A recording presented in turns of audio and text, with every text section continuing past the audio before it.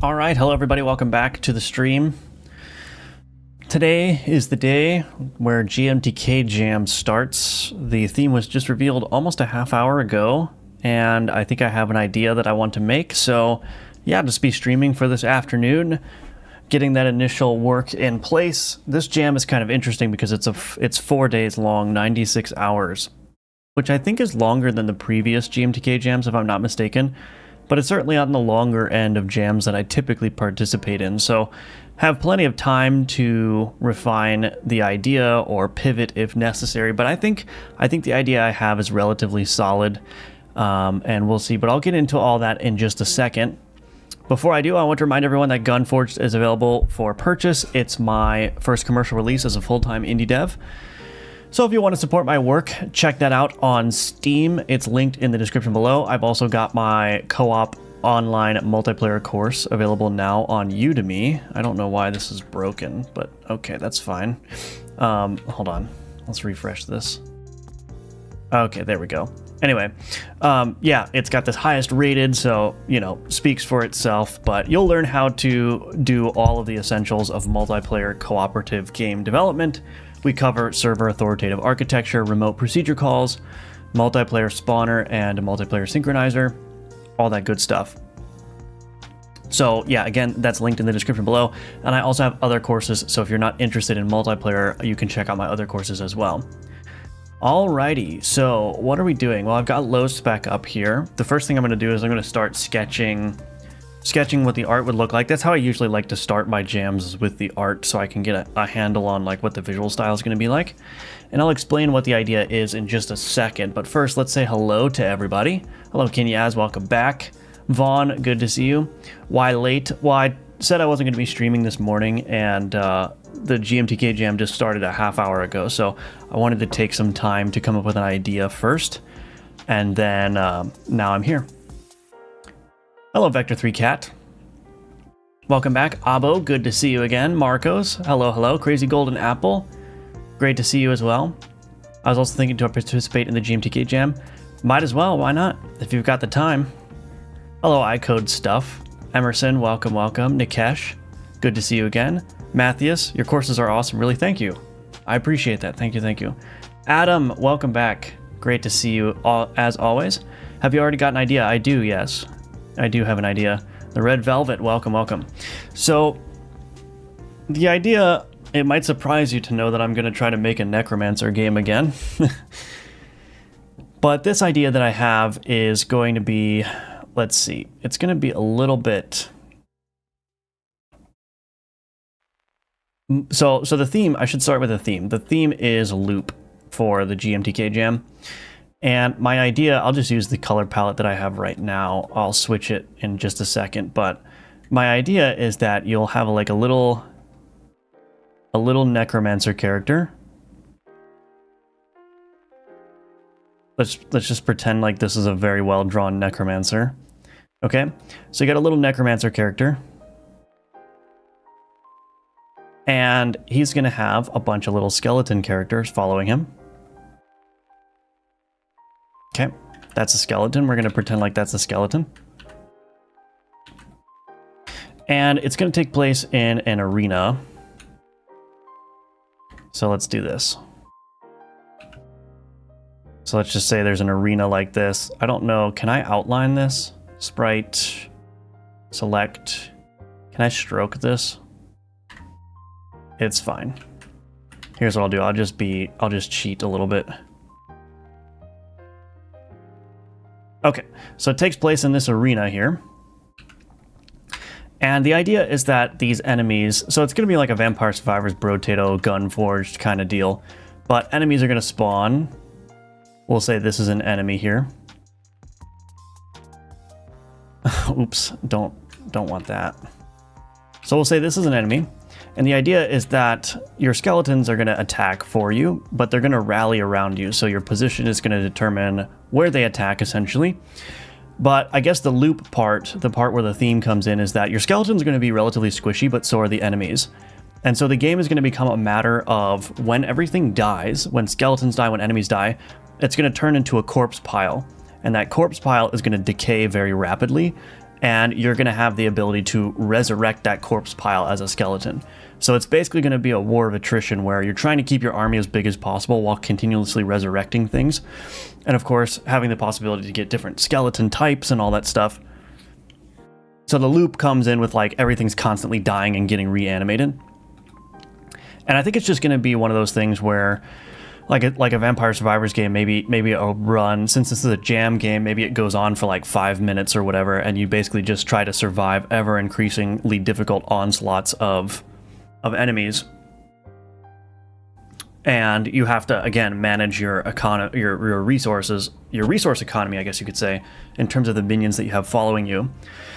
And so the plan is like to make this interesting, it's going to be position based, right? So like you're going to want to make sure that your skeletons are dying like roughly together so you can raise multiple piles at once, and you're going to want to try to get the enemies to group up so you can raise multiple piles at once, and you're going to be running around buffing your skeletons and whatnot. So that's the general idea. And the plan is just to make it super juicy, super good feeling, super hectic, and hopefully somewhat cute as well in terms of the art style. And we'll see. We will see. Good to see you as well. +1 to multiplayer course. It's excellent so far. Thank you, Dave. I appreciate that.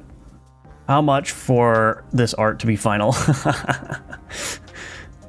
That's what she... Oh, I don't remember. I don't remember what I said, but I'm going to assume that's really funny. Andre thought something was funny. I honestly no clue what that comment was in reference to. I must have said something very amenable to that. I, for one, am absolutely shocked that you would do a 2D pixel-based Necromancer game with a dark tone. Yeah, it is out of character for me. Hello, Instakill, and welcome back. Great to see you. So as always, if anyone has any thoughts on that idea that I just pitched, I'm happy to hear it, but I'm expecting this to pretty much go the way that the jam games usually go, which is that it's probably going to be pretty mediocre at first, but it's going to take some refinement to get it into a state where it's fun. Yeah, I'm extremely shocked.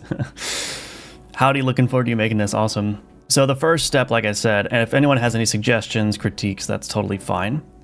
But the first thing to do is to find a color palette.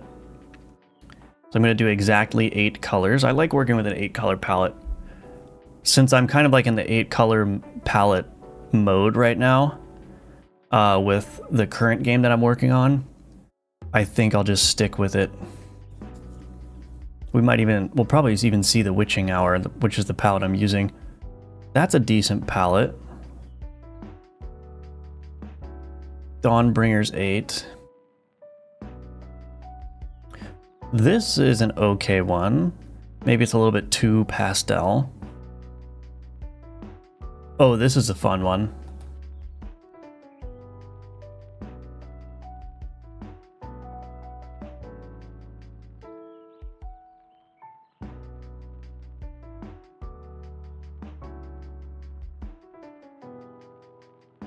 There's Witching Hour. That's the palette that I'm currently using. I mean, I'm kind of tempted to just use the Witching Hour again since I already know how to do all the art with that color palette.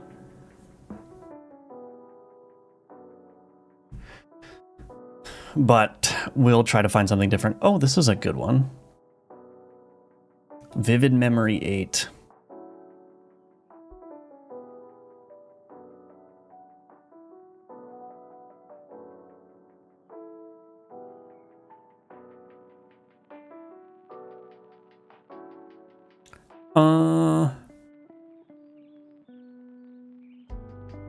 And Ezga 8.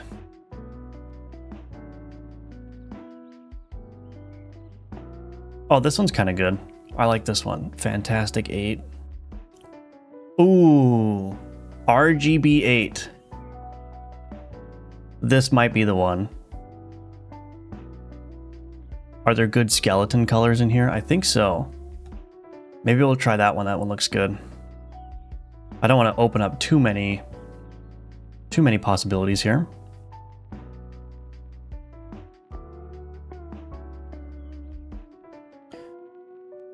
It's all in the juice, baby. Yes, indeed. Dark tone, yes. Resurrection could cost health, so you have to manage that as well. That's an interesting idea, yeah.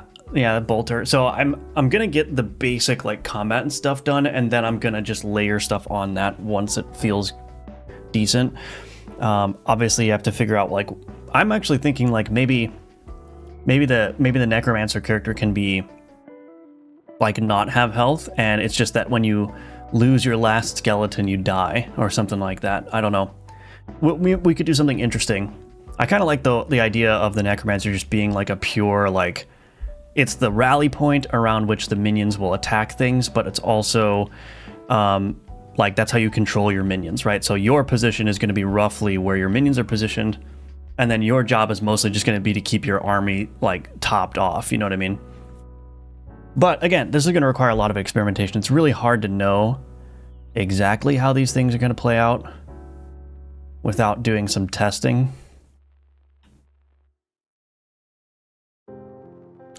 What I lose when it started, where to look for GMTK info. It started a half hour ago, or just about 40 minutes ago now, but you can search GMTK 2025, and that should, the itch page for the jam should show up. The theme is loop. Hello, is Bjorn? I completely forgot about the GMTK game jam. It may compete, but it's scary with such a large amount of people. It is, yeah, it is. I have like a monomaniacal session with obsession with getting into the top 20. We'll see if it happens this year. It depends, but one of these years I'm going to get into the top 20, I think. Maybe. We'll see. I have one thing I think would set this game apart. When the skeleton dies, it regenerates from a smaller skeleton over time. That's an interesting idea. Minions of the player are going to attack automatically, yes. Great idea. Time to steal it. All right, Anthony. All right. I actually really love the theme for this jam. Yeah, I think it's broad enough. I think you can make an argument that it's too broad, but yeah, we'll see. I certainly like it better than like Roll of the Dice, which felt, I think that was the theme, was that last year's theme? Roll of the Dice felt a little bit too pigeonholey, like it kind of like funneled, it pruned the ideas down to such a great extent that it felt restrictive. Also, you got multiplayer course and it's been, also got your multiplayer course and it's been excellent. Near completion, it's making me love Godot even more. Awesome. Great to hear that, Isbjorn. Great to hear that. It's a palate. Called my doctor today for my back. Need to wait 3 weeks to see a physio. What's the point in doctor? Yeah. RGB looks awesome. I think so too. Yeah, this is RGB. I think I might do this one. It's got a very arcadey feel to it. The question is, am I going to be able to draw corpse piles and skeletons? That's the most important thing. 12 entries already for the jam. Interesting. I'm rooting for you to reach #1. Thank you, Monkey Software. That's going to be quite the thing if that happens, but we'll see. First, make the game good, and then we'll see. We'll see what happens. I wish you a lot of luck to be top 20. Remember not to overcomplicate things. Yes, thank you, NetK. I appreciate that. How long are you going to stream? Over how many days to finish this? Would really love to see it all come together in the streams. Well, today we'll see how much energy I have in me, but I want to go for 5 or 6 hours today.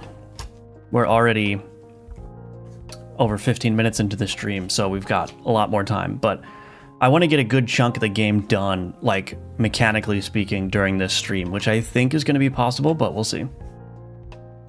Have fun there. I will start soon my live stream with the GMTK stuff. Awesome. Desperate to give my first time in this. Very cool, very cool. Theme is loop, right? And 4 days time. Yes, indeed. Deep, welcome back. Hamoom, I spent 5 days trying to figure out how to draw using a palette, and then I gave up. Felt like a puzzle. It can be difficult, yeah. If you get top 20, I'll give you a whole $20. I will hold you to that, Real Cruda. What's the budget for this project? The budget is however much money you send in super chats, so get the money flowing, everybody. No, I'm kidding, of course. I mean, I'll take your super chats, but that was a joke. You want to make top 20, so I won't participate to give you more chances. Okay, all right. Hello, Dragon Apple. Hello, Arion. What kind of game are you planning to make? I would encourage you to go back to the beginning of the stream where I explained that. I think the only reason I'm saying this, I think I'm going to get that question a lot, and I don't.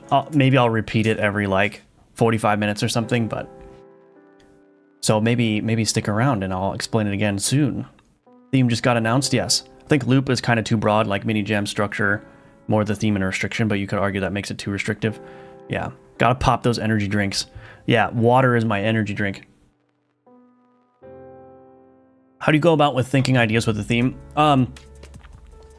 I mean, honestly, I just start with a game that I want to make. So I wanted to make a Necromancer game, and then I just kind of like figured out, okay, how can I match the theme of loop? Which, like, a Necromancer game already kind of does that, because like you could say that things dying and being resurrected is a kind of loop, and so like I've already met the theme basically. So now it's just a matter of making a good game that feels good to play.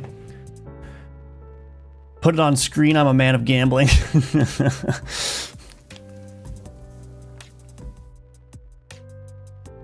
Yes, yeah, the resurrection. Pin a message with the starting idea. Oh, that's a good idea. You guys are much smarter than I am. Do a quick graphic to display the idea in the top corner of the stream. Oh man, I should have thought of that before I started the stream. Using Godot physics, let's hope my character doesn't start flying to the sky for no reason. Good luck. Good luck. Doesn't most games have a loop? Yeah. That's why I'm kind of thinking it's too broad, but we'll see. I'm thinking about joining this jam. It would be my first one. I have a very simple idea and I just want to finish something. The game idea involves beetles. Since all my games are limited to using insects as characters, and I'm feeling anxious because this Friday I'm moving out to live on my own. Oh, interesting. Well, there's no harm in trying it, you know. Let's start with what is this? RGB8. So now the question is, how do I download this? Here we go. All right. So I'm just going to go ahead and get this situated. I'm probably, let's see, I've got my repository already set up. So GMTK 2025. I'm doing this off screen, so if you're wondering what the heck is happening. Okay, so RGB8, and then I'm going to actually, give me 1 second. I'm going to pin this. Pin to quick access. Boom. All right. All right, so let's do this now. Let's load a palette.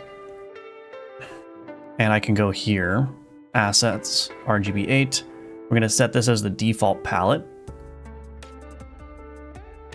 And let's just start sketching. Now the other question is, how big do I want the resolution to be? Because this is 640 by 360, this canvas, which is the resolution I typically use for my games, but it may be too small. But let's just start drawing something and see. We'll just start drawing something and see what happens. Assets, let's do, I'll just create a mock-up here. Mock-up.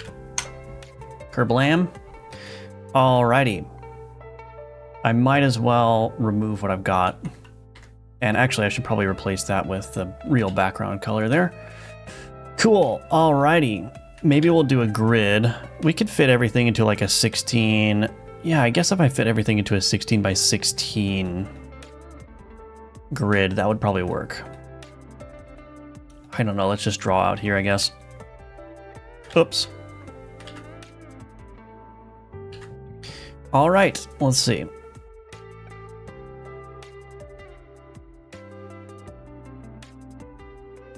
I want to make the Necromancer look kind of goofy as well.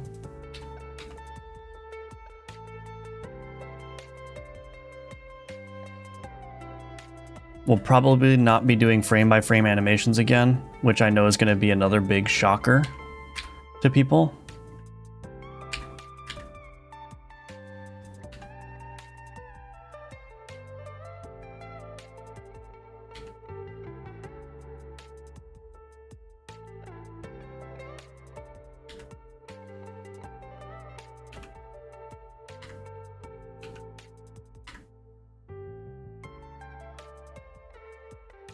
Okay. Interesting. So we're gonna have to, let's see, what other colors? Oh, I got purple. This might work as like the highlight color here.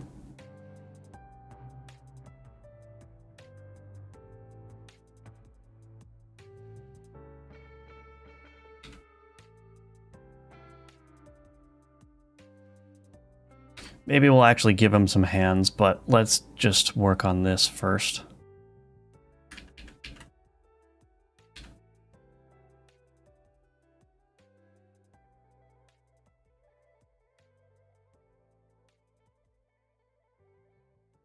Do I have a darker color I can use?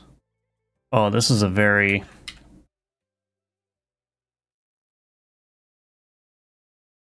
restrictive color palette, but I think that's probably okay for now. Maybe we'll add some hands or something. How easy would that be? Can I give the impression of like a little skeletal hand?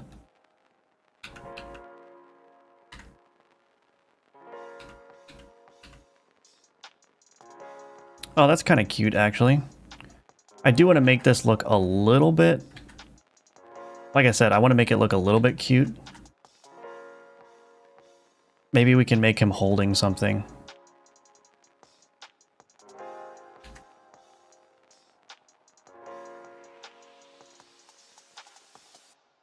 I don't know what this something is. It could be like a dagger or a sword or something.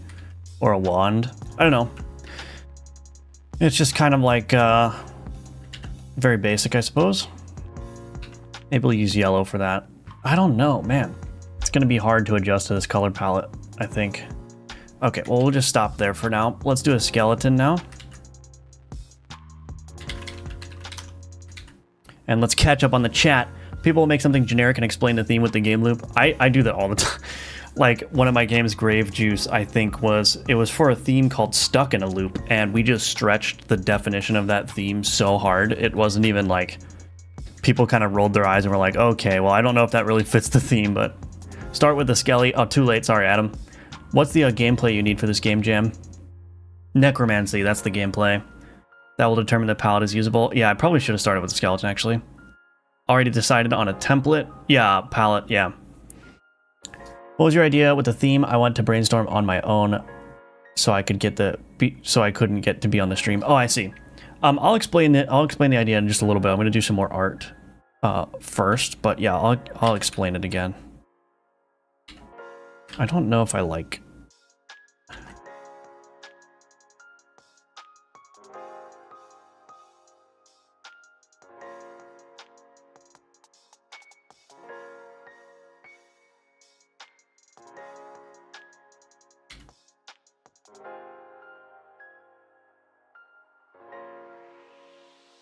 I actually think that looks better.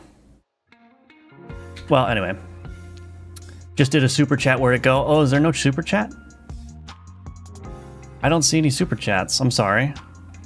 Well, thank you for the super chat. 140 viewers is awesome. Yeah. Today we have over 100. Yeah, welcome all the new viewers, and the existing viewers, I guess, and the regular viewers. I just started learning Godot. Should I try to make it? I am not sure if I can make it though. Should I try to make... Oh, the GMTK jam? You can. Yeah, there's no harm in it. The worst case scenario is you end up with a game that you can't really submit or that's not finished.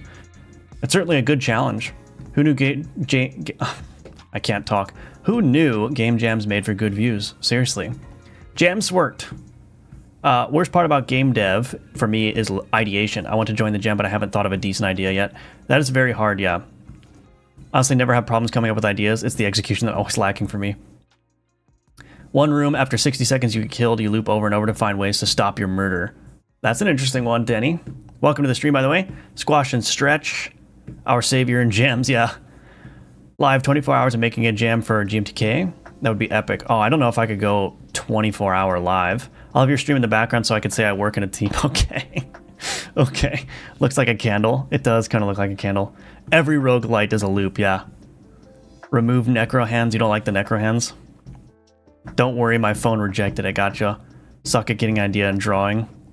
Thank you, Real Cruda, for the 10 pounds. Thank you very much. Very much appreciate that. Very nice. That will go towards my double quarter pounder with cheese budget. For lunch during the jam, I'm sure.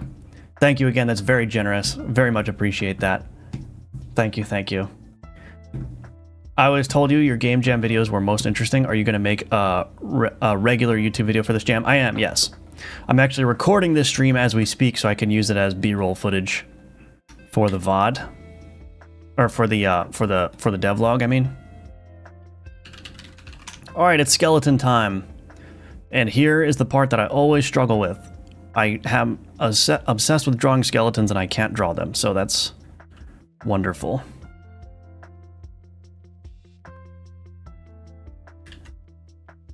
That's not right.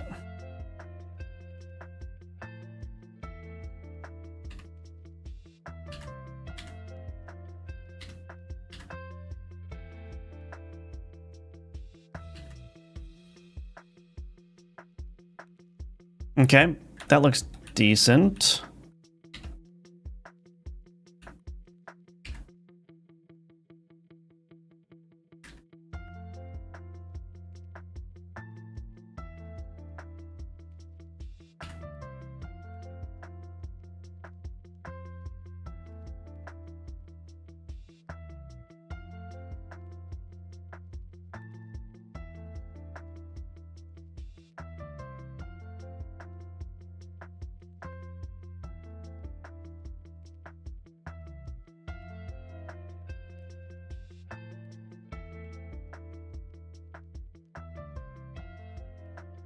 Okay. Now the question is, do I want to try to draw...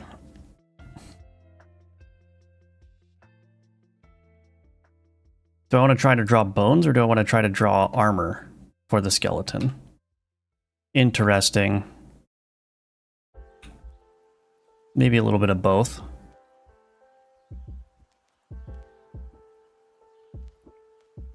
Oh, this is going to be hard. Oh no. Oh no. Let's see, if I tried to draw... Let's just get the shape in place first. And I can fill in the details.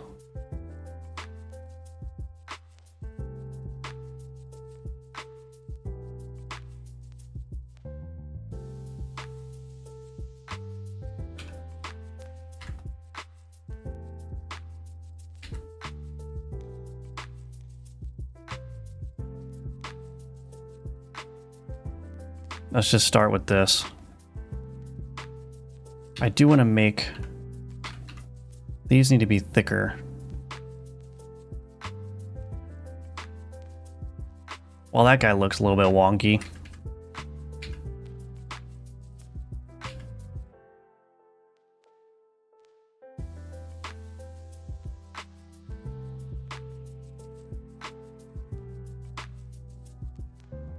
Oh boy.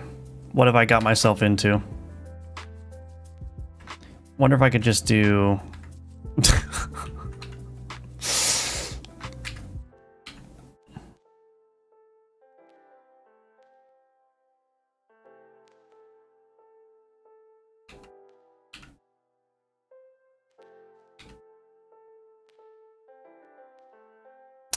See, the problem is now I don't have... Oh, wow.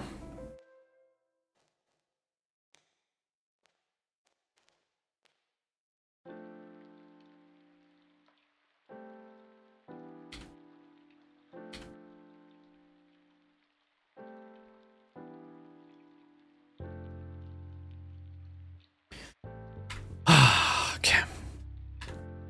This is going to be extremely hard. This is going to be extremely hard. Still hold me to the 20 pounds? All right, I will.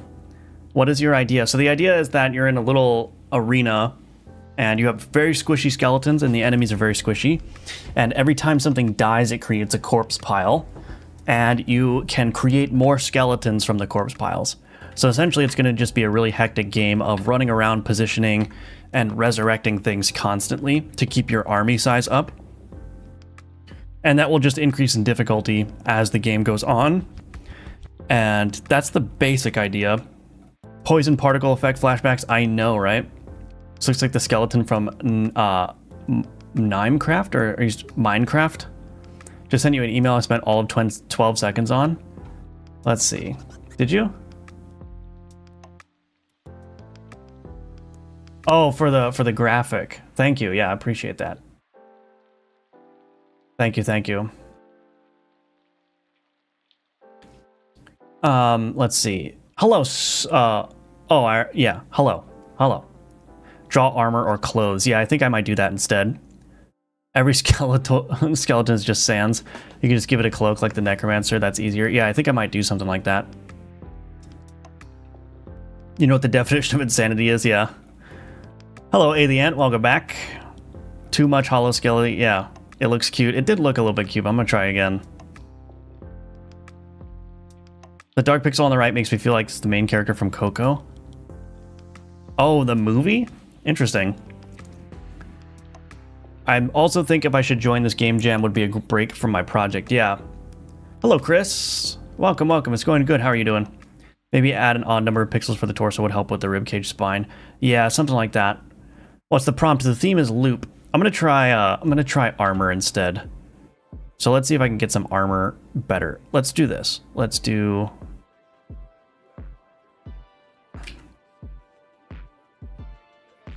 Okay, I'll use a different color for like the shoulder parts, which I just don't have enough. Okay.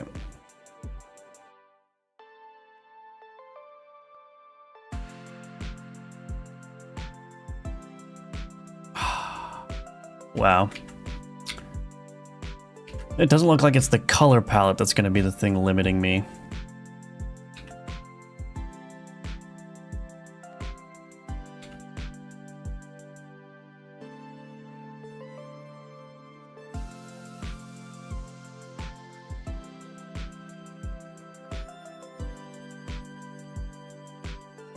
That doesn't look right.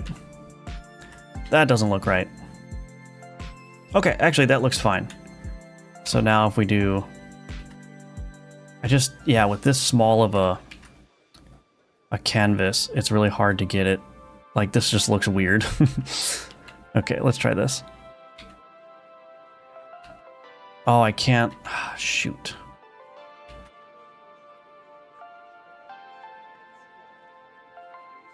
I guess he's going to have to hold his arm out like this. The other question is I don't really know how I'm going to animate these guys yet.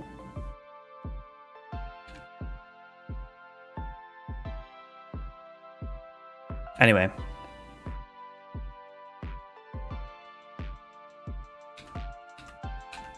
Like, I don't know where to put the arms. I don't know where to put the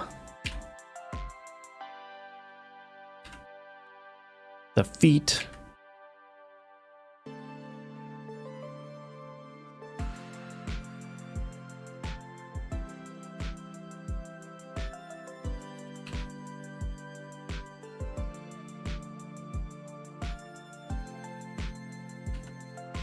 I think this is looking better, at least.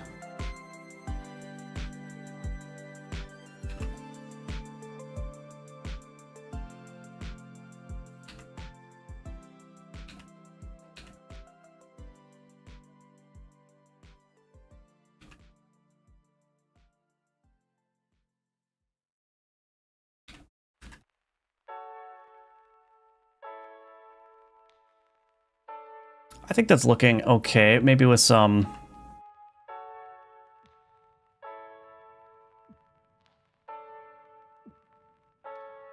maybe with some tweaks here, it will look all right.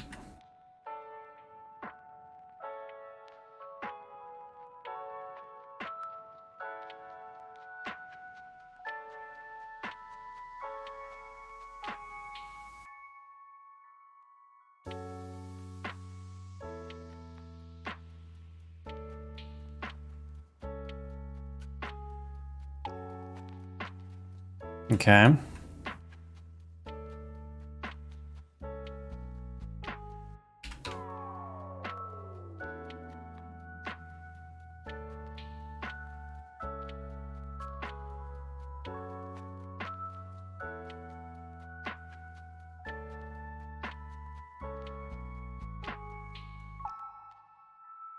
Well, I think... what happens if I make the skeleton yellow?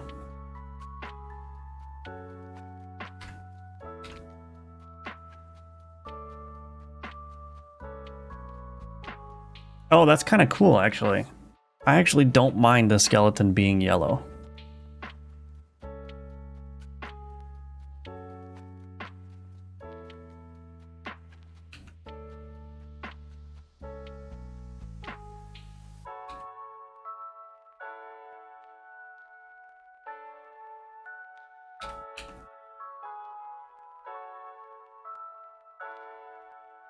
That does not look bad, actually. I have to say, I have no complaints about that.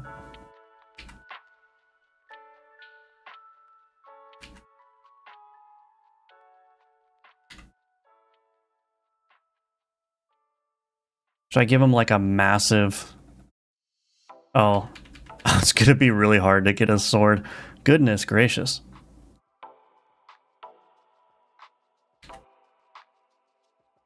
Okay.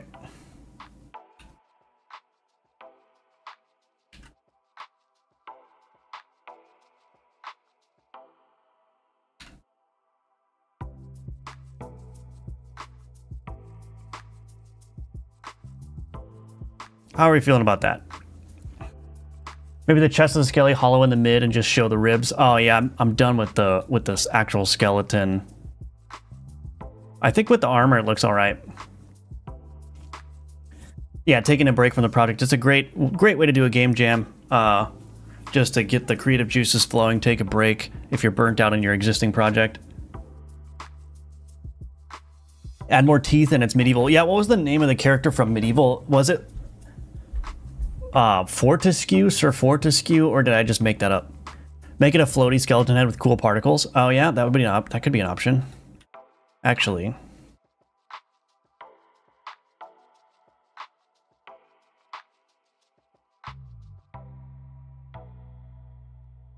I think it's okay. Well, I was wondering about a choice-based game with that theme, but also I'm worried horrible writing any kind of narrative. Yeah, writing narratives is very hard. And an anomaly game like the Exit 8 would be the best for a jam with a loop theme. Yeah. Love this so much. Thank you, Ribbon. What's the theme? Loop. That white seems really white for this. Yeah, I think that's why I kind of moved away. Actually, what I might do is now with the Necromancer hands, I might make those yellow too. So I'll use yellow for the bone color, and then white can just be like highlights for weapons and armor and stuff. I think the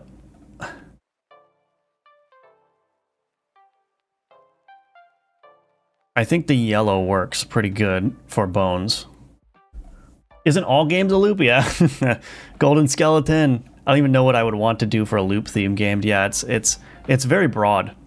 Looks good. What is everybody in the chat making? Yeah, that's a good question.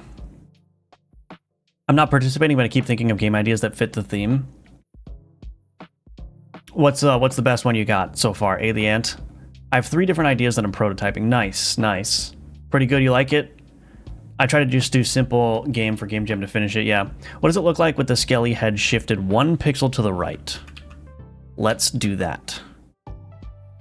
Oops, I'm on the wrong layer. I mean, he looks like he's unbalanced now. I mean, it does look like more like he's hunching over. That's kind of cute. What do we think about that? I'll redo this, I guess. Do we like the 1 pixel over to the right there? My immediate thought when I saw the theme was a racing game where you drive through loop-de-loops. Oh yeah, that sounds fun. Yeah, racing game would be perfect. Try not to make the same mistake again and do a game I'm familiar with making. Yes. You'll notice that I'm sticking to all the skills that I already have developed. I didn't get an idea till now, but the theme is good and I can have many good ideas. And can have many good ideas. The skeleton looks so goofy, I love it. Yeah, I like it too. Even have some good ideas, I should probably tone it down. Yeah. I said that before you changed it. Oh, yeah. 1 to the right is better. Cool, cool. My second idea was a game about figuring out a gameplay loop. Oh, that is an interesting take on it, where you have to discover what the loop is. I'm working on my new minigame for my main game right now. Sweet. What is the minigame? Tell me it's blackjack, a gambling minigame. I have no preference. Maybe make a little shuffle for the player. Maybe make like a little shuffle for the player. Oh, like animation? What size is my art? I'm on a 16 by 16 grid right now, which I think is going to be good. I think it's going to be good. So there's should we sketch out an enemy perhaps? Let me see, what does an enemy look like if I were to sketch out an enemy? Oh, I don't know. I mean, classic, we have to do, maybe I'll just give the enemies red skin so that they're like actually enemies.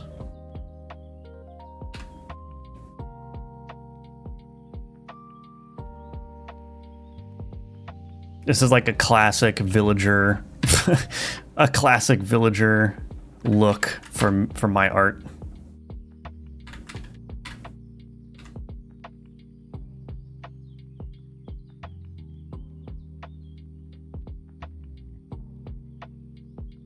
His head is too big though, or is it too big? Oops, I did this on the wrong layer. You know what they say, son of a bee.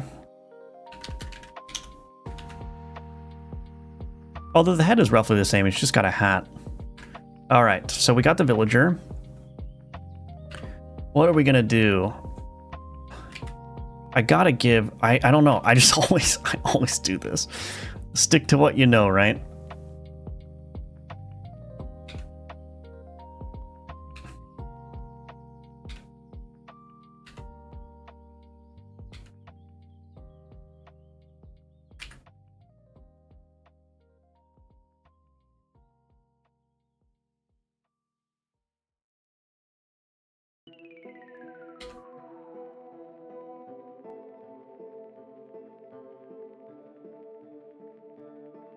We'll just follow the style that I did for the skeleton, so we'll just do the arms the same. I could make the villager look like he's got a pot belly. That's actually kind of funny.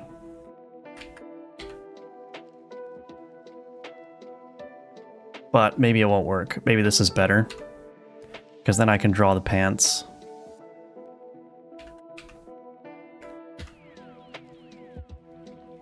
I'm just going to copy this.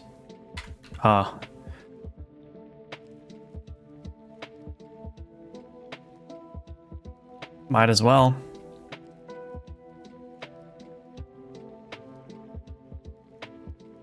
Basically the same style. And we'll give the villager, I don't know, we'll give the villager a pitchfork, I guess.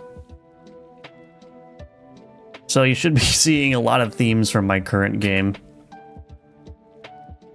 That's probably too high.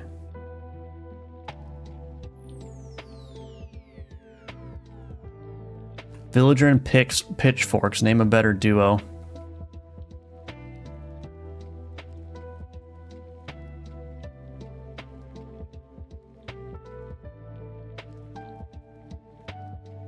Okay, that'll work. What do I use for this color? Uh-oh. Actually, that's fine. Oh, I actually like that. Let's change the skeleton here. What am I doing wrong? Oh. Oh, that looks better. Yep. Okay. Villager. What am I going to do for the darker part of this? I guess I have to use the blue here.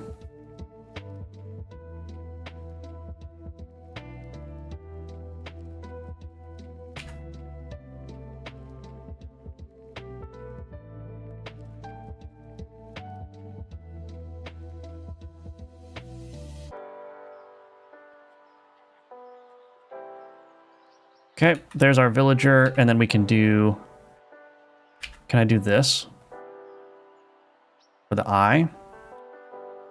Maybe he needs hair.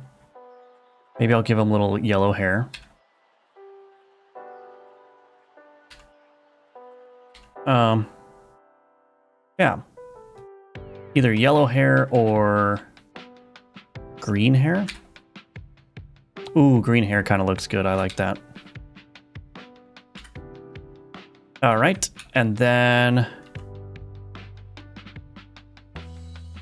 I don't really have a good color for the mouth. I might just have to. Ooh, that'll work. There we go.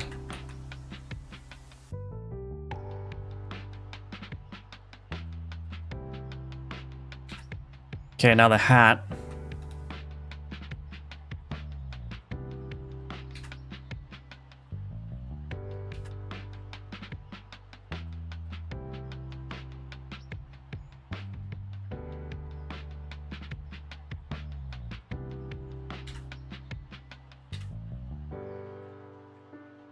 Alrighty, there's our villager. What are we thinking? What are we thinking? Oh gosh, I have so much chat to keep up with. 150 viewers in the chat. This is going to be hard. But welcome everybody. Welcome to all the new viewers of the stream. Glad to have you here, of course. Hello, Nomix. Welcome to the stream. I decided to make my own game dev channel. Very nice. Yeah. Awesome. I hope it goes well for you. Play Beetle Collect item 20 seconds to avoid enemies when the timeout. Go to the next loop and before choose upgrade. Okay, okay. I might have to skip some of these chats, everybody. I think we're beyond the point now where I can respond to everything. That sounds interesting. Real Cruda, the forgotten fishing town. Add a snake. Oh, I could add a snake. Farming game where flowers keep growing and you have to harvest them before they regrow on top. You get 30 seconds to get as many as you can. There you go. Might be too much work, but I might be able to win this. Do it. Good luck to you, Cat Hugger. I know you're my competition, but you know, I guess good luck to you, I guess. Do you recommend having a defined palette for my game? It can only help, really, because it keeps your art nice and consistent. You know, it makes it, if you choose a good palette, your art will stand out if you apply the palette effectively. So yeah, I think it can be a good idea for sure. Villager looked like Pinocchio at first. Hello, Louise. I would have been a bad guy in medieval times, maybe. I would have been like a lawyer in charge of sending people to the gallows or something. I don't know.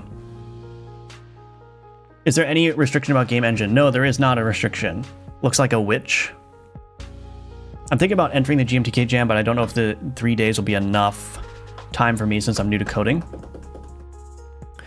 You can try it. I mean, again, there's no harm in trying it. The worst case scenario is you don't finish, and you know, that's not the end of the world.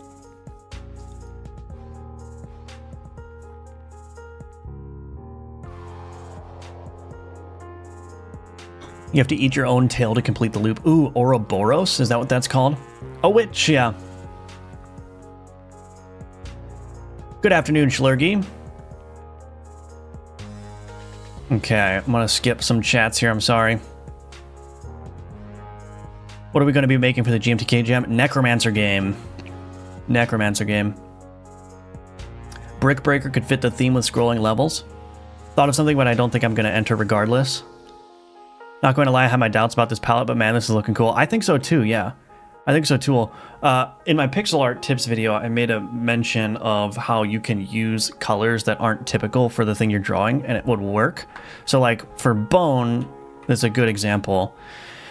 I initially used white for the bone, which makes sense, but it wasn't looking that good. But when I changed the bone to yellow, that's not what the color of bones typically is, but it actually, I think it makes the art stand out much better. So yeah, I'm happy with it.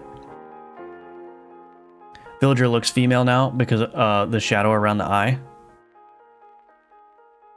Maybe. I kind of think it looks like a scraggly dude, but I don't know. Without the eye, I was giving off like King's Quest vibe. Looks like me wearing mismatched clothes. And the mouth. Oh yeah, maybe the mouth is a problem, but definitely a witch now with a trident. The middle stick of the fork kind of blends in with the background. Yeah, I don't think I have... Maybe I can do this instead. Yeah, I'll use that purple instead. Maybe I'll use the purple for this too. Maybe that doesn't actually work that well.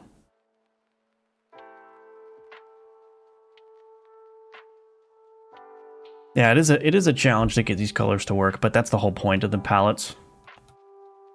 That's the whole point of the palettes. Do you always make the art before starting with the game mechanics? I do, yeah. I do. I find that the art helps kind of set the tone and the direction for the game. But also it's more fun to get the mechanics built into the game when you have some art, even just like placeholder sketch art to work with. There's one problem on the skeleton here, which is that pixel needs to go away. Okay. So yeah, in terms of animating these things, I'm gonna have to figure that out, but we will deal with that in a second. Or not in a second, but animation will come later.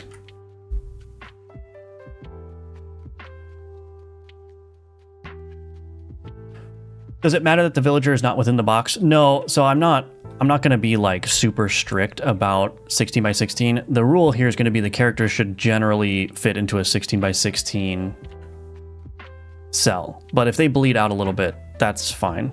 You know, like the skeleton now is not inside the box. The villager, if you remove the hat from the villager would pretty much be squarely in the box. So it's just a matter of getting it generally working the way it should.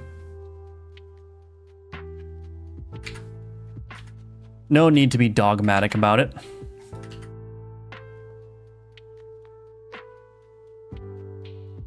I don't think I'm going to go overboard. I think it looks fine. I think it looks fine. Why I got to do game jam Wednesday through Saturday? I got to work most of the day. Yeah, I don't know. I think the reason why it's four days now is to accommodate all kinds of different schedules. Because if it's only 2 days on a weekend, some people work on weekends, and so that's a limited amount of time for them. But if it's like 2 days in the middle of the week, then people who have normal 9-to-5 jobs, they're not going to be able to participate. So I think one of the solutions to that is just make the jam longer so that people can find the time more easily to work on the game. But ooh, I might use the red for the Necromancer here. Let's do that, do that.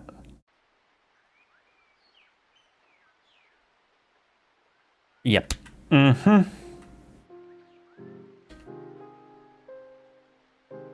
Yep. This is looking all right. This is going. This is working. Necromancer game in the Firebelly YouTube channel? No way. Yeah, seriously. I've never made a I don't know. I'm gonna, maybe that's the niche I need to carve out for myself. You know, as a YouTuber, is just like, I'm the dude that makes Necromancer games, you know? Doing the jam too, good luck. Thank you, Ren Life Gaming. So the way the game works, fishing minigame, you catch fragmented letters, whole letters, and parcels and sort it out in the mailroom. Oh, that's fun. That's a good idea. What's the game idea? It's going to be basically like an arena twin stick shooter where your skeletons are automatically attacking everything. And the skeletons are going to be super squishy and the villagers are going to be super squishy. And you're going to be hectically resurrecting corpses to make your army. And it's just going to get more hectic over time. That's the plan. We'll see how it goes. Trident looks like a torch now, does it? Would it be a good idea if I made a game where there are buttons in front of you and it shows you a pattern? And you should press the same buttons. I guess my concern with that would be, like, there probably should be something extra. I don't know if just replicating a pattern in the button is going to be that helpful. Or that intriguing, I mean.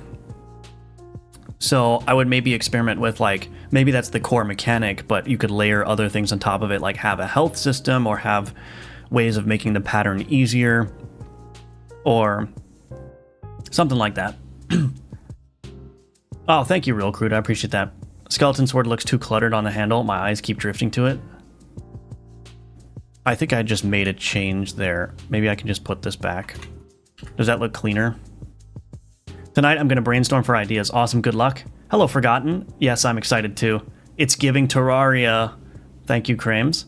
Did you become good at pixel art by using the same palette until you got good? It's not the same palette, but I typically stick to restrictive color palettes. That is a great way to learn. I think if you're starting out with pixel art, I would honestly recommend starting with a 1-bit color palette. Just use black and white.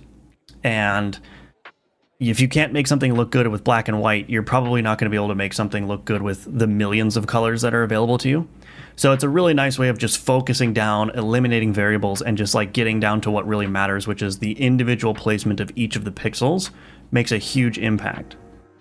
So yeah, I did a 24 by 24 sprite. What size should be my environment?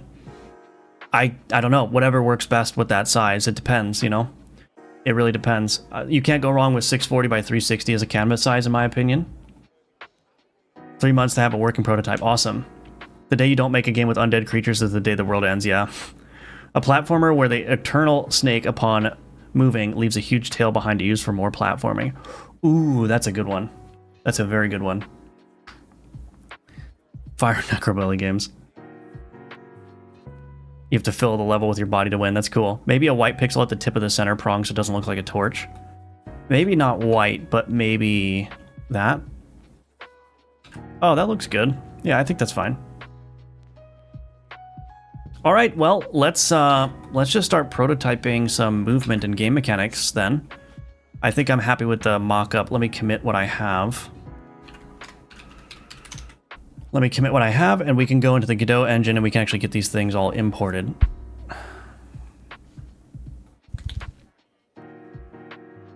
We can actually get these things all imported. So how do I want to do this?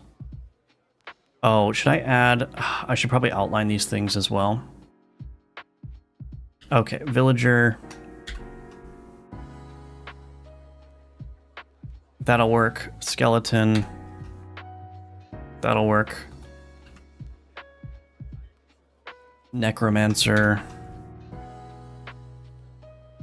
That'll work, and we'll just fill those in and fill that one in.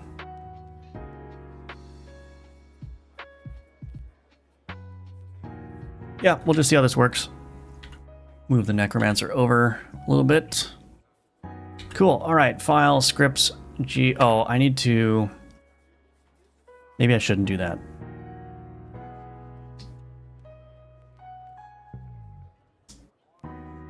I mean, we could just say whatever to organization here. Export layers, save Sprite. Only visible layers, let's export those. And that will go straight into the assets directory here. So we've got these things. All right, then.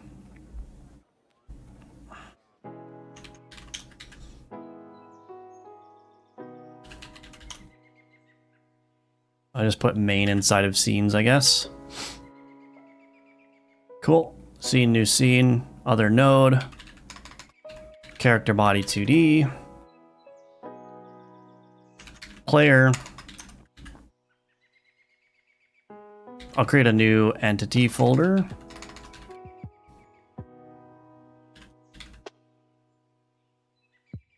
Maybe I don't need to do it that granular, but whatever. This is going to be a mess of organization.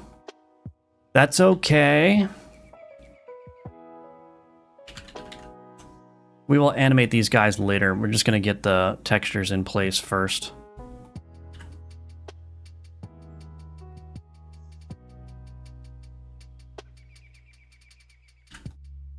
Sweet. And we are going to be using GD script for this.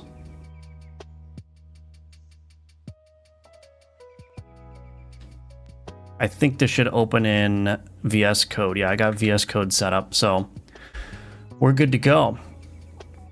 All right, so I'm going to take a quick 3-minute break, and when I come back, we're going to start actually writing the gameplay code for this. So stick around for that. In the meantime, you can check out the links in the description below. Those are all the ways you can support my work. And welcome again to all the new viewers here, but I'll be right back in just 3 minutes. Again, we're going to do a little bit of a marathon stream. I think I'm going to try to go for 5 or 6 hours. We'll see. I mean, it's all going to depend, I guess, on when I get hungry for dinner, but we're going to try to go for a long time. So hope you stick around. But yeah, I'll be right back in just 3 minutes and we'll continue on.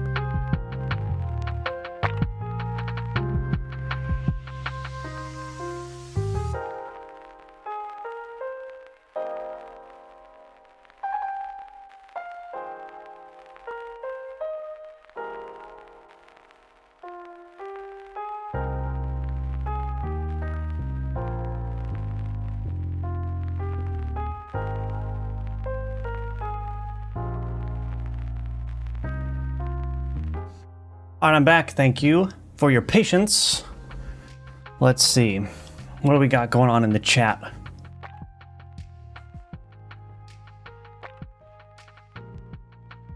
You should do a course on Git and version control for Godot game development. That could be useful for sure.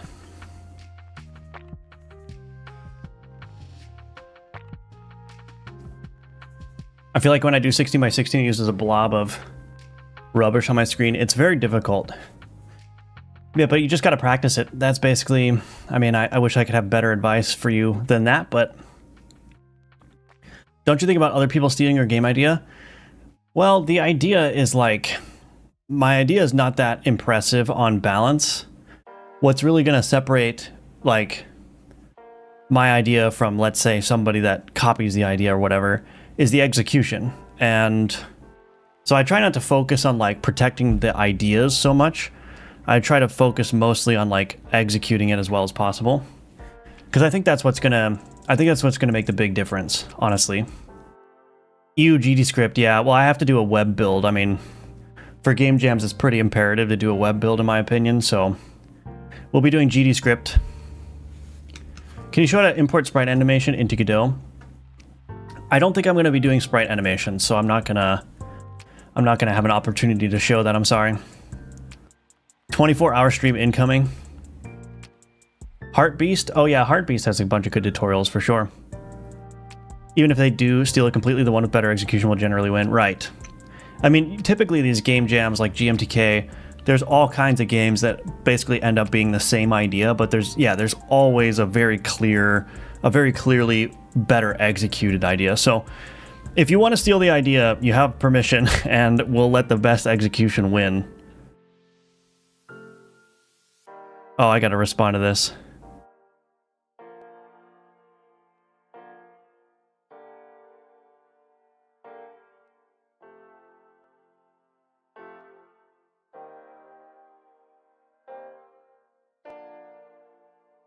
All right.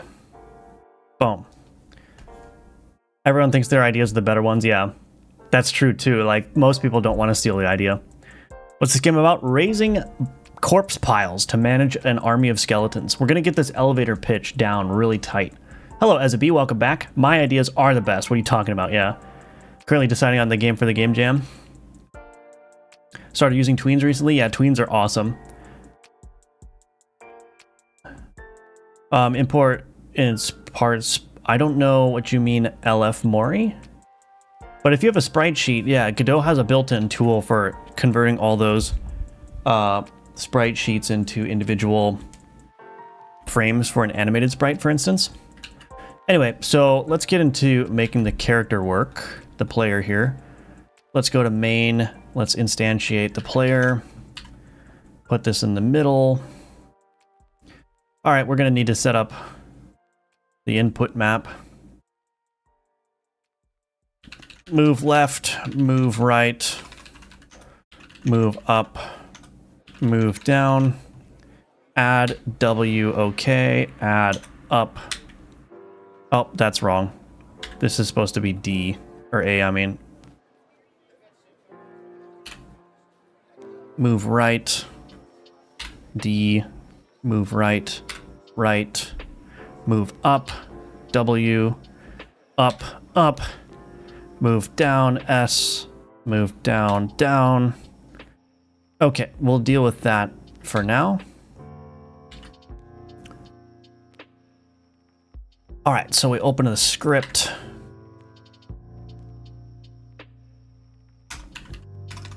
Const action move left. Let's make this, can I make this a string name? Sweet. Sweet. Okay. Func get movement vector. This returns. I'm going to try to keep everything typed, but we'll see how that goes. Return input.get vector. How do I bring up the documentation? I always forget how to do this. Is it shift? Control shift. There we go. Negative X, positive X, negative Y, positive Y. I think that's right. Cool. All right, so there's our movement vector. Is this normalized? I don't think this is normalized. Oh, yeah, the vector has its length limited to 1 and has a circular dead zone. I see. Okay. All right, I don't need all these comments. We don't need a ready method yet, so I'll get rid of that. So process method, let's store a velocity. Var velocity colon equals vector 2.0.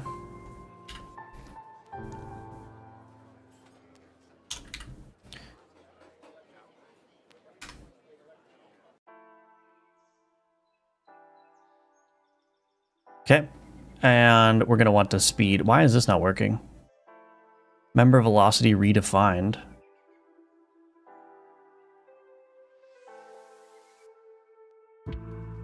What? Oh. There's already a velocity property in the character body TD. All right, that's fine. So we'll do this. Const speed colon equals 100.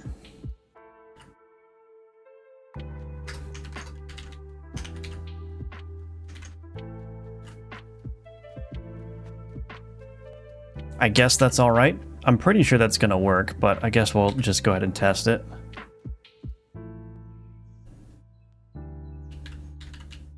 Okay, there's our little character. Not super impressive, but that's what we got going on. Let's do this. Project settings. Let's look for the clear color. Where is the clear color? Here we go. So I'm going to add this default clear color. Oh, I need to import my palette. Let's do this. Load palette. Assets, RGB, and that should be loaded now. So now when I go to project settings and I change this, that should exist. Those colors are now my swatches here. I think, yeah, this is just pure black, so that's okay. So the default clear color is black, and we can add an override here. So in this override, I think editor runtime is the override that I want. Oh, you know what? Here, I need to copy this. Copy that, paste it here, and then change this to black. Nope, that obviously didn't work. Okay, let's try editor hint. Maybe it's editor hint that I want. Yeah. So what I just did here is I set it up so that when I run the game, the clear color is going to be black, but in the editor, it remains that gray editor color. So now if I run the game, now it's black. Now I've got my actual background in place.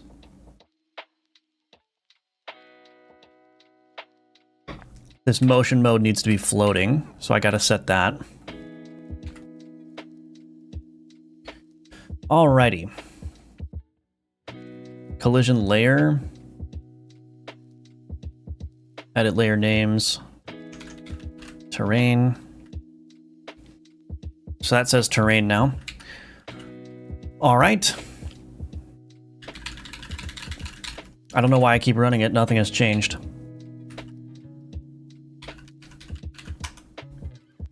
We do need a collision shape 2D here. New circle shape. Bam, bam. 4. I'll just move this up. Probably 3 actually will work better.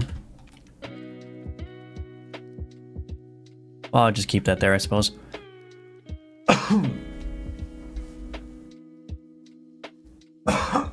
Excuse me. Well, I guess there's nothing really much left to do. I think the game is done. Time to submit. Time to submit, everybody. Anyway, let's do, I guess I'll just initial player controls. How does your idea work with the theme? Just join. I'm curious to see what others are doing. I'm going to be resurrecting skeletons over and over and over again. That's basically the idea. Have I ever dabbled in Godot 3D? Very slightly. Not really, though. Not really. Hello, Cardnica. Welcome. Good night to you as well. The only thing that comes to my mind about a game with loops is Tetris. What is your advice for web builds? What can be used and what absolutely can't be used? You can basically use anything. I mean, I think... I don't know of any, like, things that you need to avoid. I know that there have been historically problems with, like, shader compilation stutters and also audio playback, but I think that has been recently fixed. What's the difference between string and string name? So this is like an internal detail of Godot. Some things that accept strings as arguments actually accept string names. And string names are, as far as I'm aware, and I could be wrong, so maybe there's a Godot expert out there, but as far as I'm aware, a string name is a Godot type that when you're comparing strings, the string name comparisons are faster. So if you compare a string name to a string name, it's a faster comparison for whatever reason. I think they hash it, or they hash the string value or something under the hood.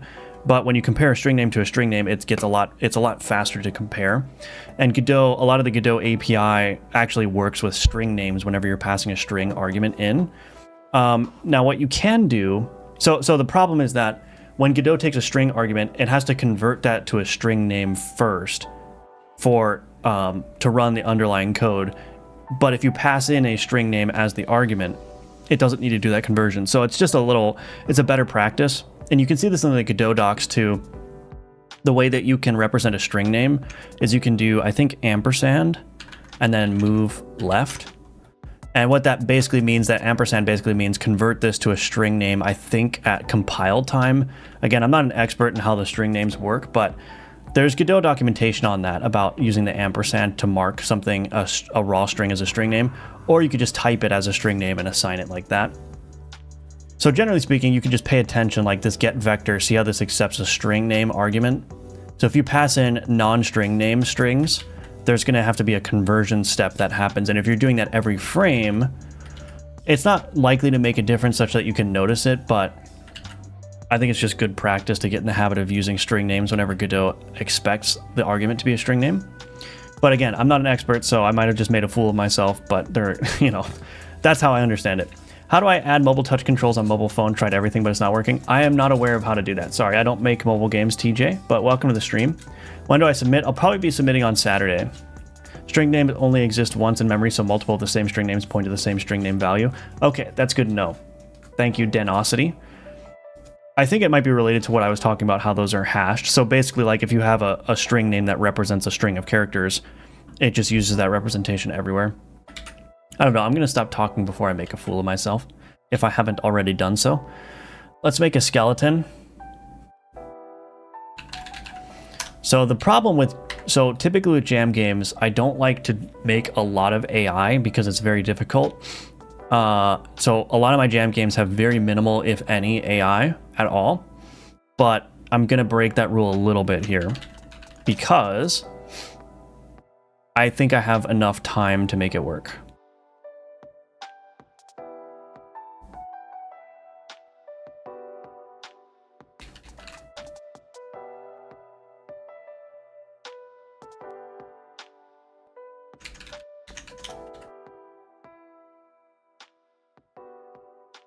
Okay, what are we doing here? Do this. I do think the skeleton looks pretty cute. I'm gonna have to figure out some animations, but again, we'll worry about that in a second.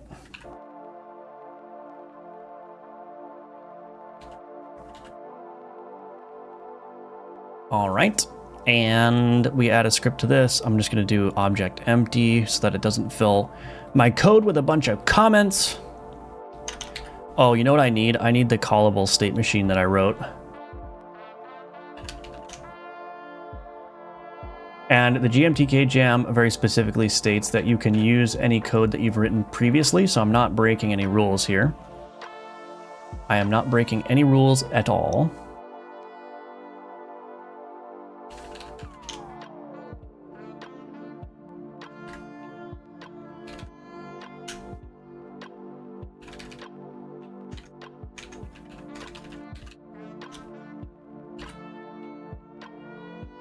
Cool, there's my callable state machine.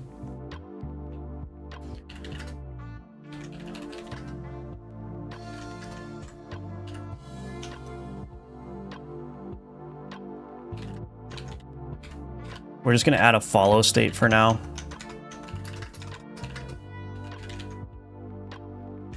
So state follow. Well, sometimes I don't like this AI stuff. Okay. State machine dot add states, normal state callable, state follow, callable, callable. Okay. Func process delta, state machine dot update. And we want to mark this as underscore so we don't get that warning. State follow, we're going to need to add the player to a group. Node groups. How do I add a group? Player.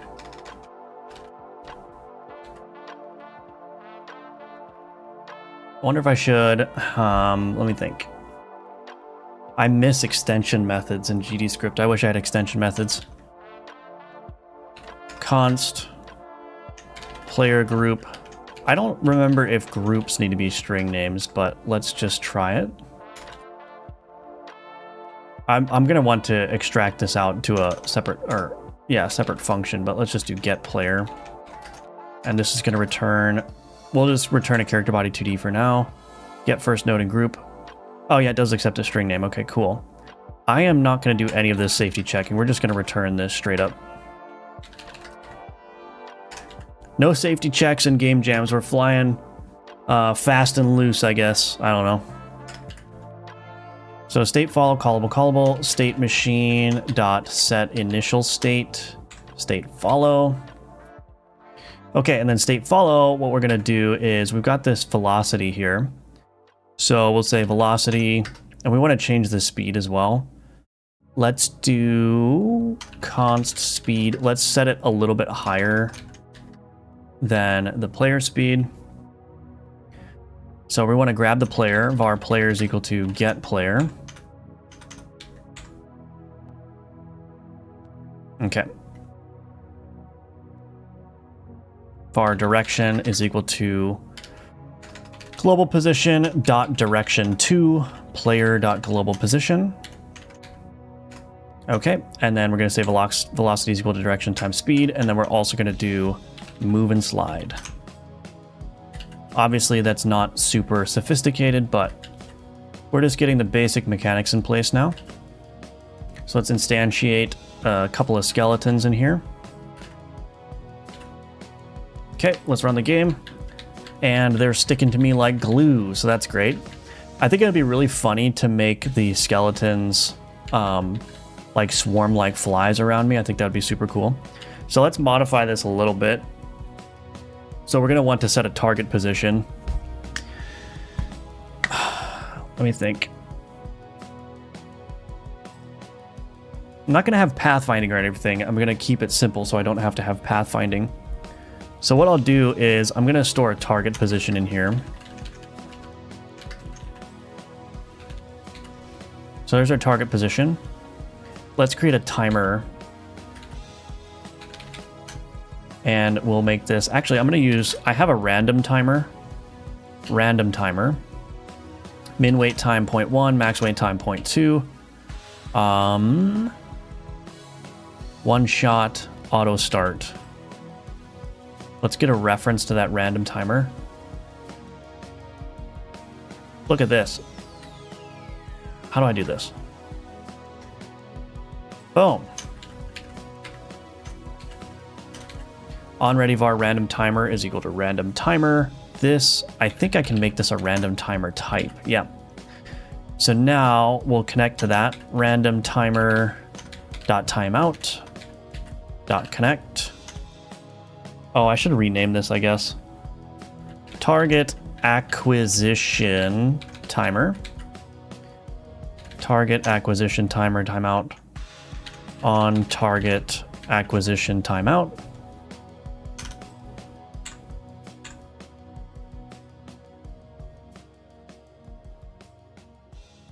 We will create a new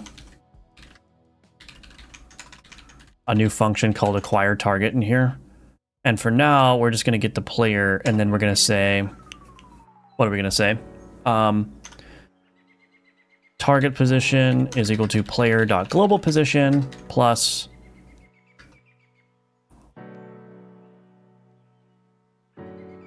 I am going to create a utility script here. Oops. Math utils.gd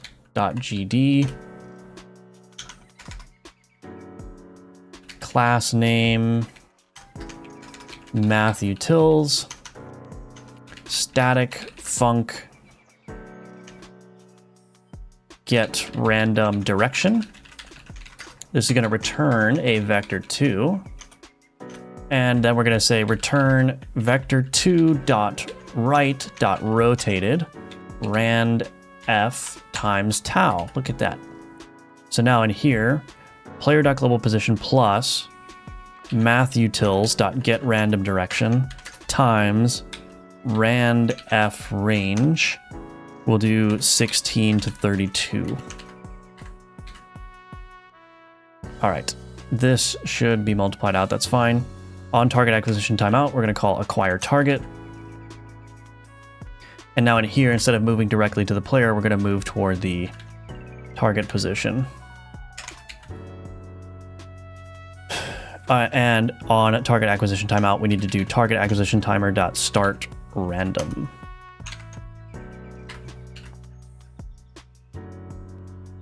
Alrighty, let's see how badly I butchered that. Okay. They kind of remind me of the Path of Exile zombies. The Path of Exile 1 zombies, you know how they just constantly freak out? Let's do this. Let's go ahead and add a state idle in here. Func state idle. We're just going to set velocity is equal to vector 2.0 for now. And then move and slide. Actually, you know what I'll do? I'm going to move this move and slide out into the process. So the states are only going to manipulate the velocity, but move and slide is always going to be called based on the current velocity value.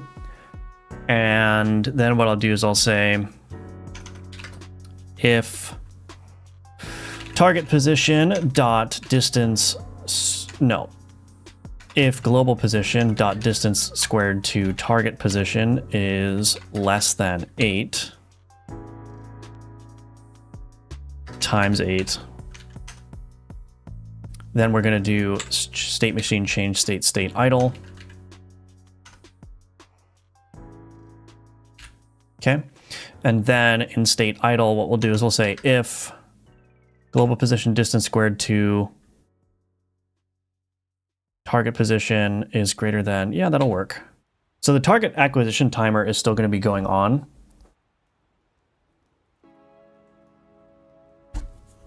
So there's a lot of stuff that's going to need to change in here, but that's okay. Also, wait, how did that work? Oh, I had an error here. It wasn't even working. This needs to be target acquisition timer. Okay, I know I'm locked in. I haven't looked at the chat in a while, but I'm coming. I'm coming. Base object of type null instance. What are you talking about?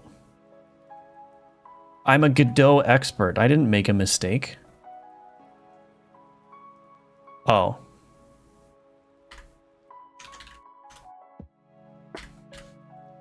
I didn't make a mistake, so I guess it was working before. Oops.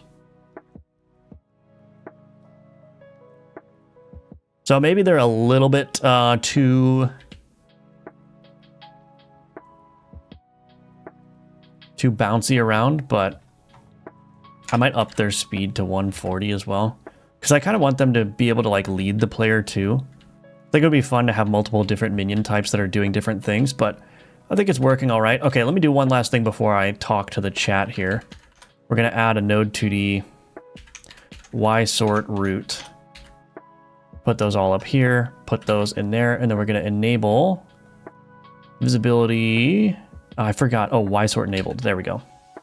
That should make an immediate difference. Sweet. All right, let's take a look at the chat now. They can just compare it by pointer. Oh, the string names, yeah. Who's more foolish, the fool or the fool who follows him? Good question. You can't sound like a fool if I don't have enough knowledge to understand.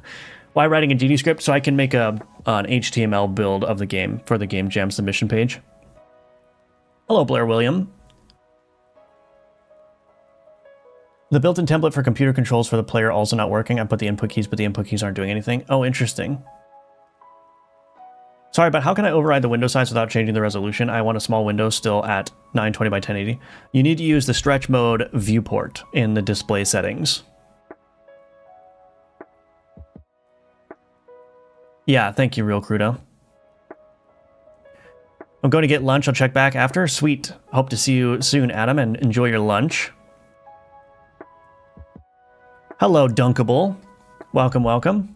What am I making? A Necromancer game about the loop of life, death, and resurrection. I'm going to keep making a slightly different, giving a slightly different elevator pitch for the idea every time someone asks.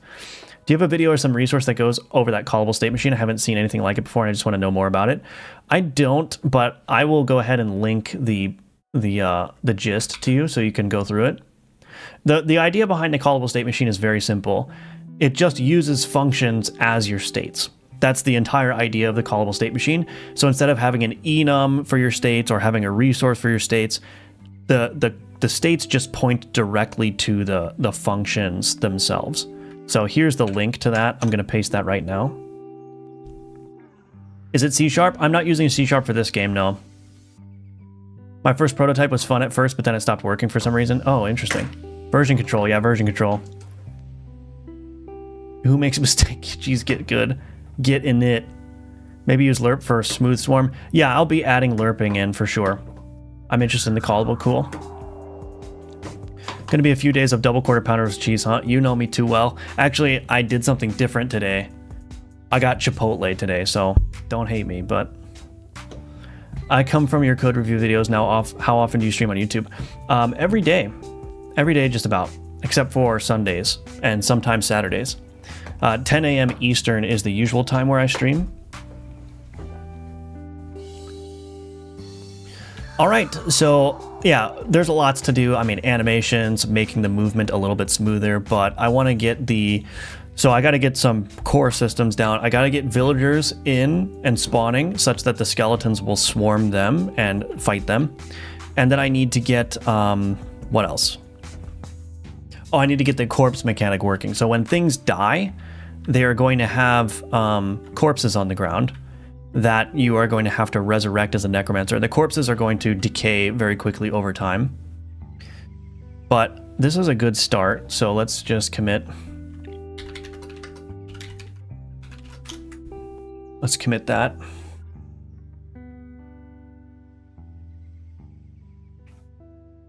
I think I'm going to do the farming idea. Sweet. That does sound good. Yeah, that's right. Your game seems somewhat like a Bone Razor Minions game. Yeah, it will be somewhat like that, I think. Similar in terms of the idea. But, and maybe even the style, now that I think about it. I didn't even think about Bone Razor Minions. Oh no. I think it'll be fine. I think it's different enough. It's definitely not going to be the same. Oops. This needs to have a black pixel there.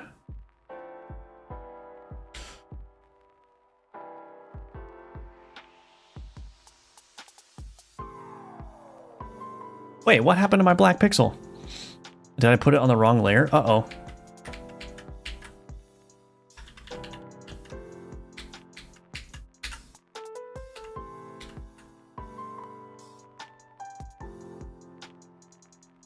Okay.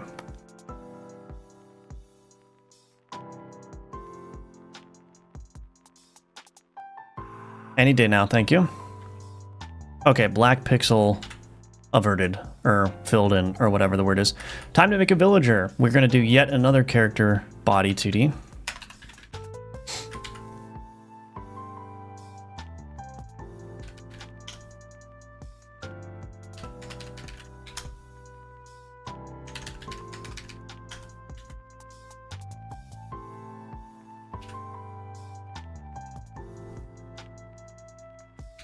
I'm also just going to copy the properties here and paste them here. Okay, Sprite. Quick load villager. Offset. Perfect. Maybe that should have black pixels as well.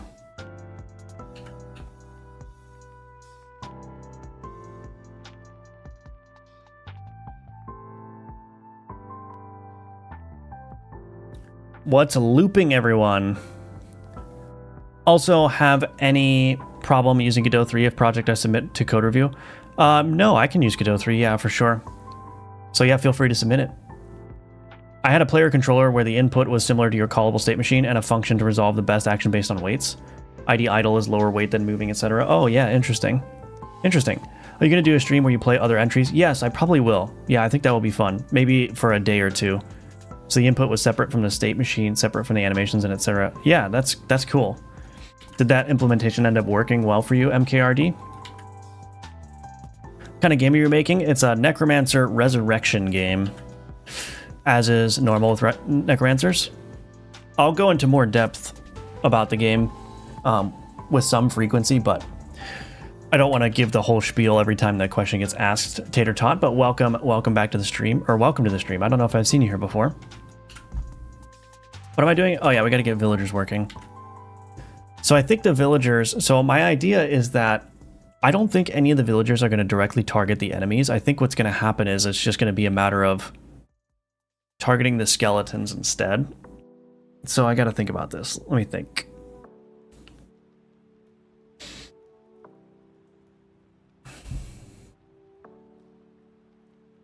Maybe the player should have health. I don't know. I kind of thought it would be interesting just to, you know what, I think I'm going to take my own advice. I think I'm going to make the mechanic all about managing your skeletons and keeping your skeleton army topped off. And in the spirit of that, I'm just going to not worry about the player having any health whatsoever for now. I will add that later if I think that that's going to add to the game, but typically with game jams, you want to find a mechanic and just like lean in entirely into that mechanic and make everything revolve around that mechanic. So we're going to try very narrow first. And then if it doesn't work, we will change it. So let's add a script to the villager. Again, I'm probably going to need a... Do I need a callable state machine? I don't know about that, actually. I don't think I need a state machine for the villager. Oh, maybe I do. Maybe I should do a state machine. That's the wrong thing. Okay.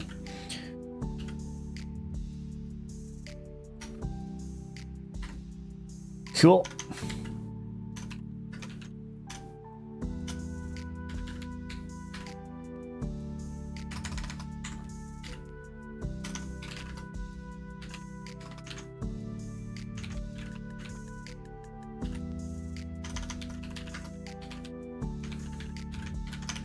So these villagers, what they'll do is I'm going to need to probably... Let's add the skeleton to a minion group. Might as well make this global, I guess.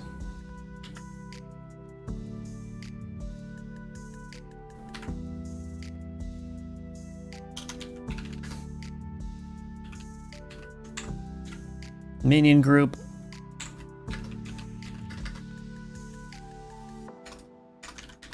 Minions is equal to get tree. Get nodes in group, minion group.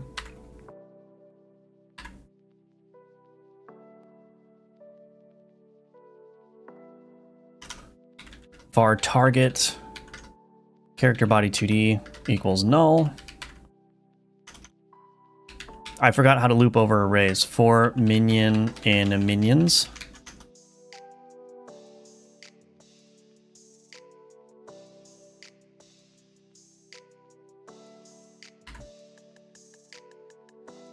If target is equal to null, then we're going to say target is equal to minion. And we can break, or no, continue. Target dot global position, no, if minion dot global position dot distance squared to global position is less than target, then we're going to say target is equal to minion.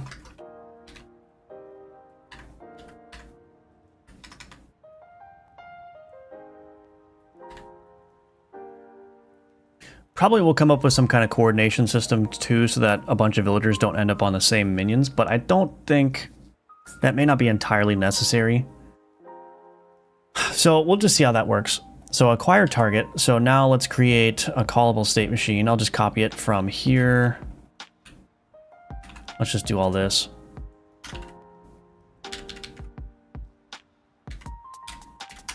Okay. Oops. All right, so state.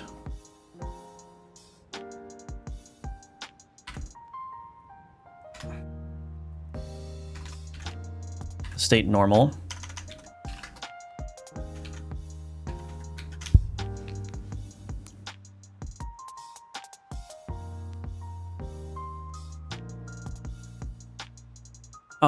Let me think about this. So velocity is equal to, oh, we don't have a target. Oh, I see. Current target, character body 2D.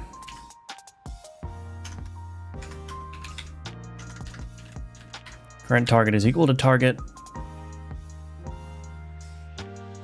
Let's just do this.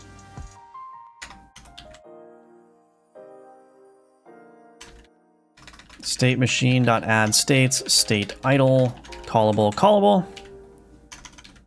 Func state idle.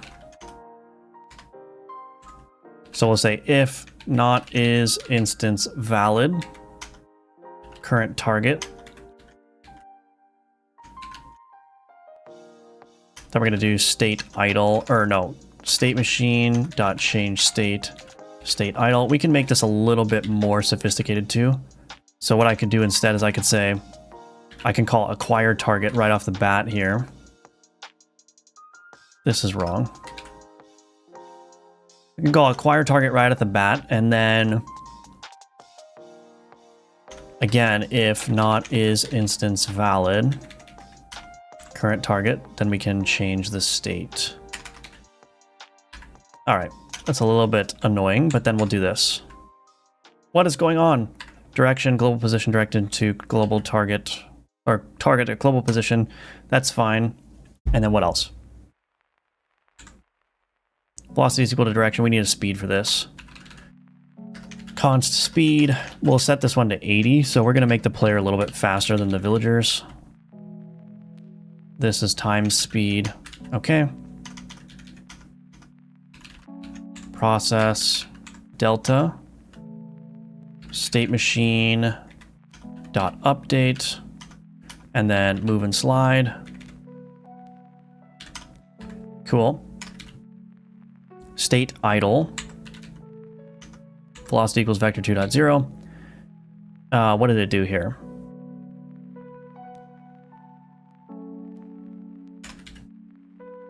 All right. I think this is working good. Let's see what happens.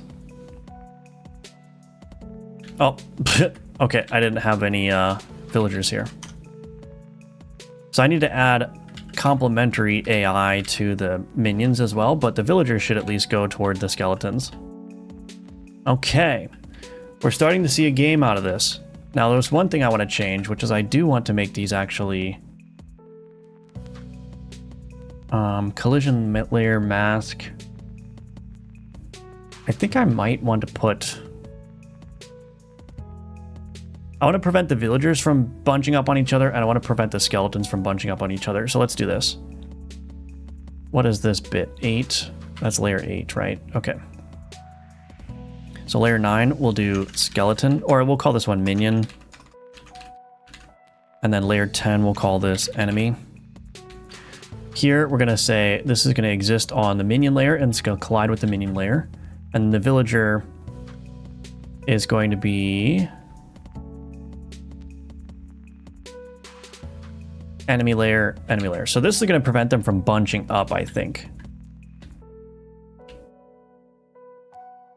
Maybe I should make them all collide with each other. But yeah, see how they're not bunching up anymore because they're colliding with each other, so now I need to make the skeletons go after the villagers if they're close enough. And of course, we're going to have to add more interesting movement patterns and stuff like that, but I hope you guys can see like how this idea is going to shape out now.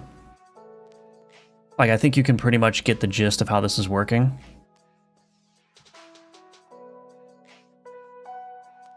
Now, you know what's an easy way to fudge this villager detection here. So what the villager is doing is it's just automatically finding the skeleton that's closest to it, but that creates a little bit too predictable of behavior. So what you can do in here actually is you can add a little bit of a fudge number. So I'm going to do var fudge number is equal to rand fn, which is a normal distribution. And what I'll do is I'll set the mean to 0, and I'll set the standard deviation to just 1 tile. Squared though, because we're doing a squared operation here. And so that's going to generate just a normally distributed number, which is going to be, it could go below 0, but it could go above 0. And then I can add that here as the fudge number. And that just will make it so that it's not entirely predictable what minion the villager is going to choose, but it also will make the villagers on occasion change targets when they're currently sticking to a target. So rather than introducing a bunch of random like target change stuff, I can just make them change targets by fudging that number a little bit on occasion.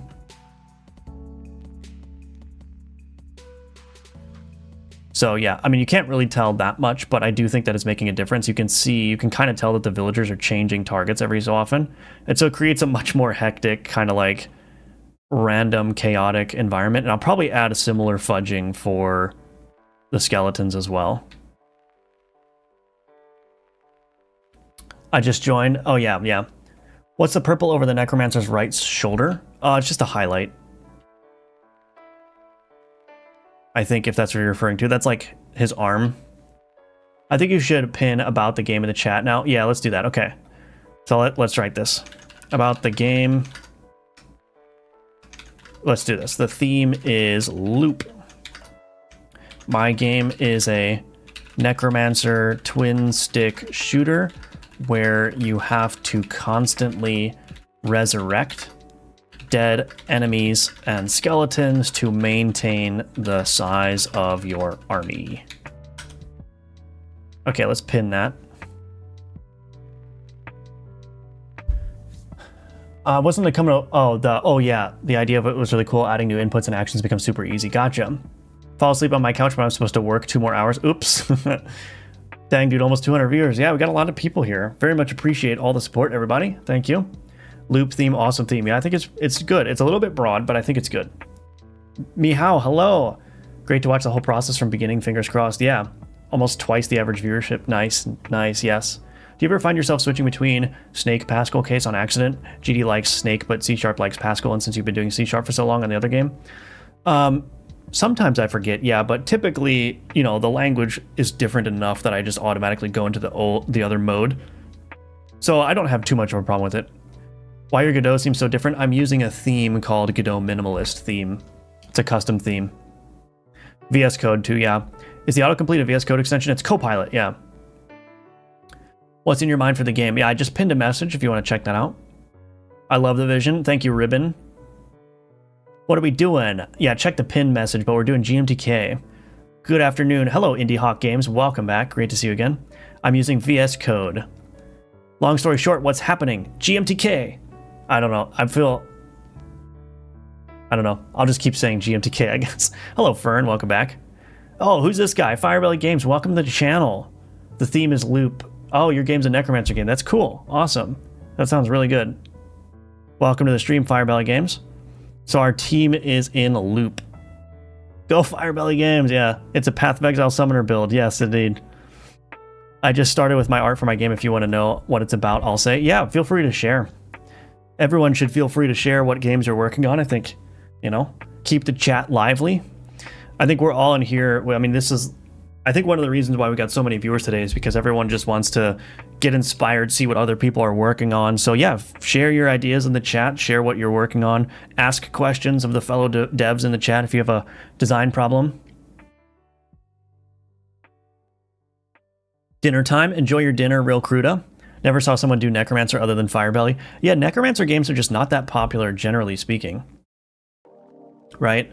Like, I don't see Necromancer games very often in game jams. I don't see, I mean, even just like a fully featured Necromancer game on Steam is like really rare to come by. First thing that came to mind is time loop, and I want to make a pixel art game. I'm normally a 3D boy. Oh, there you go. Well, I wish you luck. 591 ML Studios.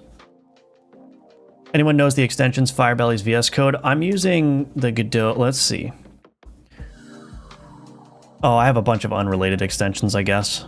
Copilot extensions, Godot.net tools, Godot files, Godot tools. Yeah, a lot of these are irrelevant. I think the ones you're probably after are Godot tools. And yeah, if you want to use VS Code for GDScript, this Godot tools is the way to do it. And this README here tells you how to configure your Godot editor to make the most out of it. So would definitely recommend checking that out. Necromancer fishing game. That is a genre mashup. Making a Microvania type game where every 60 seconds you die. Ooh, that's a cool idea. I'm doing it for the first time. 4 days is not a lot, and I have no idea how much I can do. Any tips? I have a game jam tips video on this channel, so I think it's only like 10 minutes long. So if you want to check out that video, you'll probably get all the most relevant advice I can give you. Saying Necromancer games aren't popular and making a Necromancer game is interesting. I don't know if it's that they're not I don't know if there's no audience for them. I think that maybe they're just not a popular thing for developers to make. I don't know. I have a hunch that if you made a really killer Necromancer themed game, that it would be a really big hit. But maybe I'm wrong about that. You know, a lot of people don't necessarily like the sit back and manage an army aspect of being a Necromancer. But I think you can just look at popular ARPGs and like the Necromancer classes seem to be pretty healthy in those games. So it's like, yeah, I don't know. I could be wrong. Do people not think necromancy is sexy? Seriously. Finally discovered the window override part. Thanks everyone. Yes, you're welcome. Preload works poorly for me in VS Code. It doesn't properly autocomplete paths. Oh, interesting. I have a game design document that's about a roguelike Necromancer game. Well, make it. We all want it. We all want it. Can we get a summary of what you've done so far? Yeah, you're looking at it here. So I got some art, basic skeleton movement, basic villager movement. And so the next part is to actually get some combat working, which I actually don't know how I'm going to accomplish that. But get some combat working and get the corpse. The next thing to do is get the corpses on the ground, because a big part of this game is going to be resurrecting corpses. But let's make this a little bit more hectic.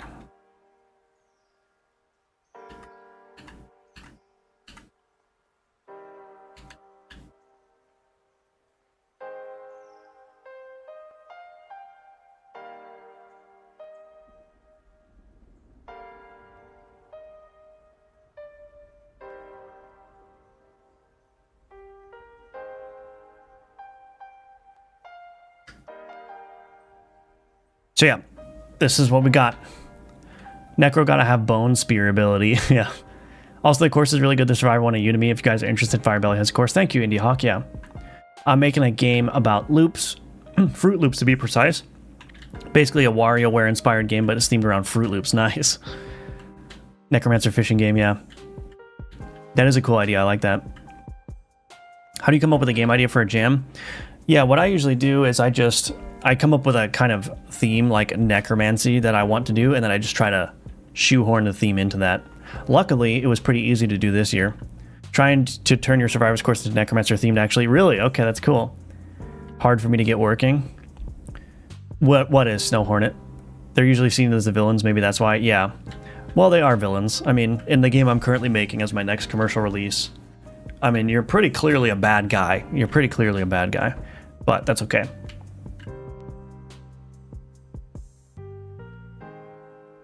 Game is just going to be full of Necromancer games. Yeah, the game jam, yeah. So, yeah, I have to figure out combat now. Well, first, I should get the skeletons to target villagers as well. So, added villager. Let's see if we can get the skeletons to also go to villagers. We'll see how that looks. So, acquire target.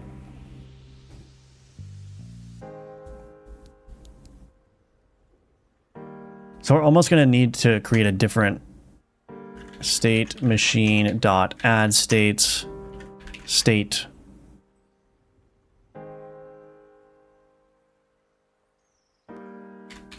Pursue.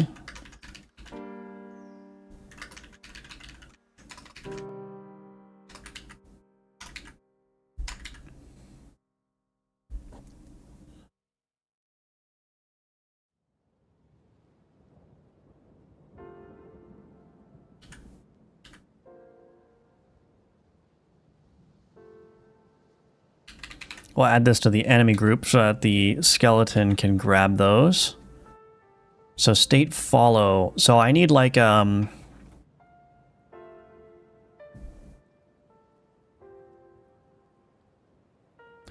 const. Let's do like a leash distance, and we'll set this equal to 128, I guess.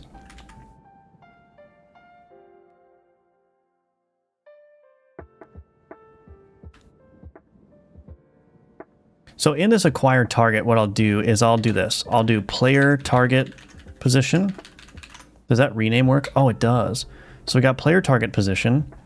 Okay, and then I'm also going to do var enemy target position. And what I'll do is I'll just grab both of those in this acquire target. So in here now, what I'll do is I'll say var enemies. So go to get tree, get nodes and group. I want to do an enemy group.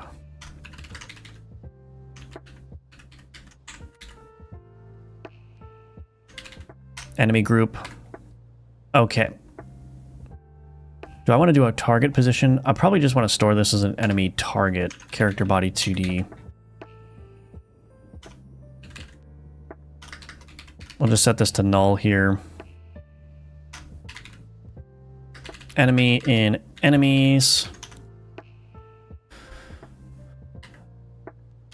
Enemy target is equal to null. Is equal to null.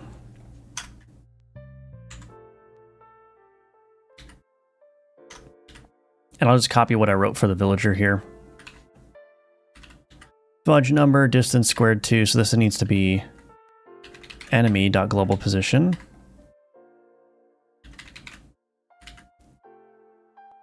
If enemy.global position distance squared to global position is less than... Wait.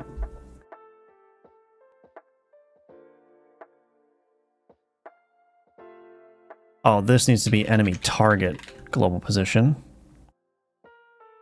Enemy target is equal to enemy. Oops. Enemy target equals enemy. Cool. All right, so there's that. This might be a little bit heavy to run, but we'll see how it scales. I don't know. Might have to come up with a different solution for that. But that's okay. So state follow. And what we're going to do, let's do this.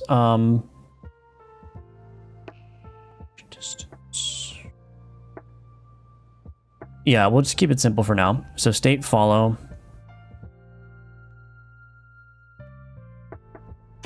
If is instance valid, enemy target, and enemy target dot global position dot distance squared to I need the player. Var player is equal to get player. Player dot global position is less than pow leash distance 2. State machine change state pursue. I need to add this. Oh, did I add the state pursue? I didn't.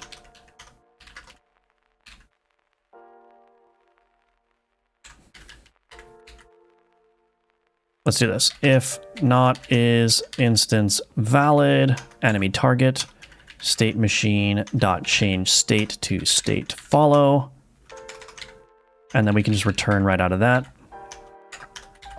Otherwise, direction is equal to global position, direction to enemy target global position. Velocity is equal to direction times speed. And we'll change all that again later.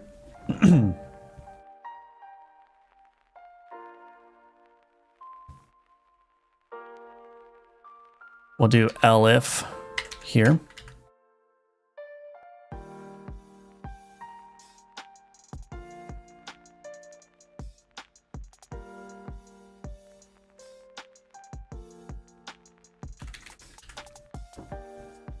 Okay.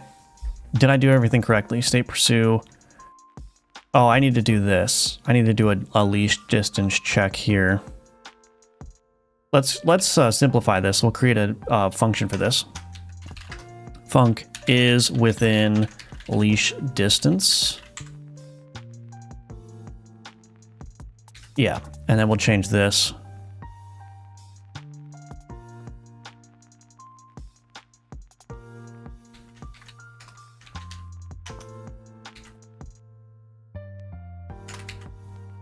is within leash distance, and then here, if not is within leash distance, we'll return there. Okay, let's see what that does. So now I should see that the skeletons will go and fight, but if I run away, they should like come back to me. Oh, and they're jittering around. Oh, because they're right on the edge of the leash distance. I see. Okay, I'm gonna need to make that a little bit more sophisticated, I think.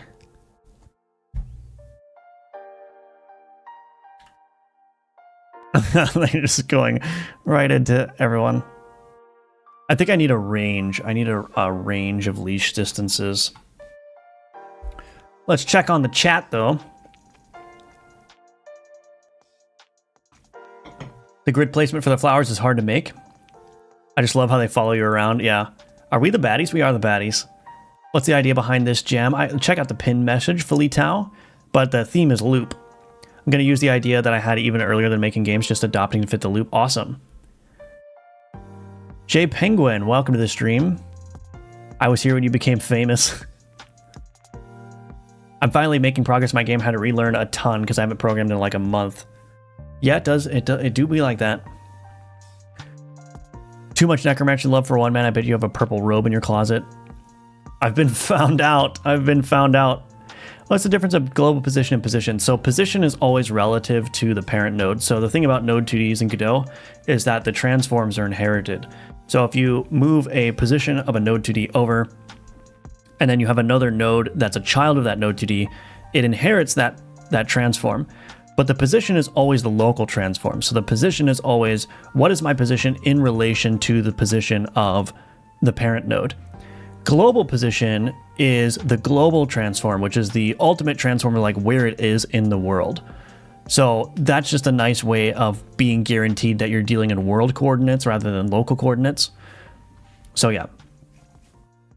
If you update the Survivors course to 4.5, I did not update the course. No, Data Cobra. Sorry to say. What did I miss? We got this going on here. Pure hectic mayhem. And the idea is that the time to kill is going to be very low. So it's going to be... I might decrease the leash distance here.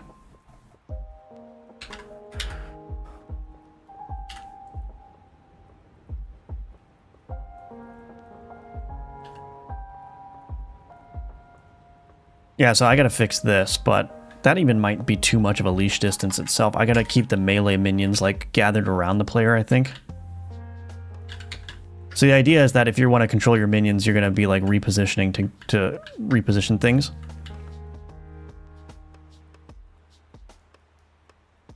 You're gonna be repositioning to reposition things. That's the idea. So obviously a lot of work to do on the AI and stuff, and I'm gonna want these skeletons to...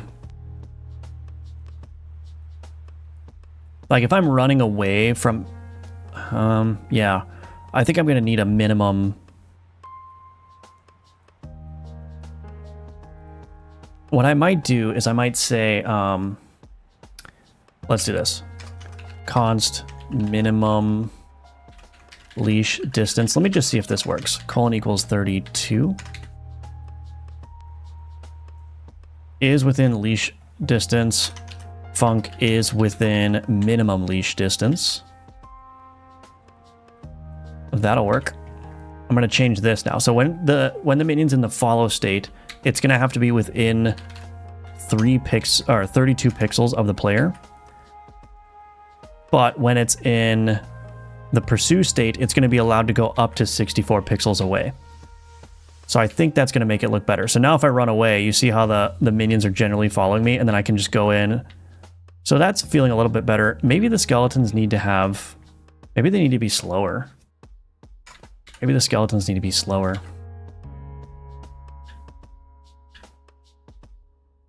Because the idea is that I want them to be more controllable here.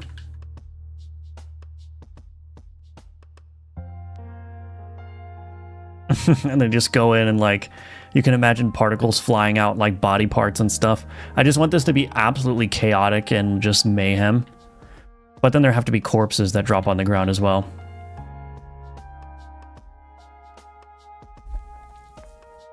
All right, so let's see.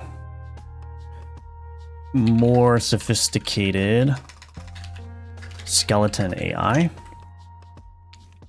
It's time for game dev once again. Yes, indeed. Welcome, Jackie Daytona. Why are you using VS Code? You just get better editor features. A lot of the Godot text editor features are quite lacking in my opinion. So, and plus I can use Copilot in here, so that's nice.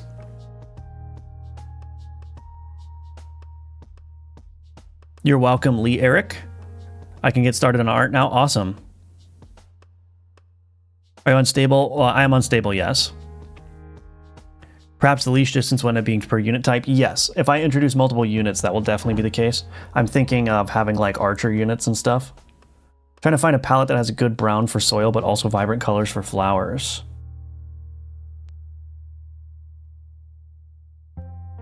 It's just one type for now, yeah.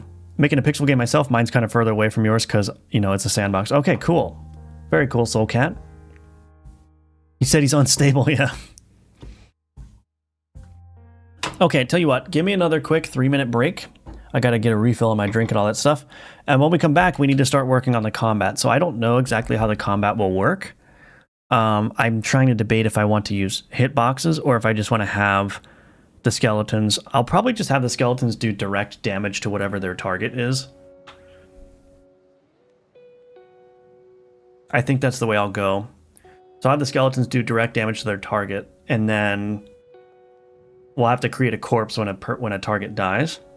And then that corpse is going to decay very quickly, because the idea is that as the corpses die, you want to resurrect them, but then they're going to decay over time, like very quickly, within a couple of seconds. So you're going to be running around the map just trying to keep your skeleton army up. And the skeletons are also going to be relatively weak as well.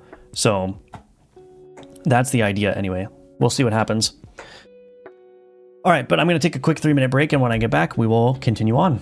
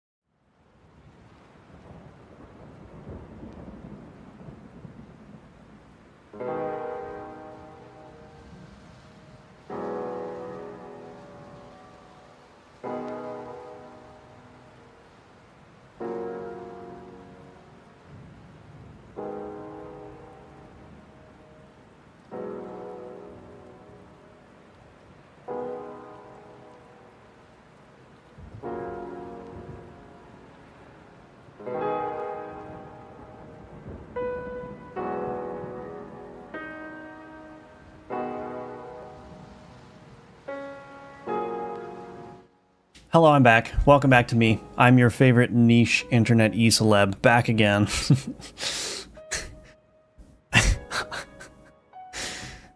Anyway, hello, Casper? Why do you use Circle Collider that stops mobs from getting to you? Well, the Circle Collider is to prevent mobs from bunching up on each other. So the villager can only collide with other villagers and the skeleton can only collide with other skeletons. The player doesn't collide with anything and the skeletons don't collide with the villagers. So really the only reason for this collision is just an easy way to prevent villagers from bunching up on each other. And admittedly, I might not even need that if I get the path, or not the pathfinding, but if I get like the movement AI to work a little bit better, that may ultimately be unnecessary, but yeah. That's the idea. I'm beginner in game dev and I don't understand the concept. Yeah, that's it. Hello, Ines.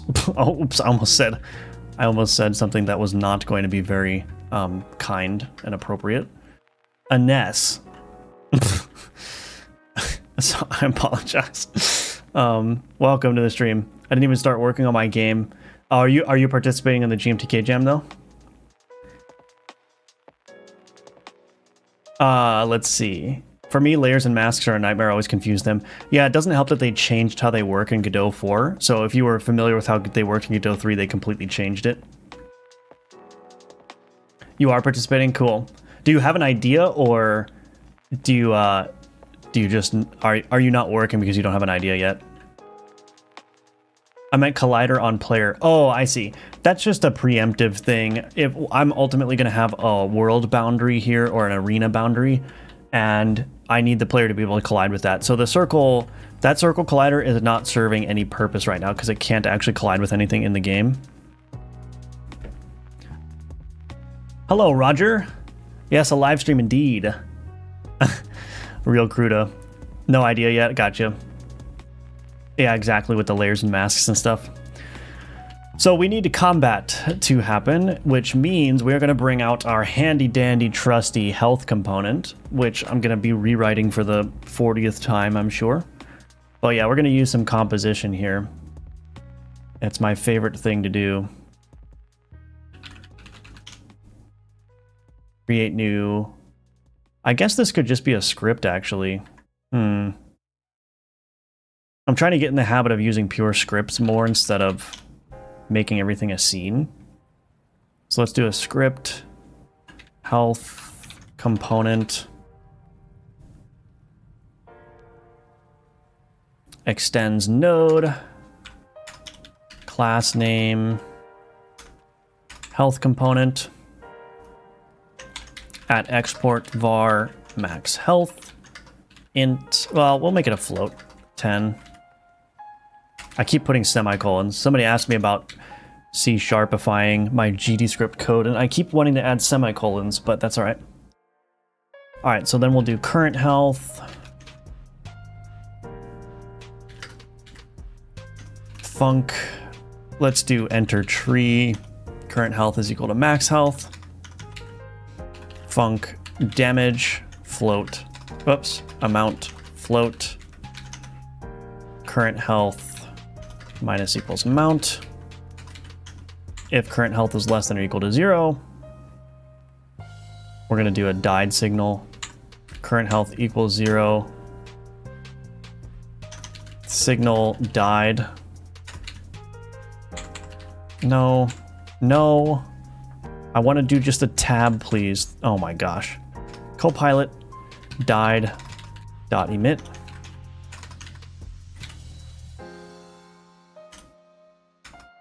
Okay. I think that's basically it. So we'll do that.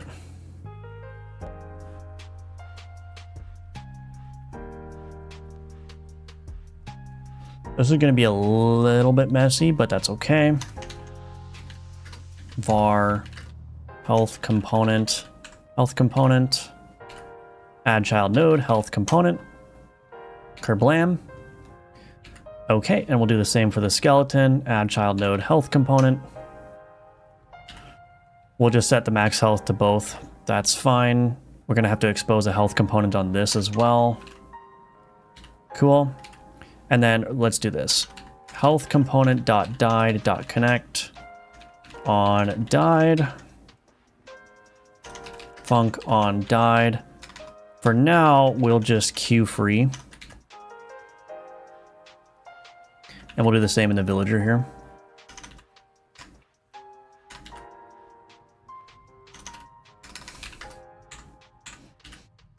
I have a song stuck in my head and it's kind of annoying me actually. I keep stopping myself from just singing it on stream because it would make me look ridiculous. But anyway, so health component died on, yeah, so that's what we want. Now we need an actual combat encounter. So, or we need a combat state for the villager and for the skeleton.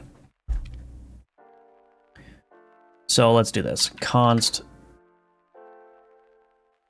minimum, let's just do this. Combat distance is equal to 8. Let's add a state combat here. State machine dot add states state combat. Callable.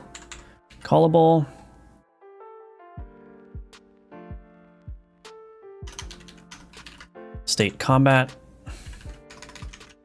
Combat velocity is equal to vector 2.0. And then we're going to do this. We're going to do is within combat distance. Func is within combat distance. Bool. If not, is instance valid enemy target, return false. Global position, distance squared to enemy target, pow. Yeah, that works. Okay, cool. In here, if is within combat distance, state machine change state combat return. Sweet. And we actually probably want to do this. We're probably going to want a min combat distance. So min combat distance, we'll set that equal to 4.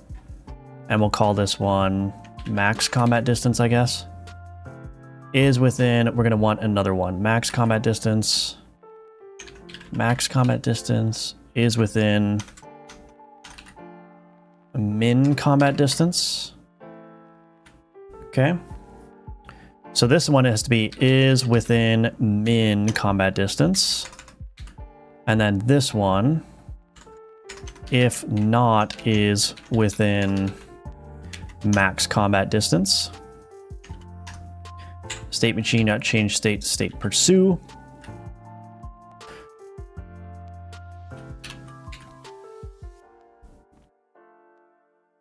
Cool. I think that will work. So now we need to set a timer for this. Let's try it with the skeleton first. So let's do a timer. We'll do a random timer. And I'm going to make this super hectic, just shredding everything. I think I'm going to set a min wait time of 0.2 and a max wait time of 0.4. One shot not auto start, just one shot. This is the combat timer. I'll call it an attack timer actually. We'll put this, actually let's put the timers first. Doesn't really matter, but that's all right. Attack timer. Okay.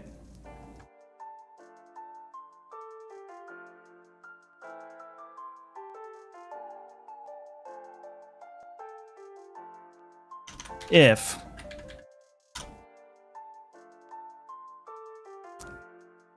not is instance valid, enemy target.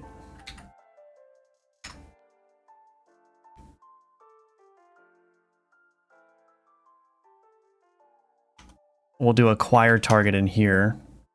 I actually don't even know if I need to be doing that. I'm just going to change into the follow state. That's fine. Vector 2.0, return. Okay, otherwise, if attack timer dot is stopped, we're going to do, this is pretty unsafe what we're going to do here, but we're going to do enemy target dot health component dot damage, and we'll do rand f range, we'll do 0.5 to 1.5. I'm just guessing here, I'm not doing anything super sophisticated. Attack timer dot start. This is a random timer.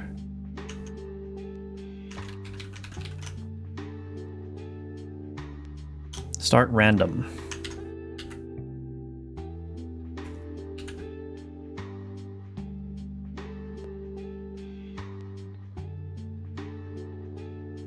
I think that's basically it. We should see that the skeleton should start killing villagers now.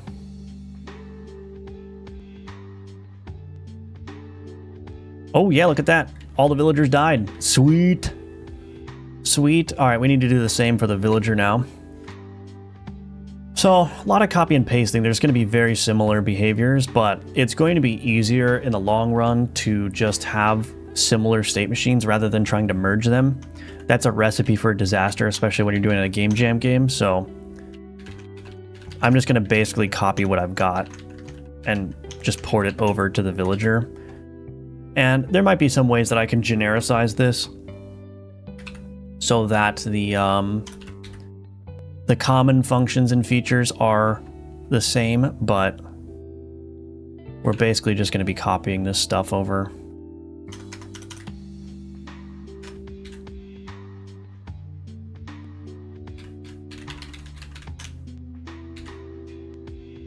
Cool. State normal, state idle, state combat.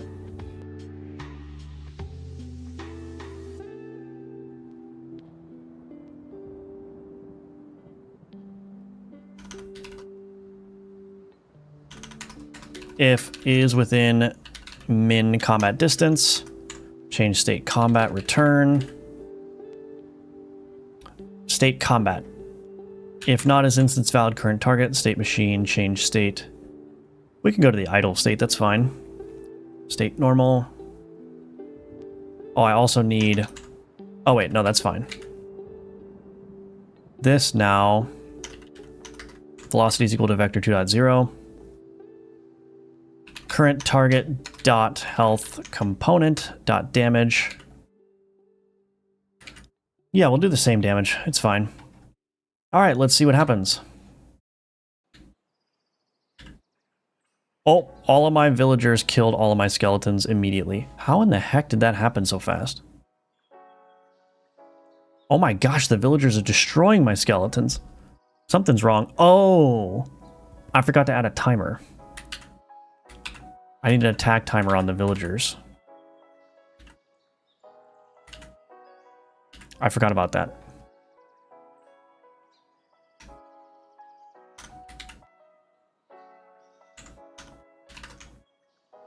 Attack timer dot is stopped. Oh, I gotta do this. Random timer.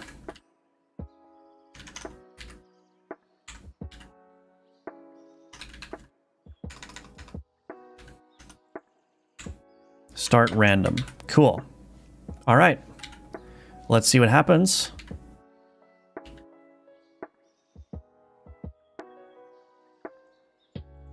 So you can imagine like sword swinging and sound effects and blood splurting out and everything. Oh, I came out on top, but I lost a bunch of skeletons. So now's the part where we got to get corpses in place.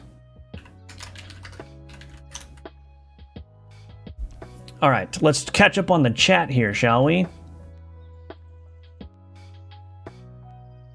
Yeah, there's going to be a game boundary. It's going to feel a little bit arcadey. The game boundary is probably going to be a square in the middle of the screen, and then I can put other UI elements on the side. You know, like you would expect from like a classic like arcade game, I guess.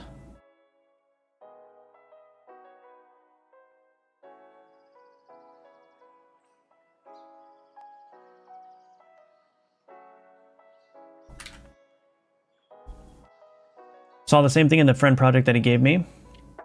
How do you make the diagonal movement a bit smoother? I find in pixel art games it becomes a bit jittery. I think that's depending on if you have a camera following you or not, right? But yeah, I think, yeah, I don't know. It's, I think it's just a perennial problem with Godot that's not very easy to resolve. Cannot stand Copilot. Yeah, it can be annoying.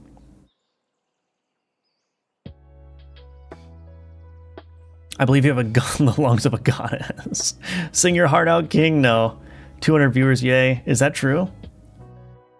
I think it's a little bit lower now. I started to learn game dev just using ChatGPT. I have almost no experience programming. Ask him to teach everything, explain me scenes, nodes, yep. But I almost quit when I started working with collision layers and bit shifting, yeah. Oh, for the camera stuff.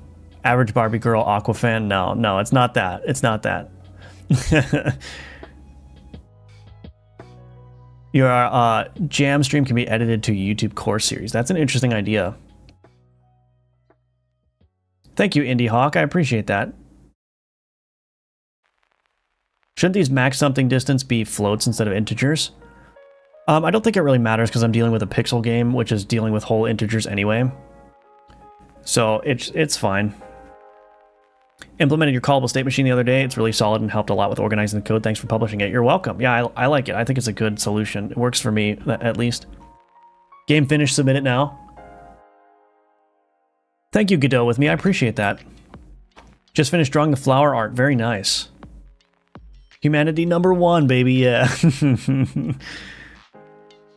Oh, still at your job? That's all right.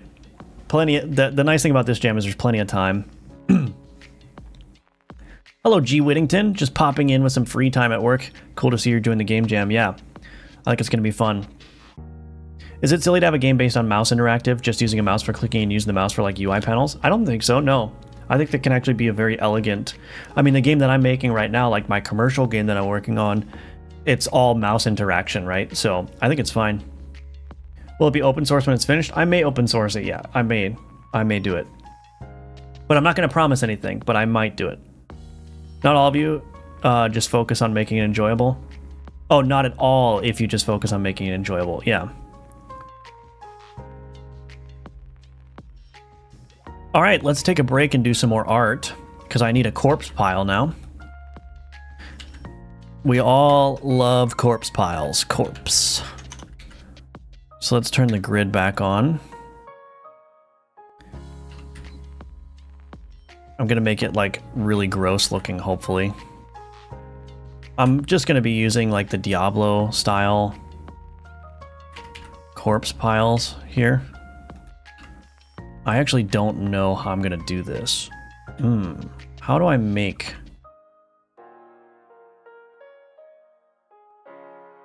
This might actually be tougher than I thought it was gonna be.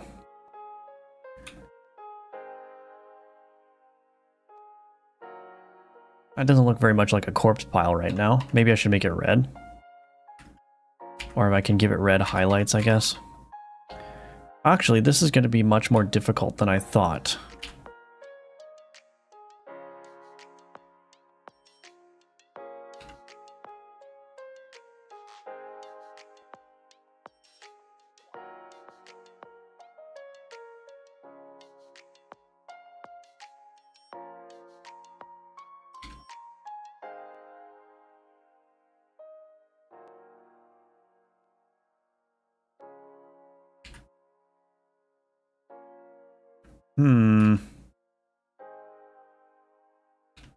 That does not look like a corpse pile that much. All right, let's try a different approach. What if I do... Can I do some bones? If I can do some bones, does that look like a bone?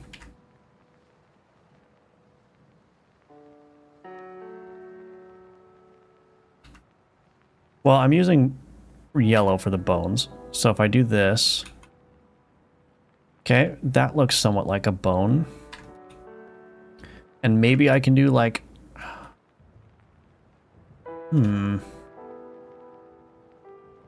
Uh-oh.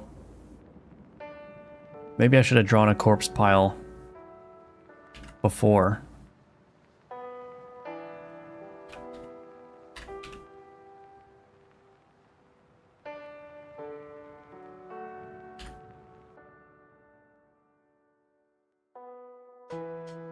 Uh-oh.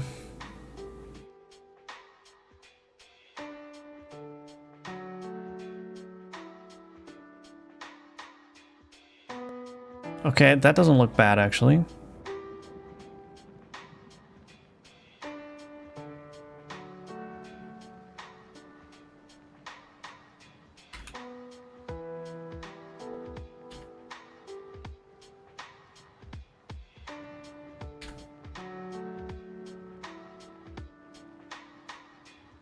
Oh, no.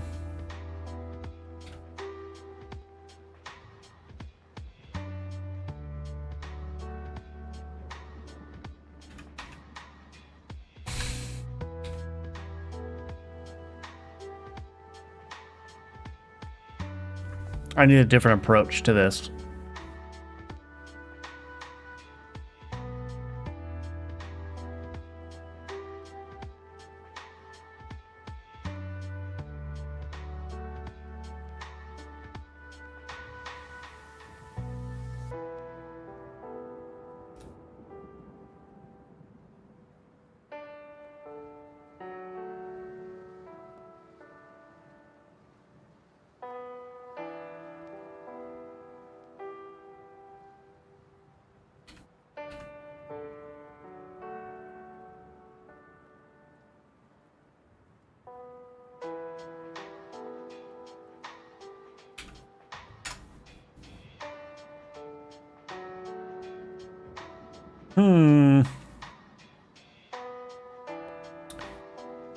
Thank you, Mehmet.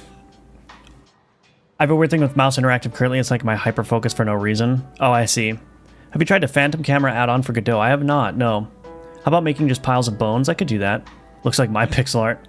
To be fair, what does a corpse pile even look like in sprite art? Yeah, true. Do you just draw a pixel multi... Alright, Jamie, alright. Can you just do a villager flat on your face? The problem is that corpse piles are going to be generated by your minions as well as villagers, so I can't just do a villager dead. An ugly blob of color would look like an ugly corpse. Hello, Neozoid, lurking still? We'll participate in the jam next time, maybe. Circumstances? How about making the stone grave for villagers? I was thinking about doing like a grave, but I really wanted to do like a corpse pile. So let me think. What can I do?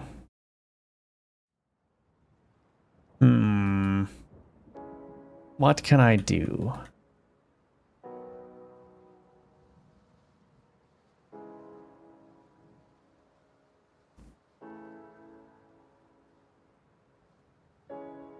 I mean, I do like this bone here. So let me copy this. Oh, let me copy this bone. I might just do piles of bones like someone suggested.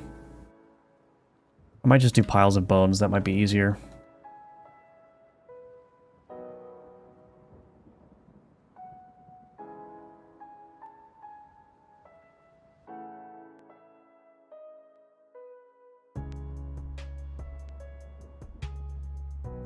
Maybe I can take...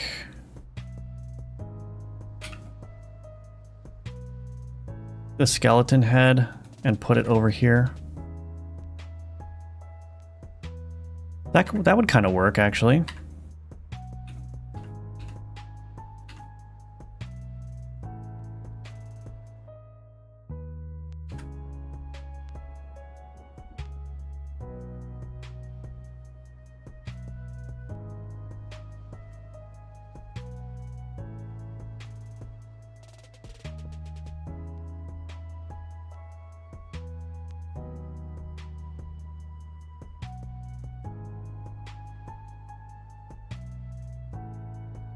Do some background bones here.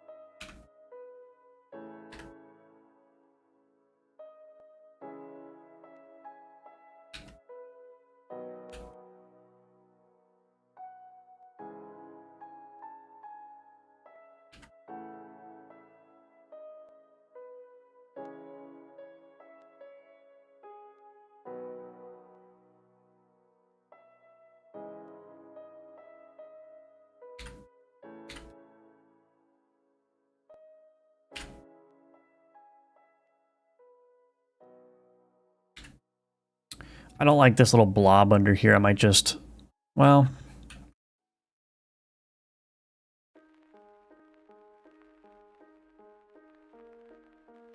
I don't know. How are we feeling about that?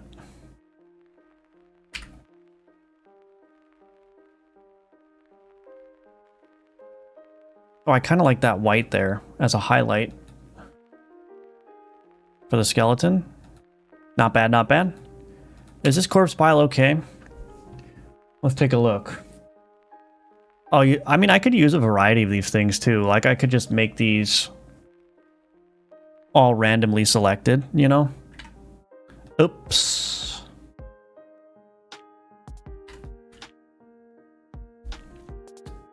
Greetings from Germany. Hello, Leohem? Welcome, welcome. Draw a skeleton hand sticking out from the pile. Ooh, that's a good idea. So, like, I guess that would be happening on this one, basically.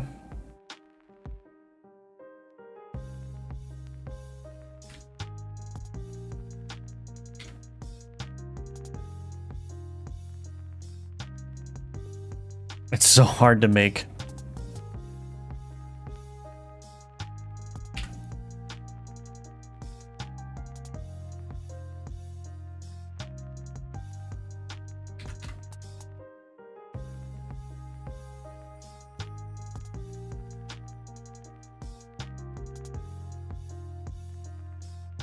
I like the idea of a skeleton hand.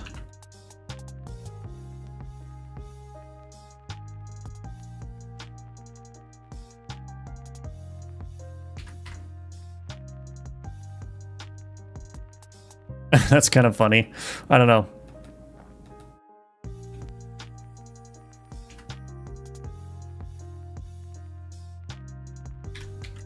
I don't know. Could you please make a Dialogic tutorial? I have no idea how to use Dialogic. I'm sorry, amazing Aiden, but welcome to the stream. Try what you have, it might look great in game. I don't mind the first one, just a pile of flesh and bones. Just keep the head, say they were decapitated. My pixel art skills stop at Stickman. Oh, that's alright, yeah. No, I got you. I'm not offended. Could you please make a Dialogic... Oh, yeah. I already responded to that. Gravestone does sound cool, not what you're after, though. Perfect. What do we like? I think I like this one without the hand here. Hold on. Let me get rid of the hand. I think I like that one. Started coding 2 weeks ago in Python, moved over to Godot, bought the course, now burning through it. I've always wanted to make a game, 30 now, hope I can stick with it. Awesome, Ben. Great to hear that. I'm glad you're enjoying it. That third one is not bad. You like the third one? Skeleton feet and hands, like a pile on itself. Why not make separate bones lying around in a small area? That would work. How do you make your grids with dark background in a Sprite? Oh, it's just a background color. It's not, yeah, it's not anything. I just put a layer here that's just the background color.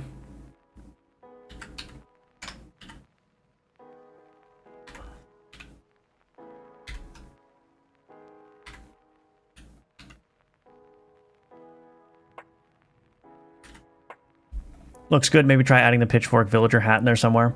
Well, the thing is, Kubidi, is that these corpses are going to be generated for your skeletons as well as for the villagers and any other enemy types. So I don't want to do anything. I guess I'm already using a skull, but I guess I don't want to do anything that like calls out specifically to one type of enemy or another. I think the skull works because villagers have skulls, so that's kind of the way I'm rationalizing it, I guess. Our niche streamer is becoming less niche. Yeah, seriously. I think I like this one the best, although the one with the hand sticking out is not bad either. So I could potentially use both. I don't know about this one. I mean, maybe I can just use all of them.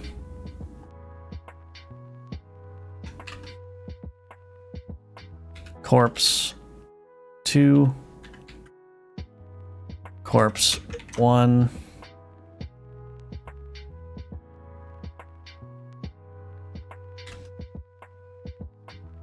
Corpse 3. And now let's shuffle these around a little bit. That's corpse 2. That's corpse 1. Corpse 3.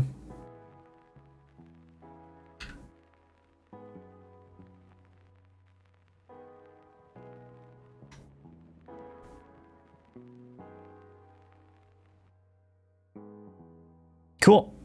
I think that'll work. Let's give them a shot.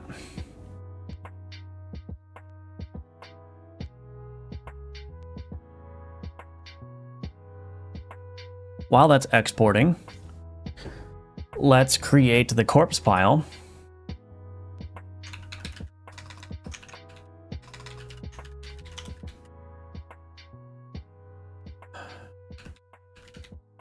I'll just call it a corpse.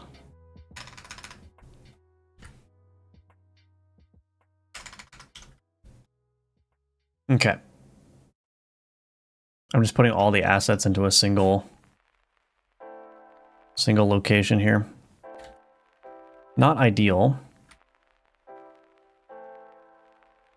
Oh, did it trim the sprites? It did trim the sprites, okay.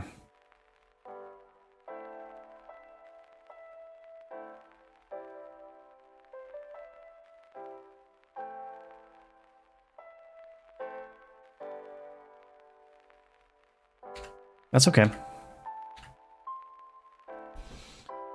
So maybe we'll just randomly choose. We'll randomly choose a pile. Actually, these probably need to be moved down a little bit.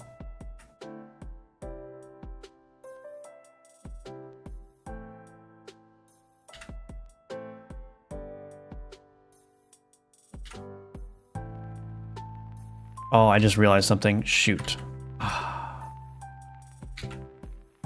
I did it wrong.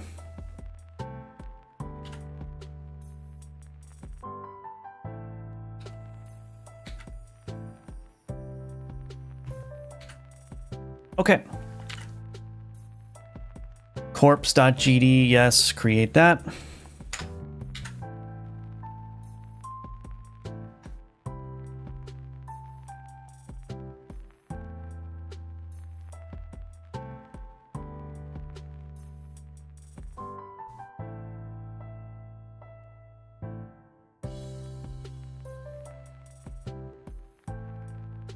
Okay.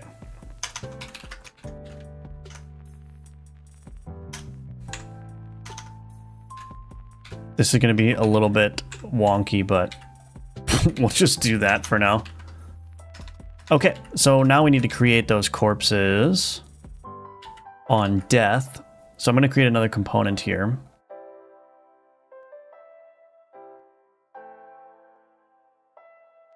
Component, new file, corpse, spawner, component.gd, extends node2d, class name, corpse spawner component, func ready, pass, at export var health, component, health component, health component dot died dot connect on died, func on died, spawn corpse,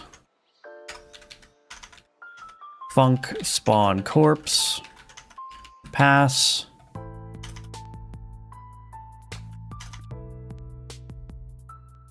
can I do a const here? Const corpse scene. So go to pack scene preload. I'm gonna copy the UID here. Paste that in there. Spawn corpse. I'm gonna need to do what? I'm just gonna do something very basic for now. Owner.getParent.add child corpse scene.instantiate.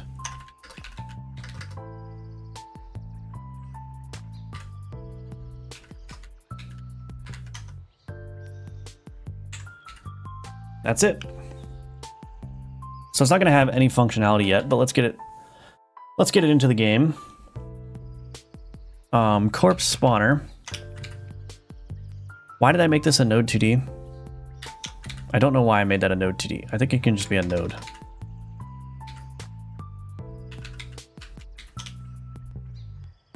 Corpse spawner component, assign the health component. Cool. Villager, add child node, corpse spawner component, assign the health component. All right, let's see what happens.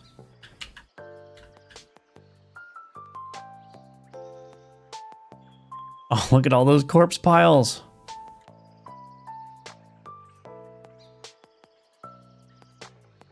I can also flip these randomly as well. Oops. If rng.rand, or no, if randf less than 0.5,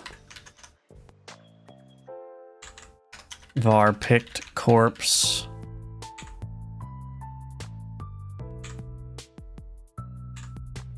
picked corpse. Oh, it doesn't have a flip H, does it? Oh no, that's fine. Picked corpse.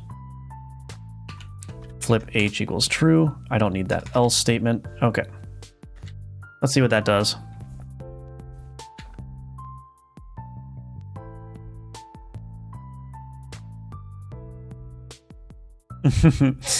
So now they're just dying and creating corpses everywhere. So the corpses, they actually need to decay over time.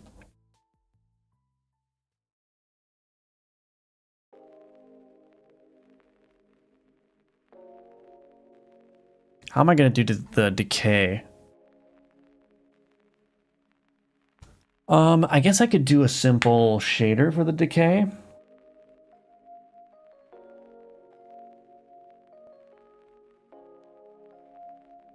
Yeah, maybe I'll do a simple shader for the decay, but we got to get the other combat. We got to get the other combat elements working. It's mad how the zoomed out view gives a different perspective on pixel art. Yeah, that's for sure. Are you GD scripting? I am. Yes. You like the pile of bones? Okay. Yeah, it's VS Code. Yep, that's correct. Did you make a design document? I did not. Is it better UID than path? I mean, that's the Godot recommended way of doing it since 4.4, so yeah. I'm thinking of doing an iterating game, sort of like those cookie clicker. Seems like a good idea for a first game and a jam. Yes. Yeah, I think that can be a really good idea, actually. What was that script you were using in Sprite for exporting your sprites? It's called GASPI. I think if you just search that, like GASPI Sprite plugin, you'll find it. But yeah, it's very handy because that tool allows you to export each layer as an individual sprite. Why use a preload func instead of an export? Because it doesn't need to be configurable. It's a corp. It's the only corp scene in the game. So, you know, you could use an export if you wanted to, but it might as well just preload it. What do you think about the theme? Ludum Dare 47 already said the theme stuck in the soup. Stuck in the soup. I don't know if this marathon stream is going to be very good for me. Stuck in a loop. Yeah, I did my game Grave Juice for that. It is very similar, yeah, but I think it's fine. How do you decide canvas size for assets? Do you make them 2 times the desired size? No, I said my window size is going to be 640 by 360, and then I just figured out a good size. I'm using a roughly 16 by 16 grid for the assets, which I think looks cute. A little bit cute. Looking good, you like it? What plugin do you use for the autocomplete in VS Code? It's Copilot. About the decaying, why not make a 3-frame animation? I was thinking about that, but I'm trying to... So I don't like doing frame-by-frame animations, even for simple things like that, because it takes a while, and it's hard to make it look good. But, I don't know, it's kind of becoming an element of my style that I don't do frame-by-frame animations with my pixel art. And I'm already familiar with other animation techniques to add some life to the game, so I might as well just stick with what I know instead of trying to fumble through some frame-by-frame animations. You might want to make the background gray, easier for the eyes. I can't. There's no gray in the color palette, so I'm stuck. I'm stuck. Everyone liked the stream. Firebelly puts a lot of effort into these streams, and I, for one, really appreciate his willingness to show us the secret sauce. Yeah, thank you. Yeah, like and subscribe. I've also got Godot courses available for purchase, so if you're interested in that, you can check those out. They're linked in the description below. But, yeah. All right. Secret sauce is spicy. Me like it, yeah. So I'm trying to think of what the next thing I should do is. Not bad progress, though, for 3 hours, right? Not even 3 hours. So the next thing, I need to get these decaying, and I need to get them resurrecting. It's a little bit... I think to start, I'll set up a timer for them so they disappear, so I can judge how that works. So let's do a timer And when I say that it's going to be a really short timer, I mean it. I'm going to make it a 1.5 second timer.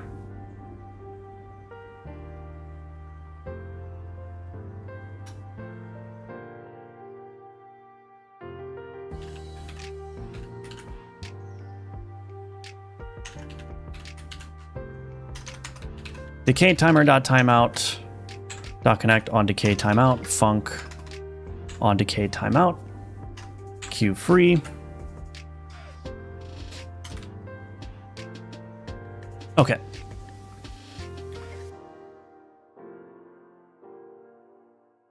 I think that's it. Let's try it.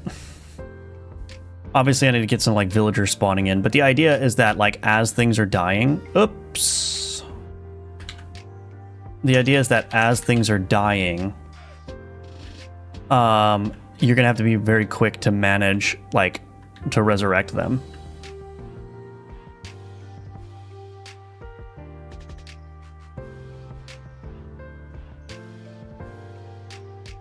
Maybe that's too quick.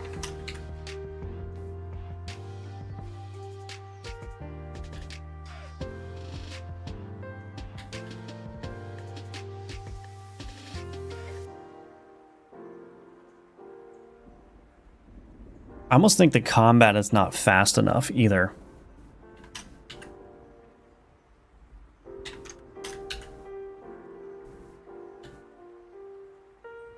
Like, I want it to be super quick, like smack, smack, smack. It's still not fast enough.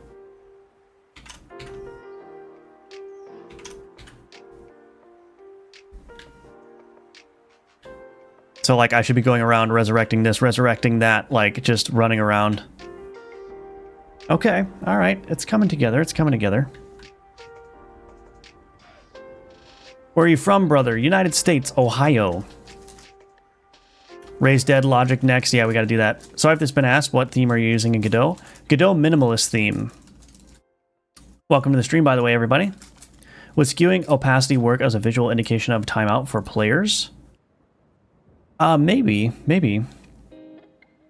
Still quick, players won't be able to see the corpses. Yeah, I think that's going to be a problem.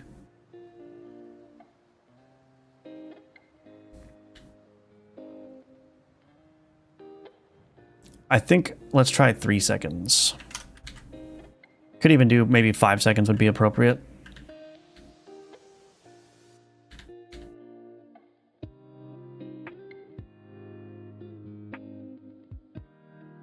Now I gotta figure out how I want the resurrection mechanic to work as well. Like in terms of how the player actually targets it.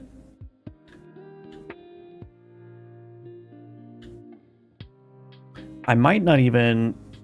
I was thinking like you could maybe click in an area to resurrect a bunch of things at once, but I could even make it so that like as you like walk through things, you resurrect them. Maybe I should do that. How should the resurrection mechanic actually work?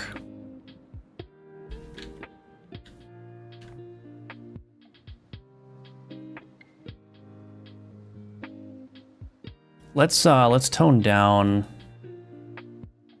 how many skeletons are available and also how many villagers are available.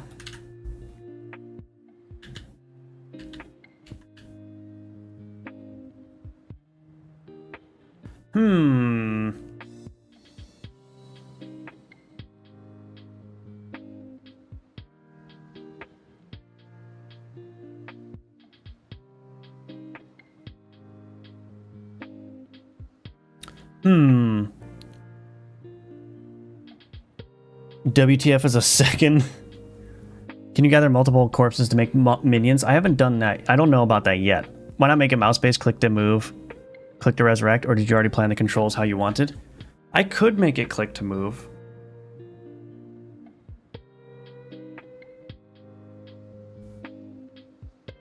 My brain sees all those corpses and I want to Diablo-style explode them. Yeah, I'm thinking something like that too.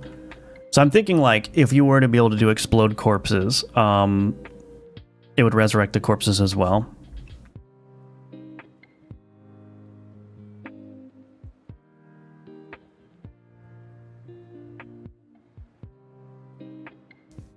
AoE res sounds cool. Yeah. Mouse over and click to res sounds kind of cool. I've casted my vote. I do want this game to be about positioning. So in terms of like, the goal of this game is like you need to manage your minions a little bit strategically by moving. That strategy is not here yet.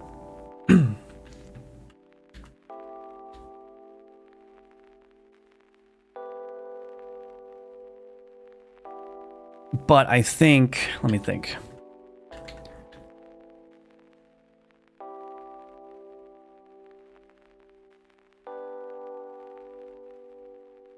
Like I wanted it to be a little bit strategic. Like basically revolve the game around your positioning.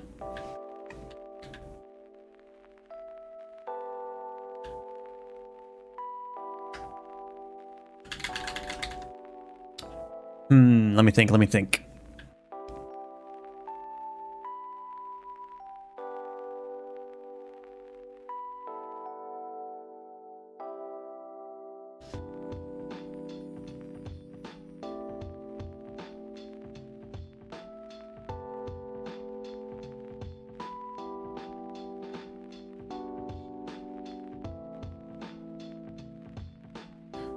Trying to imagine, I think if running over the corpse piles resurrected them, that would be an easy way to start, and then I can modify it from that point.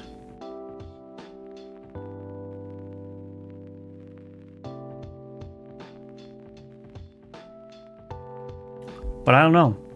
Maybe the player needs to cast a 2-second spell in front of the corpse to resurrect. I was thinking something along those lines originally. I'm confused how the game relates to the theme. Well, it's the resurrect, like, you just, the loop is you keep resurrecting things over and over again. Click and hold for resurrection. Resurrection on release, growing circle while holding. I think that's a good idea.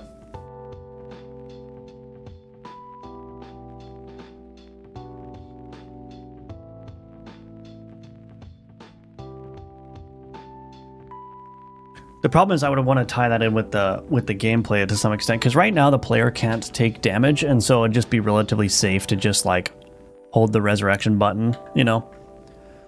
So that's the reason I'm hesitating with that. I might need to introduce some danger to the player. Like, I was thinking, okay, if I can just lean into the positioning aspect of it entirely,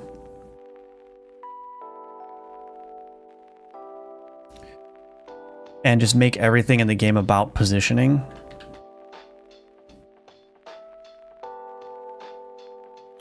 I may need to, so there, like, all my skeletons died. But there's no danger to me when all my skeletons die.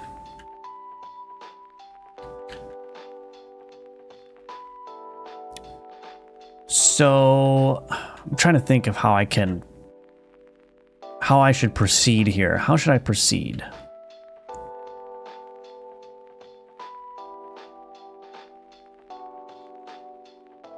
I might need to introduce the concept of like,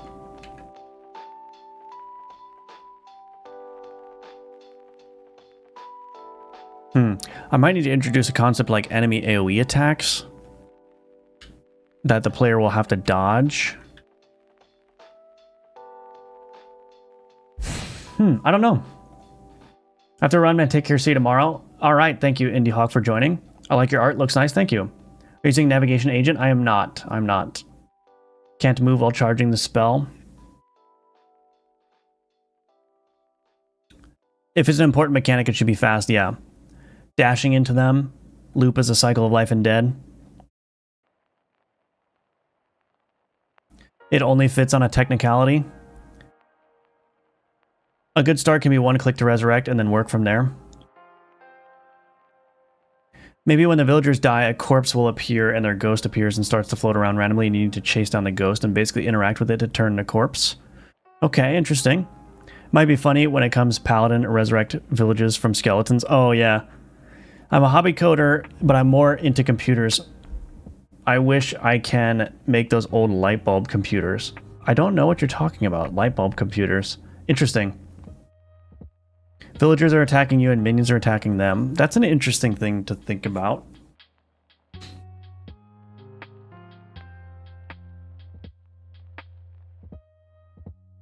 So if the villagers are just going at you... Interesting. Interesting, interesting. Let's see here. I did write a couple of ideas down at the beginning of the jam.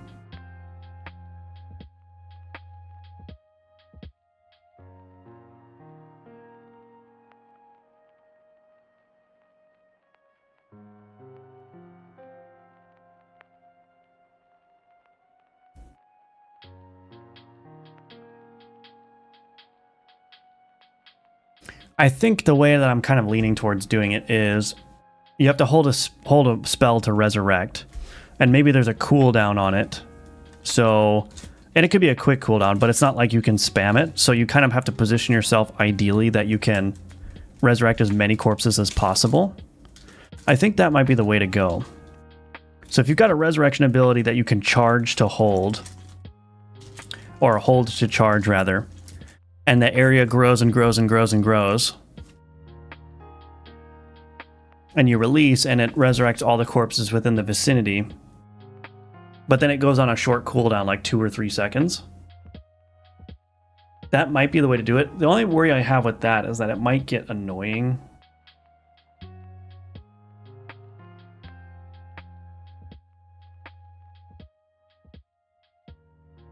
What I like about just running over corpses to resurrect them is you don't really need to do anything different than what you're currently doing. You're just running around and stuff.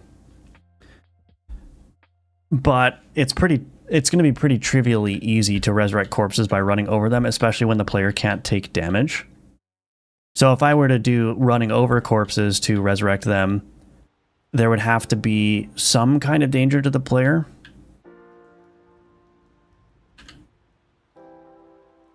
I think. I don't know. Any thoughts on any of this? On the Decay, you can make a fade out indication that you're losing time to resurrect. Yeah, I can do something like that. Want to switch lives? I have some upgrades that you need to pay with your minions. Oh, if you have some upgrades that you need to pay with your minions to be more strong, that's a good idea. Like you were the quarterback. Sorry, I haven't been chatting much. I keep getting distracted with my game. Yeah, no worries. No need to apologize. Could build in mechanics so minions try to act as a shield, so their movement code has them try to move in their way. Kind of ties you to wanting to be positional gameplay. That might be the way that I have to do it. I might have to make the villagers just try to go at the player instead, and then have to use the minions as meat shields. That might be the way to do it. That might be the way to do it.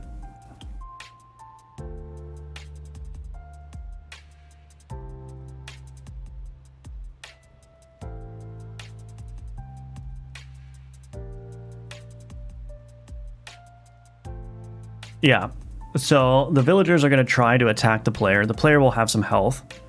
The minions will intercept the villagers, kind of like they're doing now, right? And then you're going to have to, yeah, that's probably the way to do it, honestly. So you're going to have to manage your positioning so that your minions can intercept oncoming villagers. And then you're going to have to sit in the back and try to resurrect while that's happening.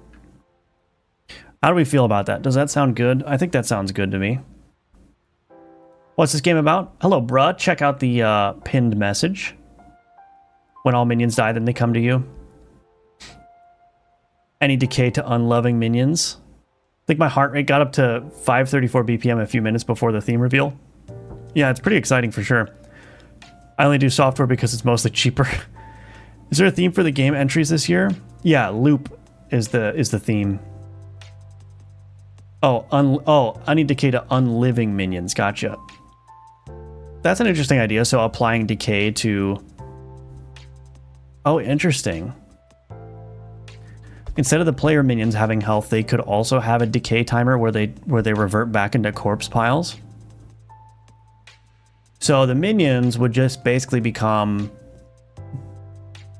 like, they would run interference for you and also deal damage. That might be the way to do it. Hold on, let me think.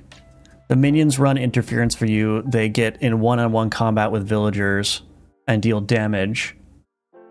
And then they decay after a certain amount of time.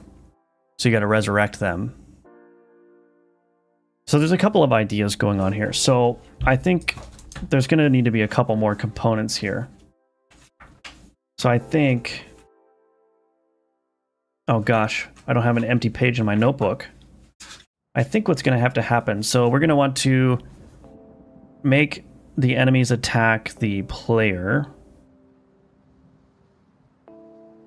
Player, minions run interference.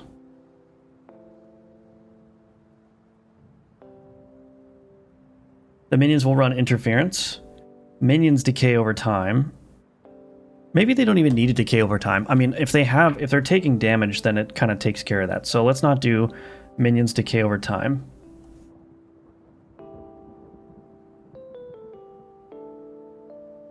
Because that's automatically going to be done. Like, they're basically going to decay based on how much combat they're engaged in.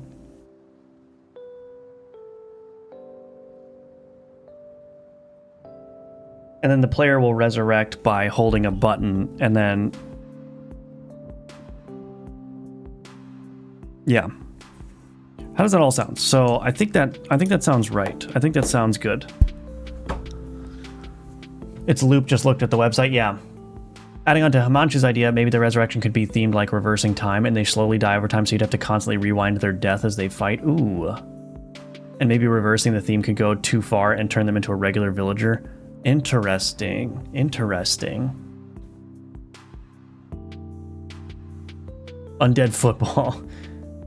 What about making a base that the player needs to defend? Well, that's kind of the purpose of the player. The player is the base that needs to be defended.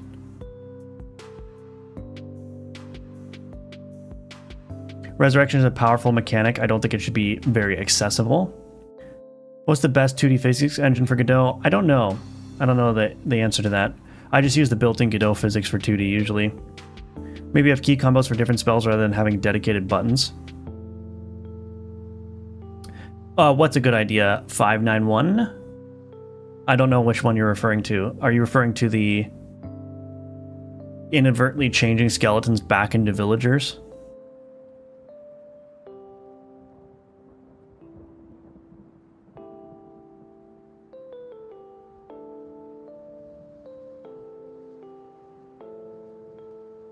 Yeah. It's a fun idea. Yeah. I'm trying to think how that would work though. Like, so if you inadvertently catch a skeleton in your resurrection, it reverts back into a villager. That would certainly be hectic, but that is an interesting idea. I might explore that. But I want to get these things done. So make enemies attack the player. Minions will run interference. And then the player can resurrect in an area by holding a button. We'll start with adding that, and we'll evaluate how that feels. And then we'll just keep refining.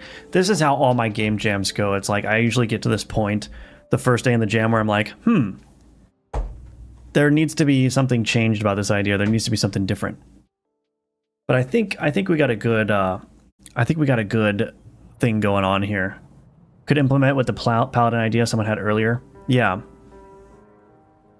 I mean, there could be certain, like, I mean, I can introduce new enemy types that if the enemy gets caught in the resurrection, then, you know, maybe it's like a priest type enemy or whatever. And if you cast resurrection on the priest, he converts all the skeletons in the vicinity into villagers. Like, there's different ways to twist on that idea. I just don't want it to be like, since the minions are like your bodyguards, I don't want it to be annoying for them to be close to you when you're trying to resurrect. That's the thing that I'm worried about. So yeah, there's all kinds of ways you can go with this. Yeah, it is nice. Yeah, thank you everyone for the idea brainstorming. Hello, Ken Avar. Welcome, welcome. Do you use the A-star algorithm? I have used it, yes. I'm not using it here because there's no pathfind, like there's no need for pathfinding. It's just an open plane, so there's no obstacles or anything. All right, so we've got a whole list of things to do now. So we're going to need to make some modifications. But we're at the 3-hour mark, so it is once again time for my quick 3-minute break. And I haven't mentioned this in a while, so I'm going to go ahead and bring this up again. Oops. So I have Udemy courses available for everyone that's watching. This is the co-op multiplayer course. This will teach you how to build online cooperative multiplayer games in the Godot engine. So check that out if you're interested in learning that. And I also have other courses. I got a C# course and a just regular GDScript single player course. Those things are linked in the description below. And I also have my game Gunforged, which I released back in February of this year. So all those ways are great ways to support my work if you're enjoying the stream or if you enjoy my other content. But of course, watching these videos, being here for the live streams, that's all very much appreciated as well. So yeah, give me 3 minutes, I'll be right back, and then we will implement these changes that we just talked about.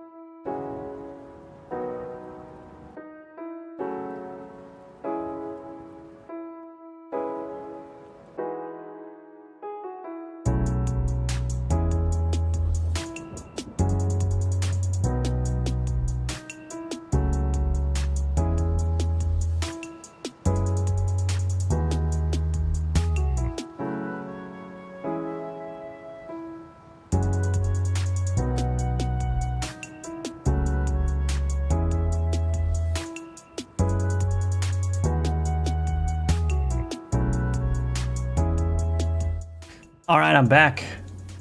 And I also brought a special refreshing and tasty beverage. All right. So let's see what's going on. I am on Jam 2 and Write Anything. Hello, IVD Gear. Welcome. Hello. But will you implement obstacles? Probably not. Probably not. I imagine more idea like have a resurrection limit that you need to break for them to turn back into villagers. Oh, I see. Oh, gotcha. Gotcha, Canavar, yeah. Like you'd have to revive them for too long. I see, I see. Ad segment. What I miss. Here's the current state of the game, Adam. I don't know how much you missed, but we got corpse piles in the game now, and we just went through a big discussion about how to actually deal with these corpses. But I think I have a good setup here. So we need to make the enemies go after the player. That's what we need to do. I don't know, nothing much.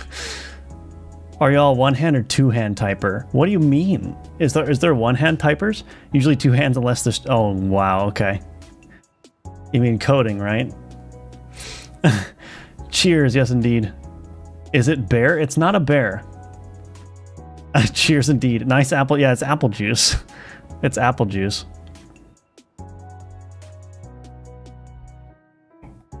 This multiplayer course, does it allow you to play and invite friends via Steam?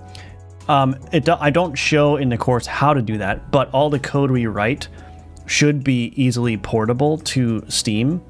You don't have to change like the core multiplayer mechanics. What you would have to change is the system for how the people connect to and host the server. But I think that should be easily doable with the Godot Steam API, like Undead Soccer. More of one hand, I don't know. I don't even know how you would do that. Anyway.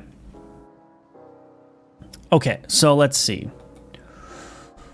We need to change the villager AI so that it targets the player. Oh, I should probably... Okay, add corpses. We'll commit that.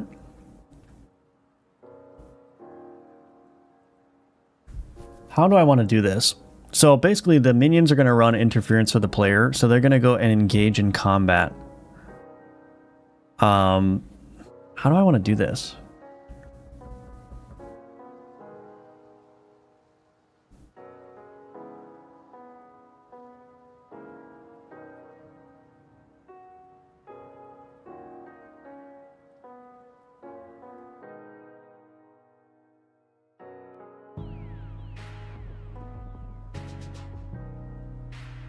I almost need like a... I need like a coordinator, like a manager that can assign minions to villagers. I think I need something like that. Because what needs to happen is all the minions need to be distributed to the villagers that need to be damaged. But if a new villager enters like the area that the skeletons are supposed to be protecting, then a skeleton needs to be pulled off. Like if there's multiple skeletons attacking a villager, a skeleton needs to be pulled off and sent to that new villager that enters. So this could get really complicated actually very quickly. Because what I'm thinking about is like the villagers are going to just make a beeline for the player, but then the skeletons are going to run in and engage with them so that it stops the villagers for a period of time. You know what I mean?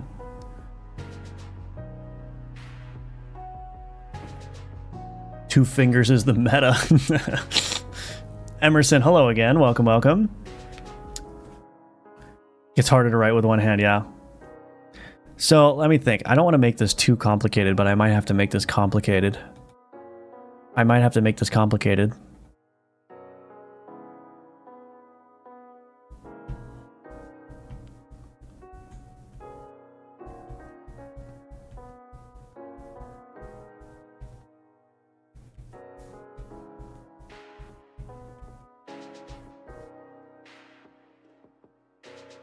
So the skeleton acquired target, it's just acquiring the closest target to it.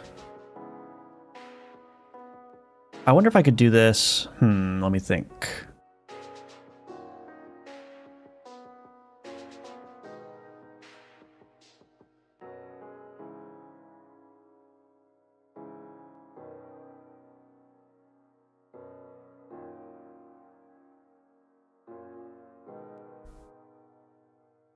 I wonder if I could just do this with like a static variable. Maybe I can. Let me think. How do I want to do this?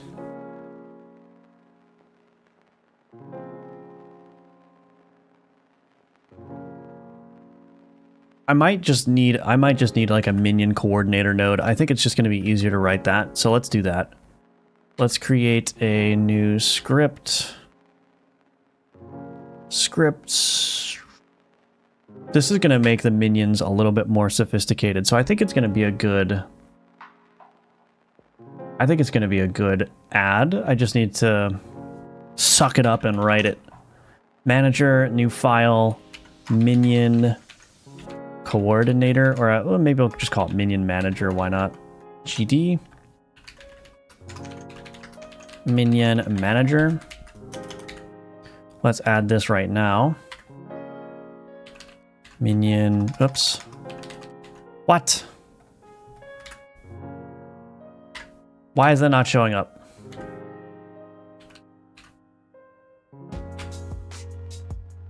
Oh, I need to do, oops. extends node, that's why. There we go, Minion Manager. Alrighty. So basically what I'm going to do is I'm going to route all of the skeleton target acquisition things through the Minion Manager. I think what I'm going to have in here is I'm going to have like a variable which is going to be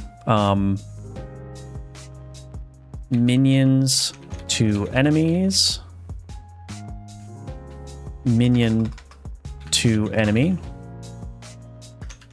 dictionary. This is going to be a character body 2D, character body 2D.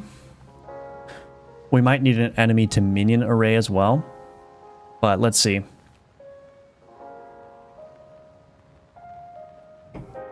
Can you just add collision layers for minion enemy oh my gosh. Minion to enemy to villager to skeleton and just expand the collision box on minions? I mean, that would work in terms of stopping their movement, but I don't think, like, it's not going to be very controllable in terms of the gameplay. I want to create a more sophisticated and controllable gameplay, or minion AI, I guess you could say. Maybe have villagers taking damage, stun, slow them. Okay, that could work. What are you trying to implement now? So I'm going to change the villagers so that they attack the player, but the minions have to run interference. So I basically need the minions to intelligently go and intercept villagers that are close to the player, but I need to evenly distribute the minions to all of the villagers that are threatening to the player. So, because otherwise I'm going to end up with a situation where like 8 minions are going to go after one villager, and then there's like 5 other villagers that are wide open, uncontested, going for the player.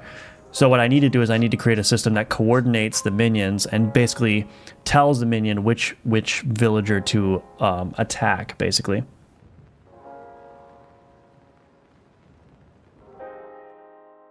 Might be the easiest way to make the skeletons sticky to slow them. Yeah, that could work for sure.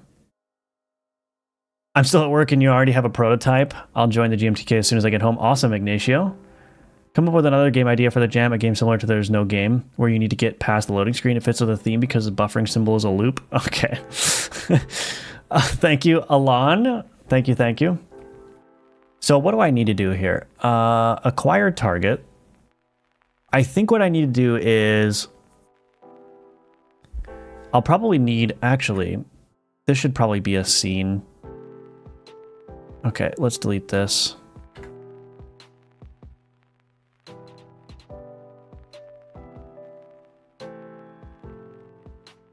Scenes, create new folder, manager, create new scene, minion. Oh, wait. I don't like this. New scene, other node, minion, manager.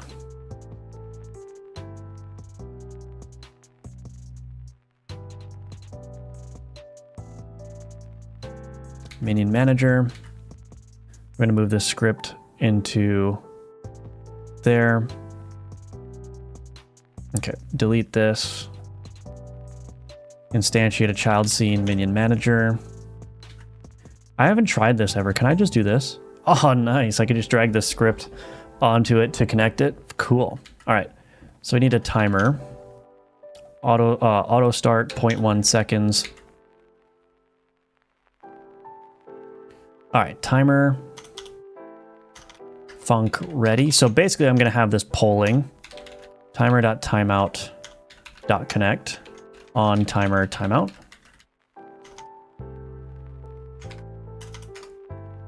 Func on timer timeout.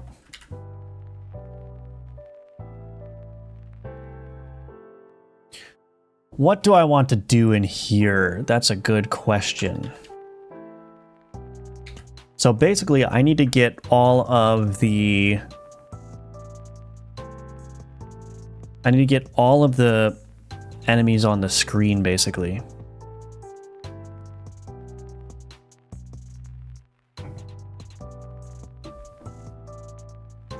How do I want it to work? Do I want to get all the enemies on the screen?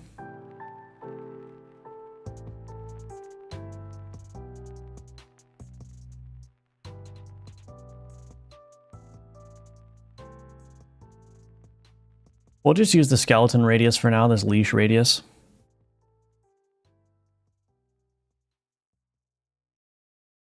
Leash distance. Okay, so let's just do this.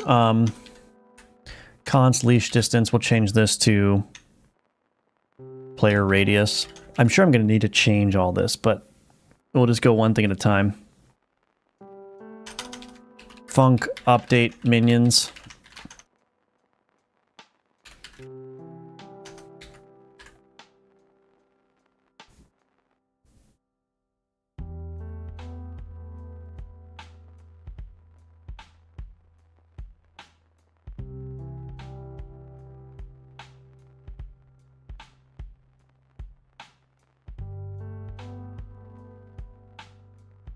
I'm just going to stub out some things here. Func get target for minion.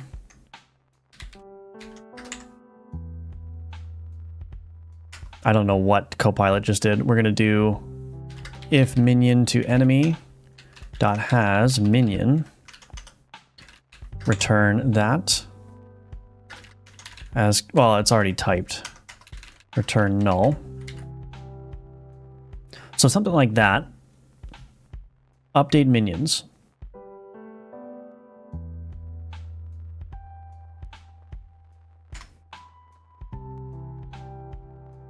I think what I'm going to want to do is, oh, shoot. Let's just get all the enemies.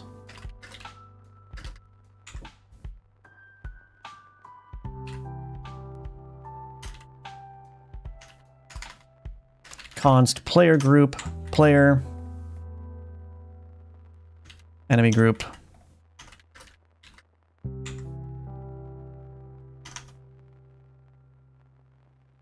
Okay.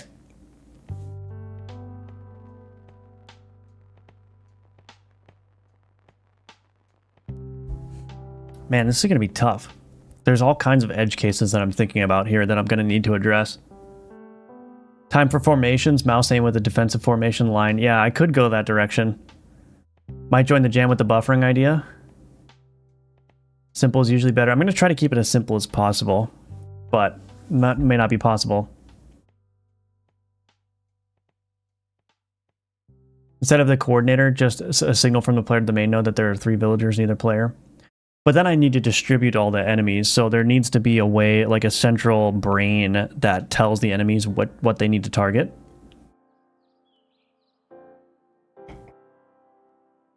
The chat for the GMTK jam stream was just... Was it good? All the enemies in range? Yeah. Enemies within leash range. Yeah, that's what we'll be doing, and then we'll see how it goes. I'm in summer break, so I get the entire time to code. Awesome. You love Dr. Pepper? What about giving minions detection areas that will store the villagers who have entered the radius of the area and then randomize the target from the array? If I'm understanding what you're going for. Randomization won't be enough because basically what I want to happen is if I've got 5 skeletons and 5 villagers enter like the threatening radius for the player, those skeletons need to be evenly distributed such that there's a 1-to-1 mapping to all of the villagers. So they need to run interference. They need to block the villagers so that the player, like they're going to engage in combat with the villagers. And that's going to give the player enough time to like stand in place and do a resurrection, right? And then like repeat. So it's going to be like the skeletons are essentially going to be engaging with villagers in a sensible way and creating like little walls that like stop the villager and create a pocket of safety for the player so that the player can resurrect. So that's kind of like the game loop here. Is the game loop is you resurrect a skeleton, it goes and it intercepts a villager, it fights with that villager for a certain amount of time, a long enough period of time where if you're moving correctly and you're managing your time, you can go and resurrect all the corpses that are on the ground, right? And so that's going to be the kind of loop, is just running around, making use of your skeletons to block villagers and stuff. That's the idea anyway. I have no clue if it's going to work. This is VS Code. Solo jam, yes, it's solo, yeah. They are skeletons not known for their strategic thinking. Yeah.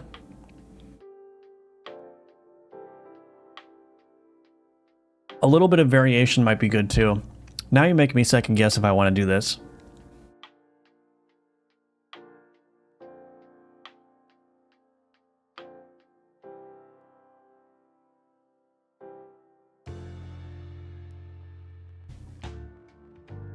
Let's think.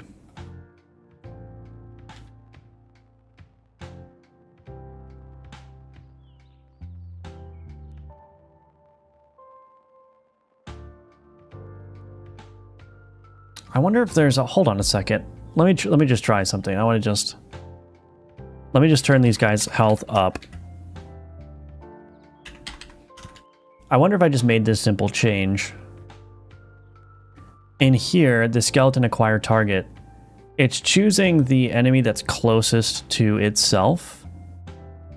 But I wonder if it should target the enemy closest to player target position.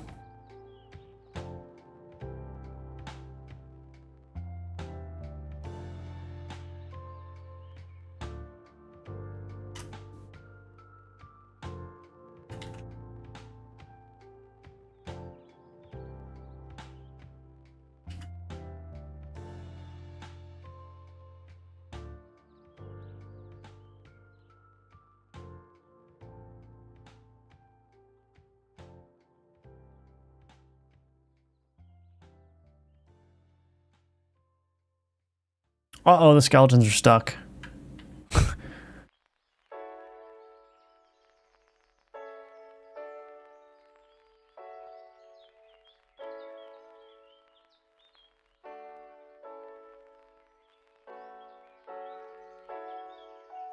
You know what? I think... All right.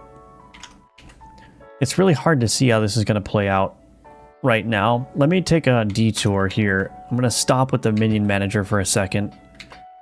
What I really need is I need a villager spawning system.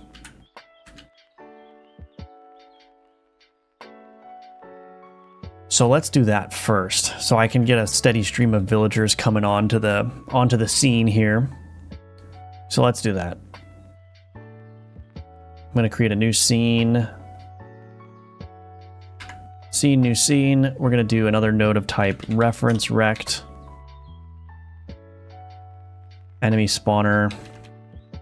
We'll just call this enemy manager, I guess.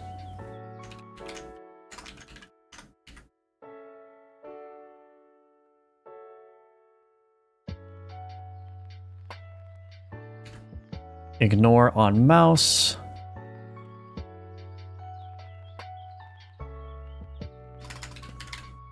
Oh, wait, I don't want to do that.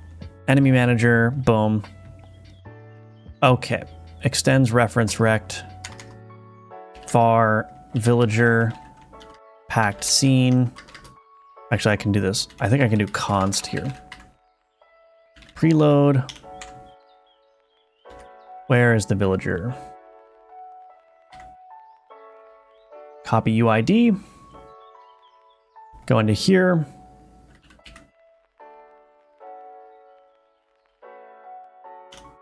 I was going to make this timer 1 second, I guess. Auto start.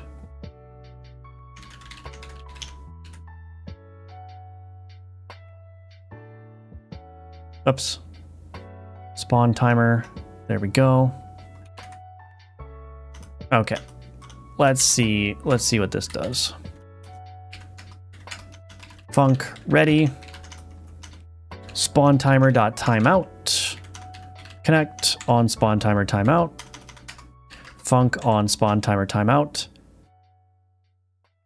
Let's do also at export var spawn root node. Var villager is equal to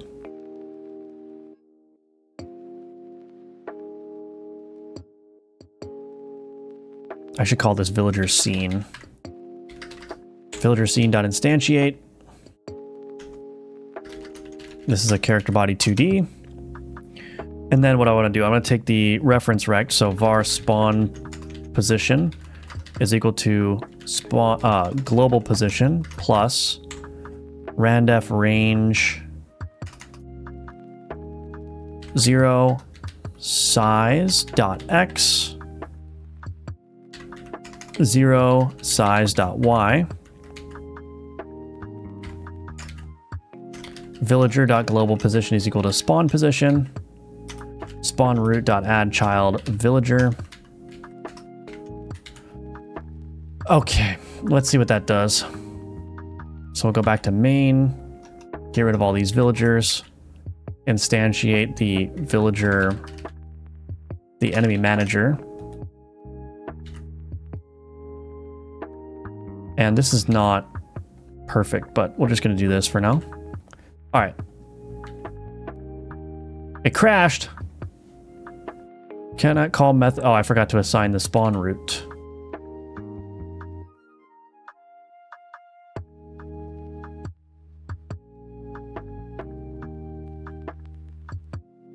Okay, actually, this may work fine. Maybe I don't need the minion manager. Oh, all my skeletons died. Oh, all my skeletons died. All right. So maybe we'll work on the resurrection mechanic next, just so I can see how all that's working together before we go into all the minion manager and stuff.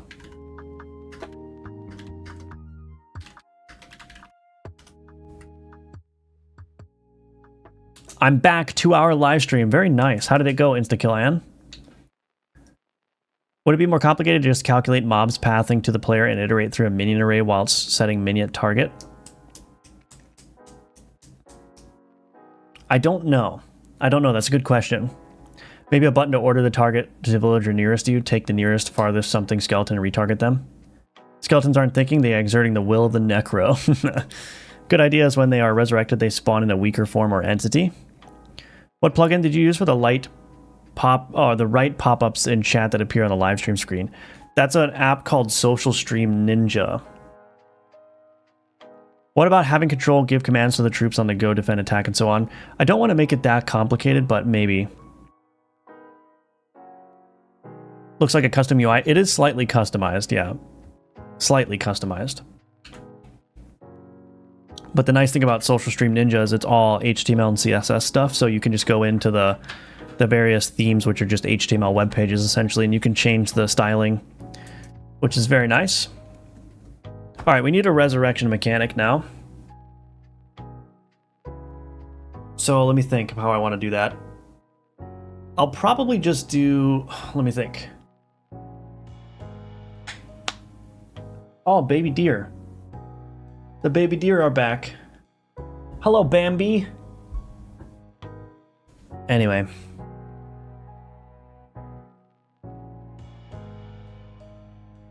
How do I want to implement the resurrection? I guess just using an area 2D would be best. So let's do this. Let's go to the player. I'm just going to add an area 2D here. Resurrection area. And then let's do the corpse. We're going to want to add a area 2D here. We'll also call this resurrection area. And then in here, let's add a collision shape. New collision shape, new circle shape. We'll turn this down a little bit. Cool. This collision. Edit layer names. Layer 2 will be corpse. This is going to exist on the corpse layer. And then the player resurrection area, this is going to look at the corpse mask. Cool.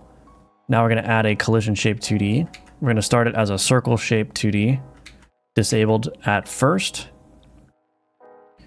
And then what we'll do is we will do this. Project settings, input map, resurrect, add. We'll do spacebar, I guess. We'll change that later.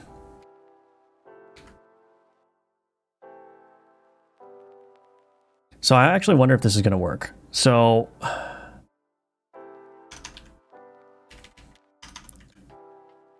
const action resurrect. Is that what I called it? I did.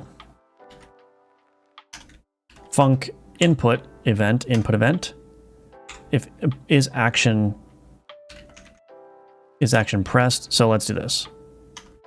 Var is resurrecting bool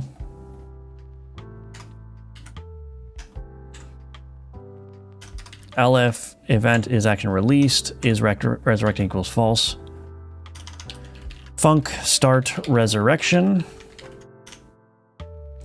We'll do a tween here. Var tween is equal to create tween. Let's grab the collision shape 2D. Resurrection shape. Var resurrection shape, I guess. Shape 2D. Resurrection area, bring this over.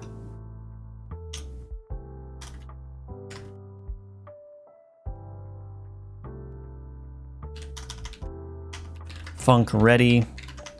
Resurrection shape.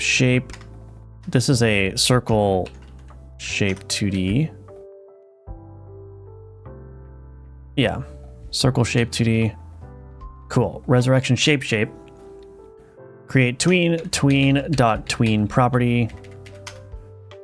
Resurrection shape. Radius is, yeah, radius is the one I want. Final value. What does 48 look like? Let's try 48.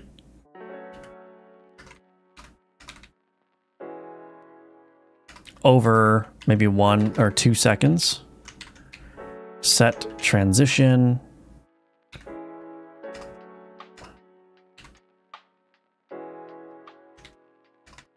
Tween.ease out. Set ease. Tween dot, oh no, did I do it wrong? Transition cubic tween dot ease out. And we want to do this from 0. And we also want to do tween dot, well, let's do this. Yeah, maybe I should just not do this from here. We'll do resurrection shape dot radius is equal to 0. Then we're going to do resurrection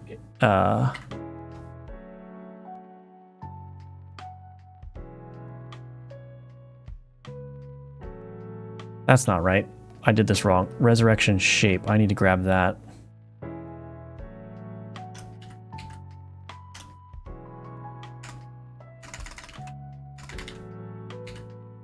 Okay, that makes more sense. Resurrection shape dot disabled is equal to false. Okay. And then on release, so we're going to do this. Is resurrecting equals true there. Start resurrection. Is action released. Func end resurrection. Equals true. We can set the radius. We don't need to set the radius. We don't need to queue free. On this tween, now I got to store a reference to that. Var resurrection tween.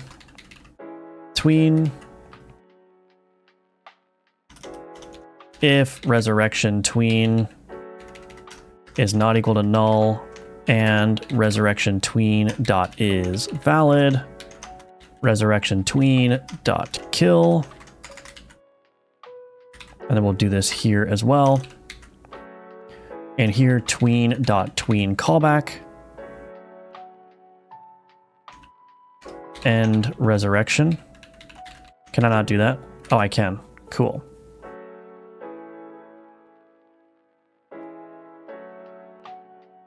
If is resurrecting. End resurrection.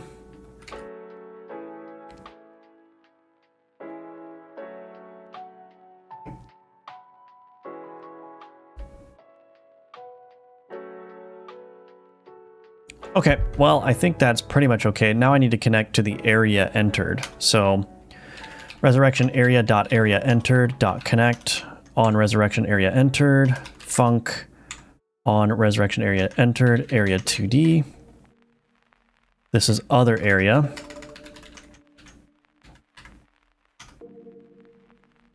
And then I'll do this. Var corpses array node 2D. Maybe I should actually make this a class name. Corpse. We'll do a func resurrect in here. We'll just pass for now. If other area dot owner is corpse, corpses dot append other area dot owner. I think that's basically it. And then in end resurrection, what I need to do is iterate over all those. For corpse and corpses, if is instance valid corpse, corpse.resurrect, yes.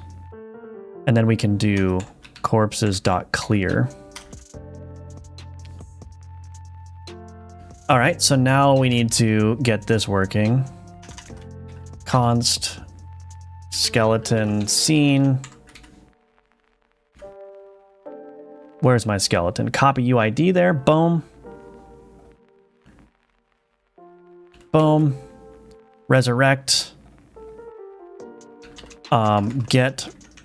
So let's do this. Var skeleton is equal to skeleton scene.instantiate as character body 2D. Skeleton at global position equals global position. Get parent add child skeleton. Queue free. All right. Any bets on if this is going to work? We want to do editor or debug visible collision shape so we can actually see what's going on. All right. Any bets? Any bets? What's the Sprite plugin you mentioned? GASPI. Is there an error here? I think we're okay. What extensions you use for VS Code? Just the Godot extensions, really. That's the only relevant ones. Hello, Quebble. Welcome. Great to see you here. Welcome, welcome. Can you have custom bot commands? Because using that, people can just post a command snippet in the chat to see what extensions you're using. I probably could. I just haven't. I don't usually have this many viewers, so it's not something that's hard to manage.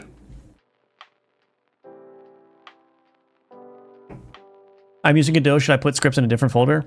The organization is really whatever feels most natural to you.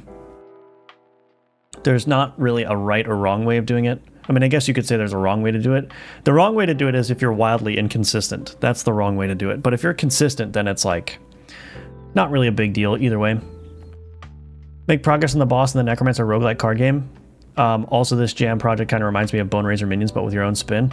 Thank you, John Kuboy. Welcome back to the stream.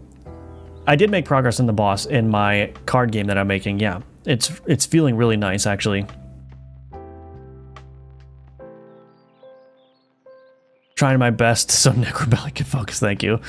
For my game, I need to make 50 characters that all look different enough that you can see the differences easily, so that's going to probably take a while. Oof. Yeah, that's going to take a while. No doubts without testing. I'm not sure if I understand what you're trying to say, Adam. I have a good feeling it's going to work. Okay, okay. Do you think class name and GD should be created carefully, or the performance impact is not really relevant? I don't really think it's the performance impact that's a big deal. It's the fact that you can't namespace your class names. So the class names have to be unique, which has bitten me a couple times because I'm like, oh shoot, I called these two classes basically the same thing. And so now I need to rename one of them. But I don't know if the performance concerns are really an issue.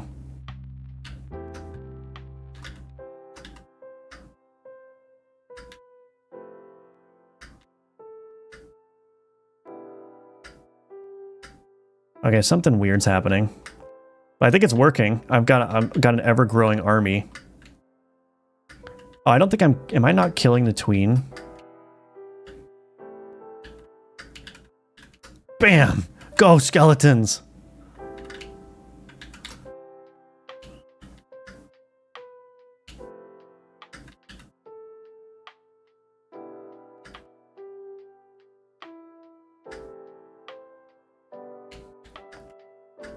Obviously, I'm probably going to want to stop moving, but there's something wrong with the area here.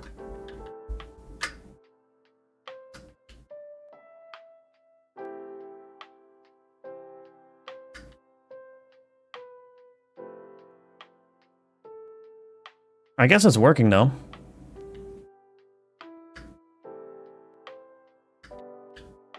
Bam! Go skeletons! Go skeletons! Go skeletons!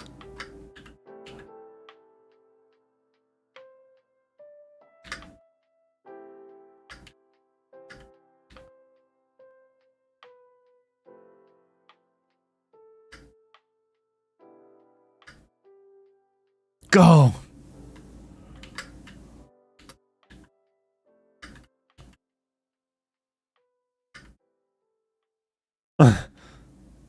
There's just a villager caught in the middle. Oh, that's funny. I'm unstoppable.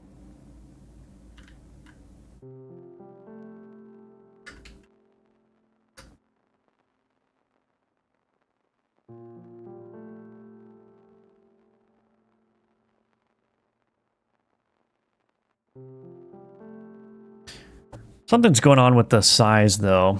I don't know what's going on there.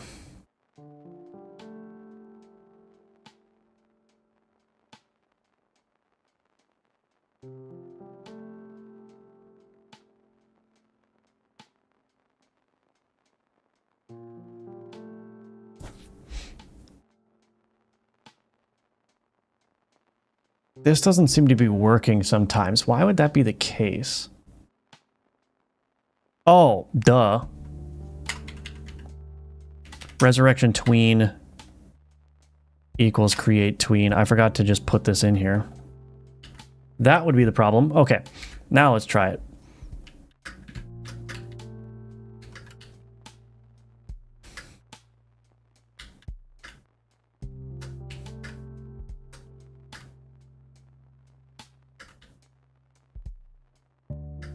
Honestly,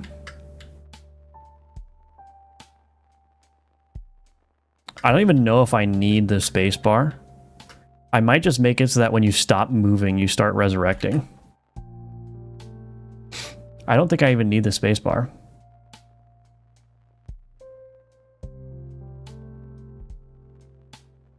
Let me try that real quick.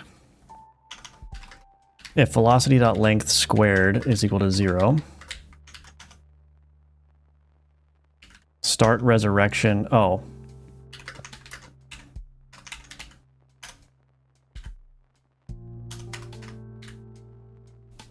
Let's see what that does.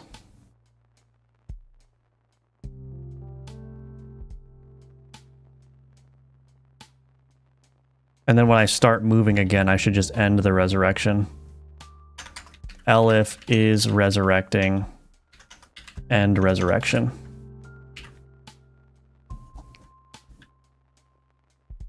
What the heck?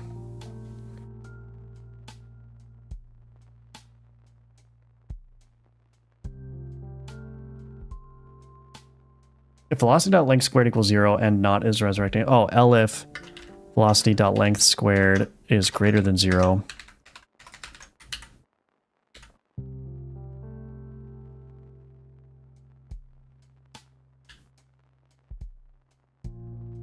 Oh yeah, that feels much more natural.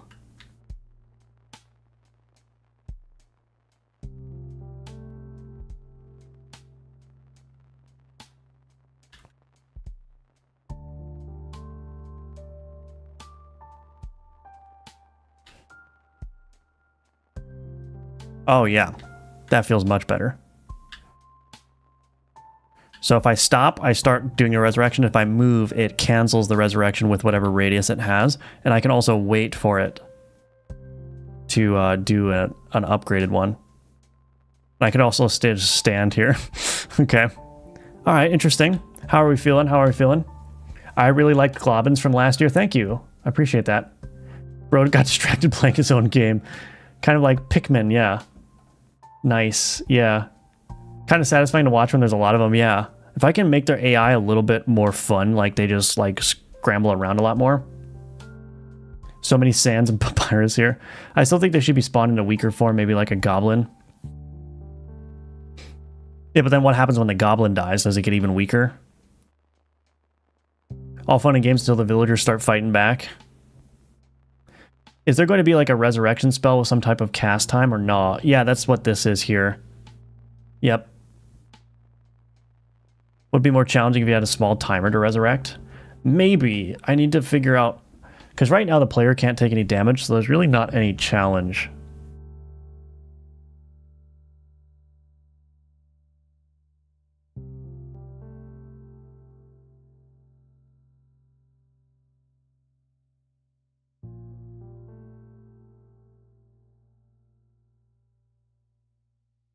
Right now the villager can't take any damage. Let me try something.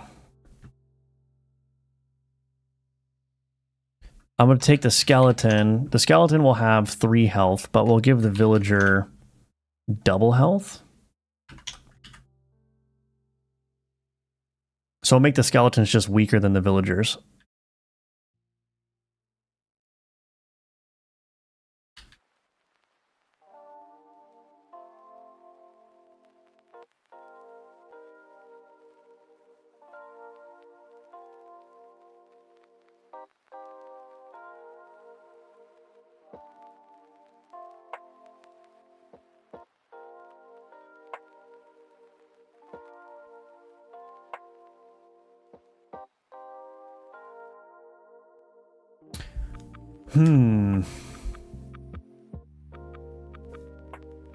There's not really an element of challenge yet.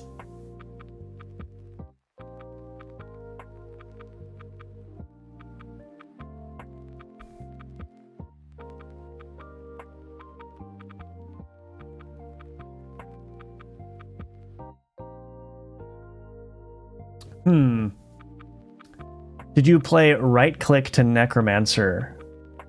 It's a free game with a similar premise to this. It is?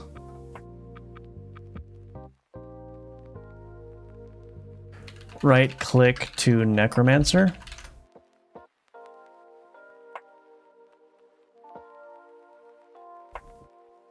Oh, interesting.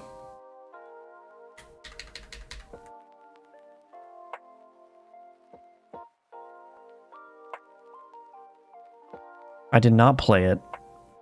Right click to Necromancer. Interesting. Okay.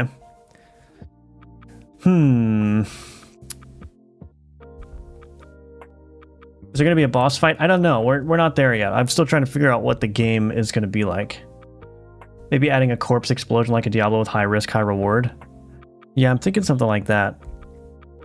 I'm almost thinking maybe the villagers shouldn't drop corpses, although that doesn't make much sense.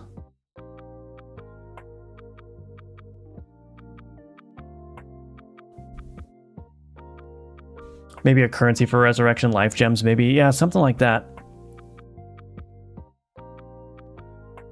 Is the bubble around the corpses a debug thing? Yeah, I have collision shapes being rendered because the resurrection ability is a collision shape, so I just wanted to make sure that it was growing in accordance with what it should look like. But if I turn off visible collision shapes, this is what it looks like now. So I would need to add like an appropriate effect for sure. Although this is feeling pretty decent now. Yeah, actually. Okay. So I made the skeletons much weaker than the villagers. And if I make the villagers go at the player and the player has health. Oh, and I just got into a situation where I don't have any skeletons. Okay, wait a minute. My worry is that so if I only have...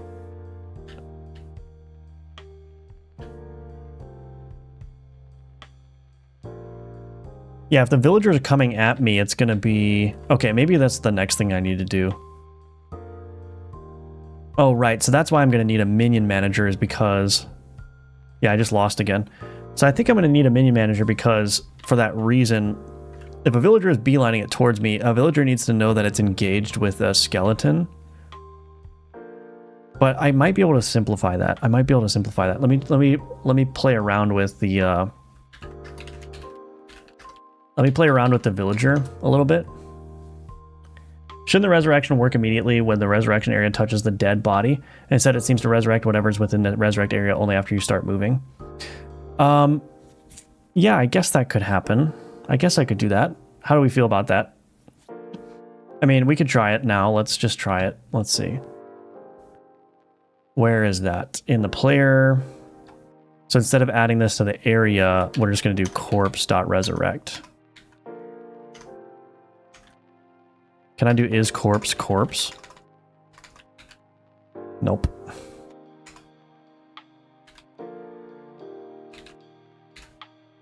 Let's try that.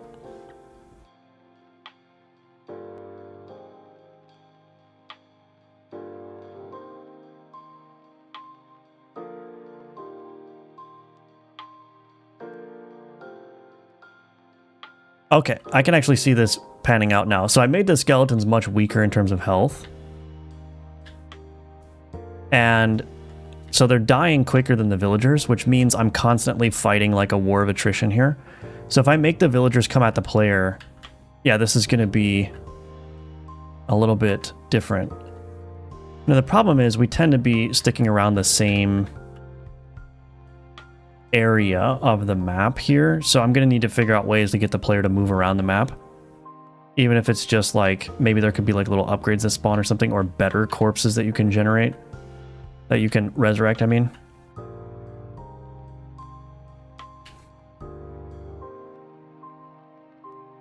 But yeah, I like the idea of using skeletons as currency, so that may help with the snowballing if you have to spend some skeletons. Like, I'm trying to keep it very narrowly, like, just lean into one mechanic, like the minions, you know what I mean?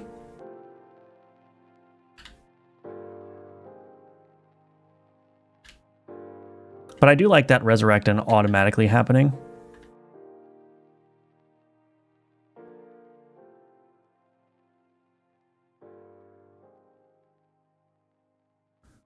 How do we feel about the automatic resurrection? How are we feeling about this generally?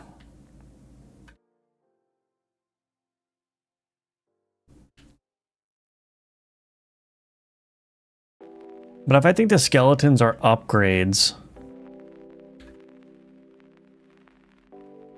or used as currency, I think that could be interesting. Or if you could, like, spend skeletons to make a stronger minion.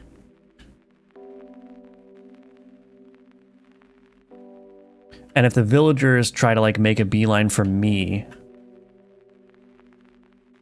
then that could be something else as well. And maybe there could be AoE attacks that affect your skeletons. Maybe that would be the thing to do. So one thing to prevent the player from staying in the general same area of the map is to have AoE attacks where you have to, like, move your skeletons out of the way like this.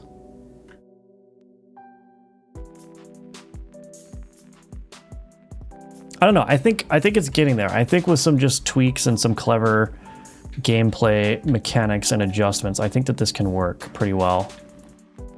Even now, I'm having a tough time just keeping my minions alive. Like, it keeps dwindling down quite a bit. Let's see what you guys are saying, though. It looks like an incremental game now. I'm currently making a game for the jam, but how does looping come into play for this? I'm not going to steal your idea. I just want to hear some other people's interpretation. Well, the looping here is that you're just constantly re-resurrecting things that are dying. Character variety could be interesting. Yeah, I agree. Variable from max res, so it can only res same corpse X times for added difficulty. That could work. Maybe only a chance to drop a corpse.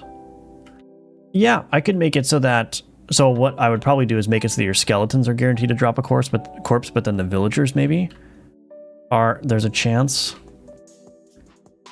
As long as your minions cannot be resurrected, the lose condition is running out of skeletons. Yeah. How do you plan to optimize many entities, or do you already do it? I'm not going to. We're just going to see how it works with... The good thing is that they're not using pathfinding, so I should be able to do quite a few of them.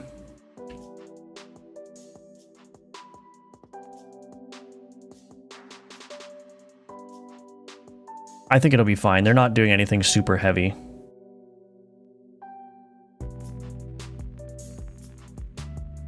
Use life to resurrect. Either use corpse to heal back or summon skeleton. That also encourages keep moving so you can be at 1 life running around. I think you should destroy skeletons if they die and make new skeletons from villagers.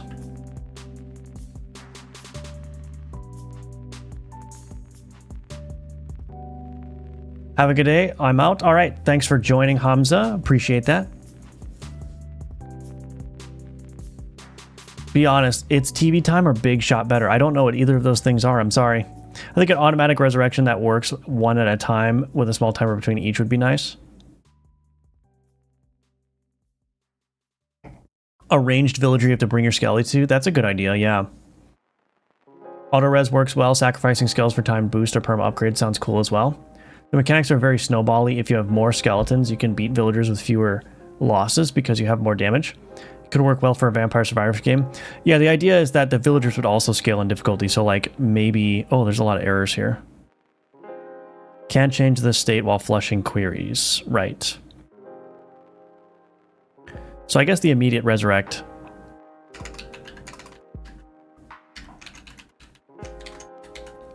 I guess the immediate resurrect worked well. So let's just get rid of this.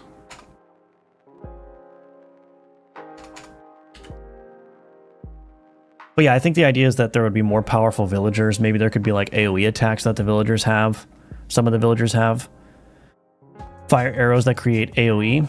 City walls at the top with a gate that spawns enemies. Trebuchet shots from all over the wall you dodge. Oh, interesting. Boomerang enemy would be cool for area damage enemy type. Also, could player have spells to defend itself too? Necromancer invading villages. Oops, we're the bad guys. Thanks to this auto-resurrection being immediate, you could also avoid the situation where the corpse disappear while the resurrection area is active. But the resurrection is not finished yet. Yeah. What time is it here? It is 5:30 p.m.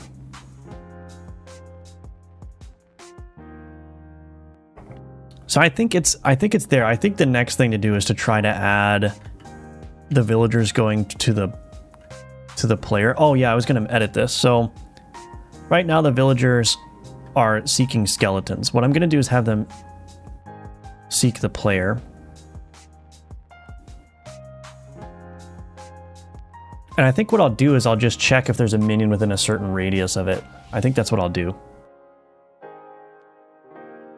So target, character body 2D.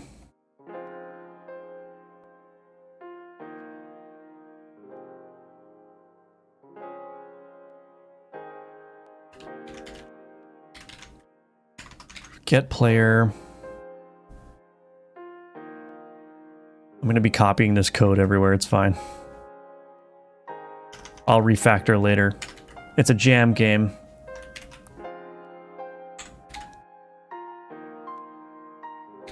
So we'll set the player to the target. We'll set the target to the player by default, but then we'll loop over the minions and we'll see if any minion is within a certain radius. We'll get rid of this fudge number. If minion.global position to distance squared to global position is less than POW 16.2. And we'll just take the first one that's within 16 radius. I'll set the current target to target. Okay. So now the villager should be coming at me.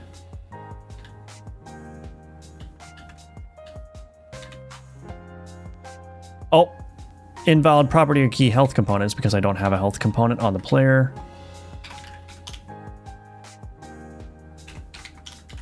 Set the player health to 100.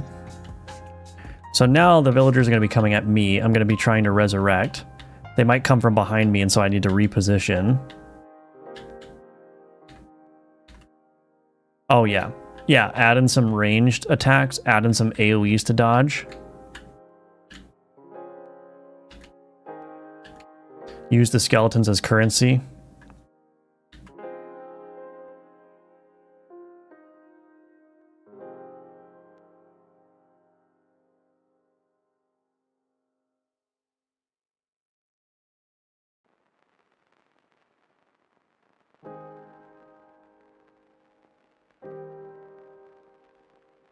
Add some more interesting movement mechanics to them, so they move around a little bit more interestingly.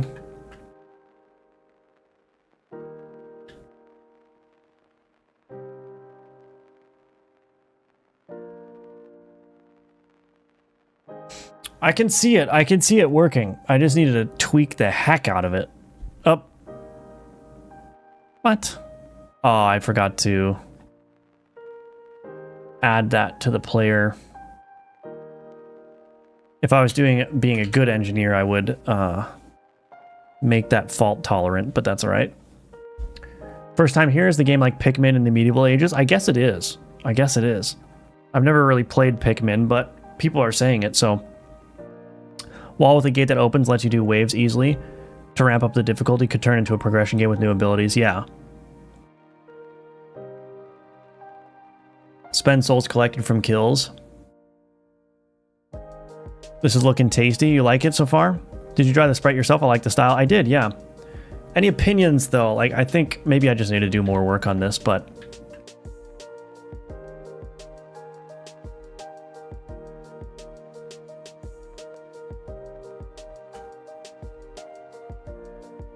I almost wonder if I should make the skeletons even weaker. Just give them, like, really low health.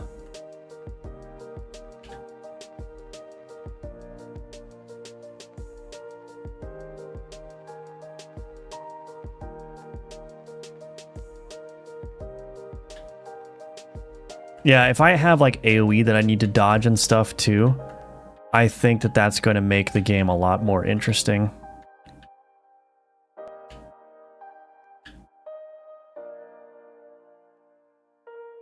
I think right now, yeah, it's just a little bit too easy to snowball, which is fine if I introduce the ability to spend skeletons doing something. I could even introduce abilities like being able to explode skeletons, although I don't know why you would ever do that.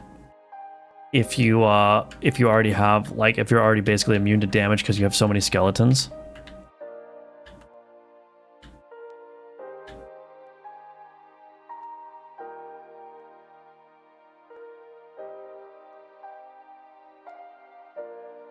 What happens if I increase... Right now I'm just kind of messing around with this. What happens if I increase this spawn timer? If I double the spawn timer... Obviously the spawn timer will change depending on the level, but... Ah, okay, I got overwhelmed very quickly there.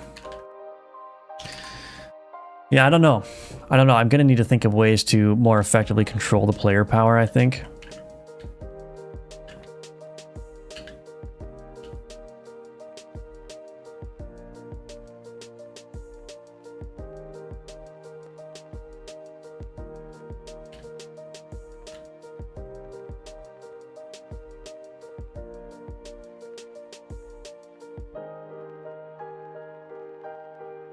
Yeah, I don't know.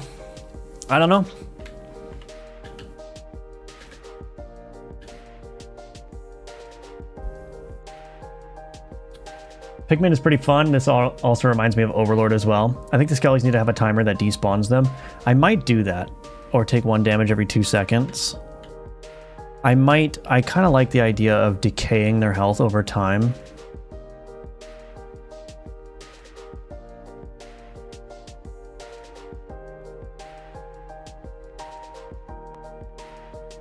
And I might spread them out more. Maybe the problem is they're too grouped together. If I increase this minimum leash distance, or if I increase this to 96, if I make them spread out more, and they're targeting the villager that's closest to the player as well.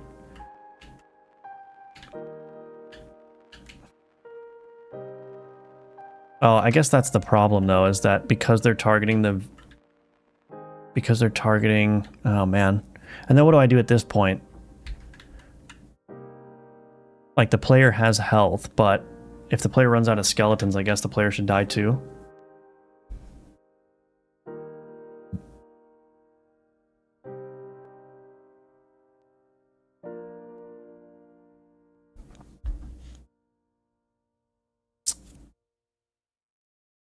If the skeletons are always targeting the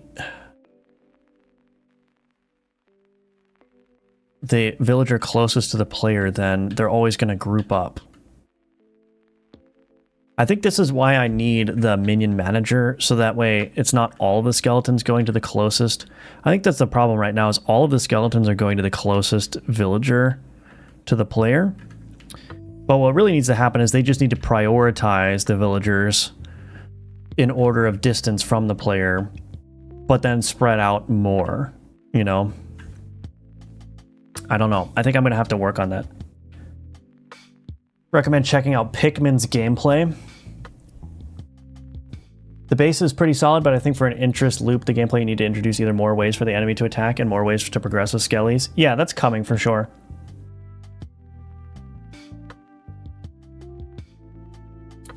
Yeah, I think it's almost there. I think I just need to really nail down the skeleton behavior, make them spread out a little bit more. I think that's going to make it more interesting to jump around and resurrect things. Part of the reason why it's too snowbally right now is that everything's just dying in the same place, and so it's very easy to resurrect like 5 skeletons at once. But you could imagine a different scenario where the skeletons are a little bit more spread out, and so now it becomes an optimization problem where, okay, there's 3 corpses here and 2 corpses over there and 1 corpse here. I'm going to try to stand here so I can get like 3 or 4 of them, I don't know.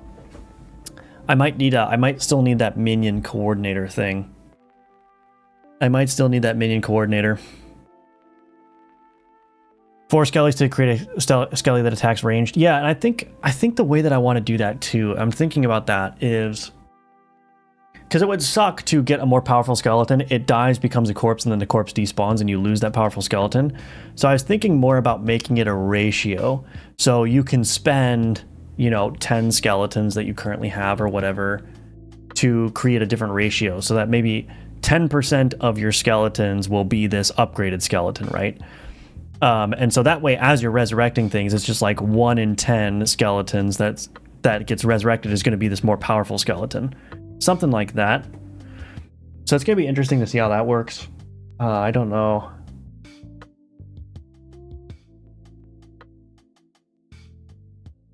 Yeah, I think it just needs some like fine tuning. It needs some tweaking. It needs some more clever design elements. But I think I can get the game to work with basically just the resurrection mechanic and moving around. Like, that's what I'm trying to do, is like everything should just revolve around resurrecting and moving around, and then the other gameplay systems will just be based on how many skeletons do you have. You can use the skeletons as currency. As you resurrect things, depending on the ratio of powerful different skeletons you have, they'll be resurrected.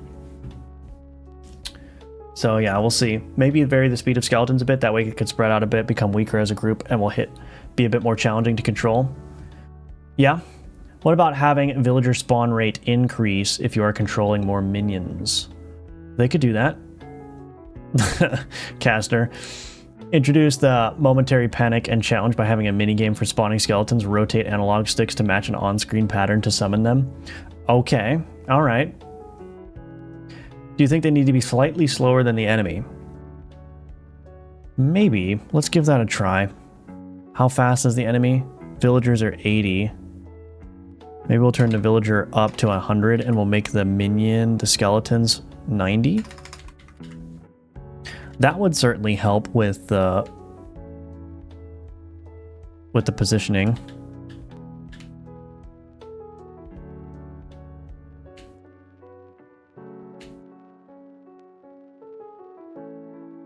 Yeah, if they were spreading out more, this would be a little bit more challenging. I think I need to do that. I think I need to implement a system for that.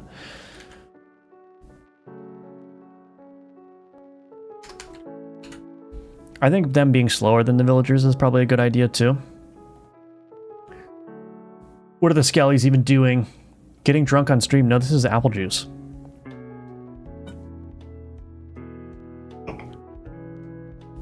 Mance are not paying them as much. I love the stream, but I will have to leave for work and not procrastinate. Yeah, I feel that. Yeah. Thank you for coming, though. Appreciate you being here. What if weaker common skeletons are focused on the center of the viewport and stronger skeletons being on the outer corners of the viewport? That would be an interesting idea, yeah. So you have to do this game in 3+ days. Yeah, it should be plenty of time. I'm not worried about it. How is your color... How is it you color different colors for your file structure? That is... Yeah, you can just... In Godot, you can set the folder color here. I assume that's what you mean. New project. This is GMTK, so this is just a temporary game jam. I have not abandoned my previous project. That's for sure. How about a level for skellies? Longer they stay alive, more kills per skelly. I mean, that's a good idea. The problem is, like, what happens if a high-level skelly dies? Do you get to resurrect him, or do you just lose that skeleton forever? And then how do you identify corpses that are higher level? You know what I mean?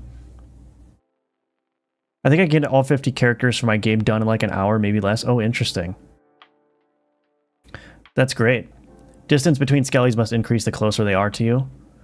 Yeah, something. I think if I have a manager, basically what the way the manager would work is it would evenly distribute the skeletons to all of the villagers that are in the vicinity of the player. And so you would have one skeleton go to the closest villager, and then another skeleton go to the second closest villager, and then another skeleton go to the third closest villager, so on and so forth. And then you would just double up skeletons if there are more skeletons than villagers, or there would always be a villager getting through the defenses if there are more villagers than skeletons. I think that would naturally cause them to spread out, and it would also create more of a interference pattern, because again, right now, I think they just all go to the closest villager. Oh, well, they died. Oh no, I lost my skeletons. No! I'm gonna die. I also have to think about the lose conditions, like... Yeah, I don't know. Do you have any videos over general project structure organization? I do not, no, but it's a common request, so I may do it. What if after they kill a villager, there's a cooldown period where they wander in a random direction before they can target villagers again?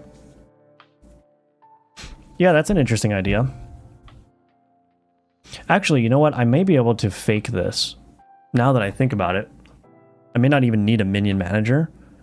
What I could do is... So it's choosing an enemy that's closest to the player.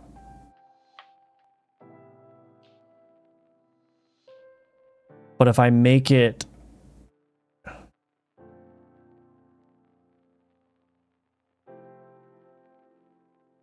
I could choose a random... Okay, hold on. I have an idea.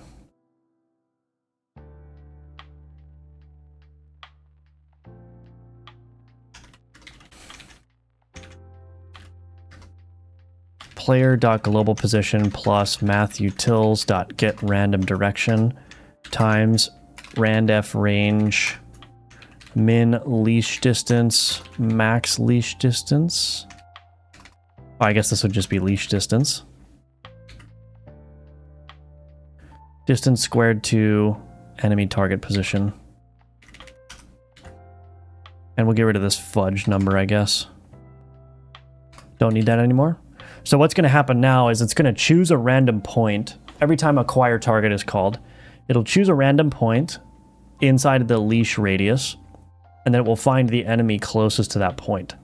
So it's kind of going to distribute them around, but it could still potentially leave open the possibility of holes in the defenses. And also, the problem though is that's going to cause them to change targets too often. So I think what they need to do is... Maybe they should just stick to a target until that target is dead. Player target position, enemy target. If... Hold on a second.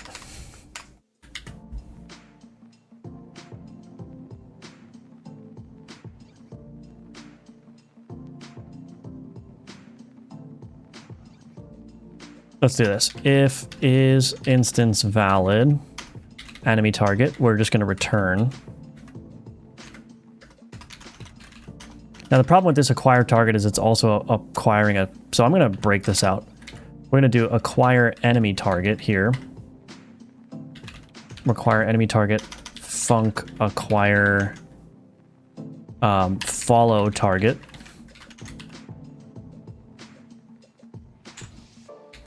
Okay. We still need the player in here. So it's not going to acquire a new enemy target if it has a valid target already. On target acquisition timeout, we're going to do acquire player target, acquire follow target, and then acquire enemy target.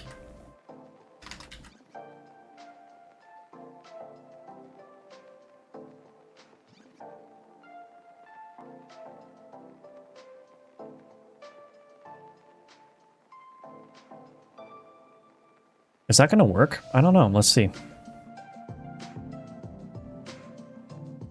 So now they should stick to the target that they acquire. Oh.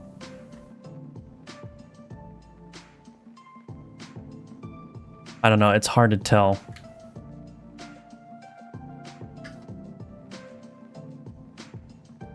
My skeletons are dying too quickly.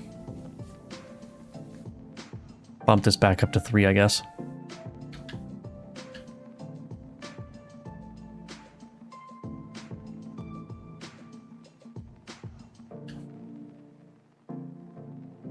That's not really working the way that I want it to. Maybe I do need to increase the range. The leash distance.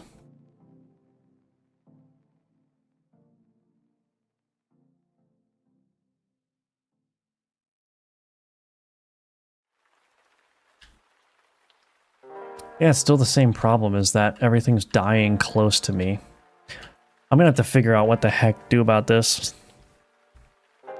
And now I'm just back to snowballing. Wow, this is gonna be difficult. This is gonna be very difficult. Skellies always wander randomly but stick close to you only if you get a short distance. Only if they get to a short distance from you. Would make that run around a lot. Skellies always wander randomly but stick close to you only if they get to a short distance from you. Oh, I see.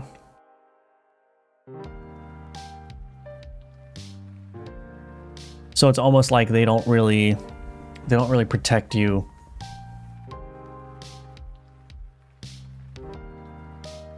All right, I'm gonna try something a little bit radical here. I think. Let's do this instead. Instead of having the skeletons stick close, let's I'm gonna have all this minimum leash distance stuff. Okay, here's what I'll do. 1,000 minimum leash distance. Yeah, 1,000, 2,000. Then in here, enemy target, if instances, oh, here. Yeah, we're gonna get rid of, well, I should probably stash this.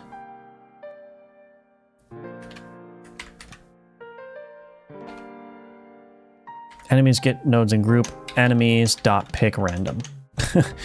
Enemy target is equal to enemies dot pick random. That's all it's gonna do when it's acquiring a target.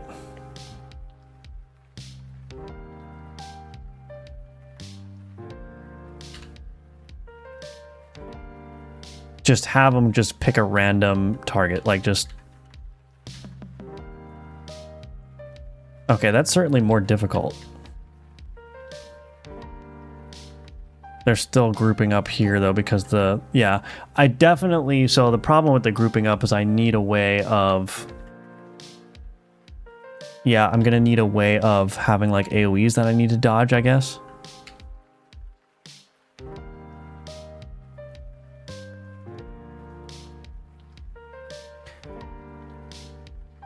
Okay, now they're splitting up quite a bit.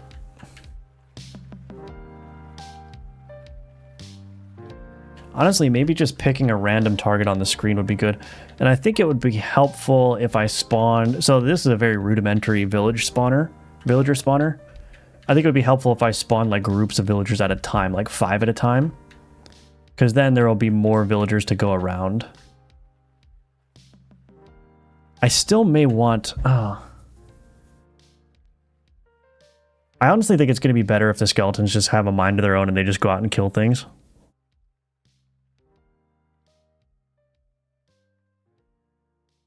It's probably better than having them stick close to the player. I probably will still need a manager though, because like as these are spawning, they just, oh, there's only one enemy, so pick random just makes them go to that enemy. But as enemies are introduced into the level, I want some of the skeletons to break off of their current target and go spread out more. So I'm definitely probably still going to need that minion manager. But yeah, I think maybe I was overthinking it. Maybe the skeletons can just go off and do their own thing. I don't know. What do we think? Hello, Rin. There should be a minimum distance from the skellies to you so that they aren't smothering you. And if the enemy crosses that line, you have to move. Ooh, that's a good idea. There should be a minimum distance from the skellies to you so that they aren't smothering you, and if the enemy crosses that line, you have to move. Yeah, that might work. That might work.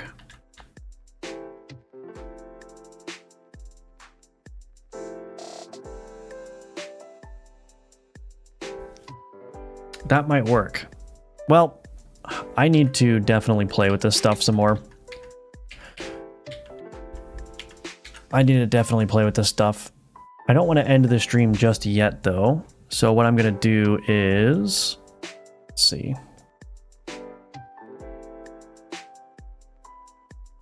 I think what I'll do is maybe I'll just draw something for the remainder of the stream. Oops.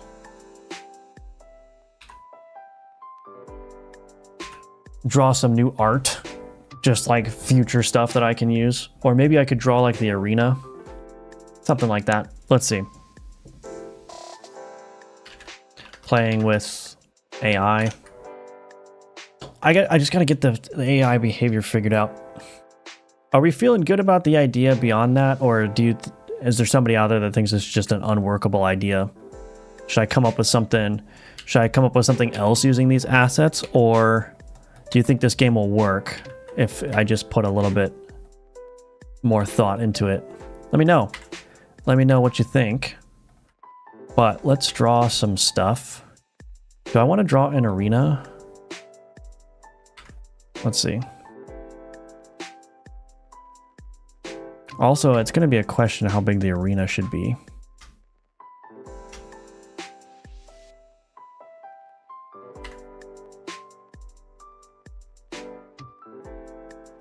That's probably a good size.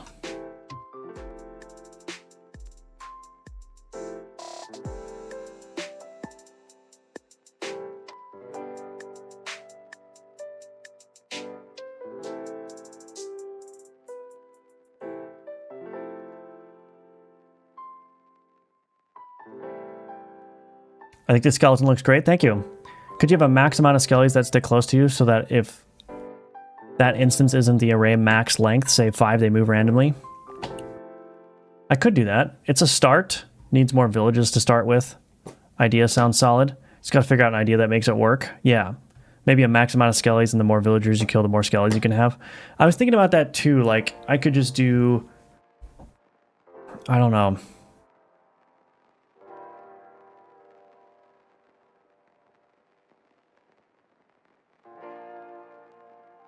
I don't know.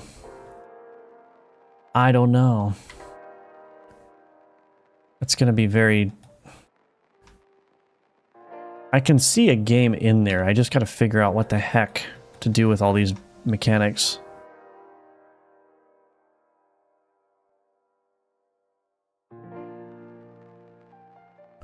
Idea's cool, just need to tinker with it a little. I think so. Working on my game 2 at the moment. What Godot extensions are you using for VS Code? Just the typical Godot tools one. NVIDIA driver on Linux just punched you again. Hello. Hello. I'm sorry to hear that. Okay, let's see.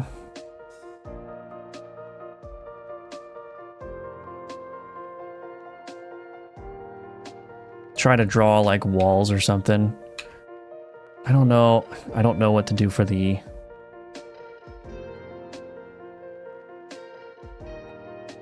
for the little arena either. Just do a typical brick wall, I suppose.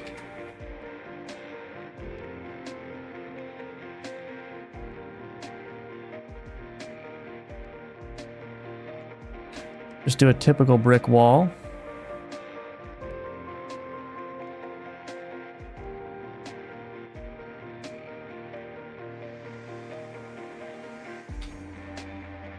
Kind of like that better, actually.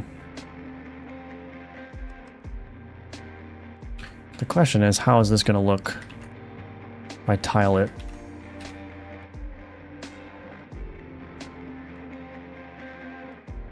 Doesn't look terrible, I suppose.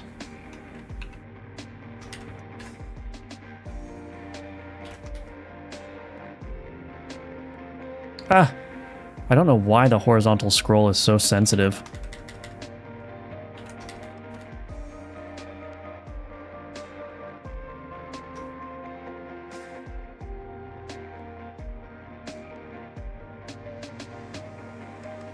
Maybe we'll just get this into the game and we'll see what that looks like.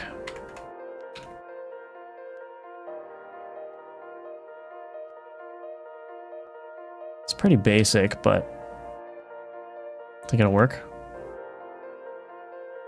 That's too bright. That's too bright.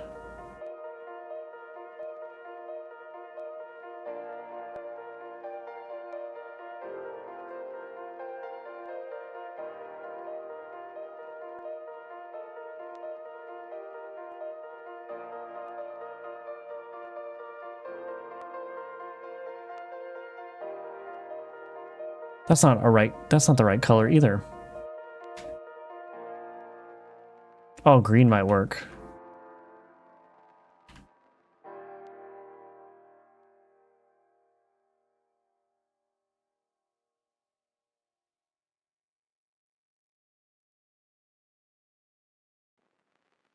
No, maybe not.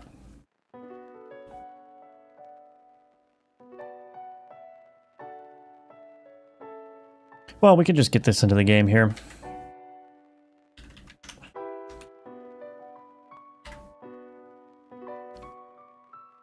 Selected layers.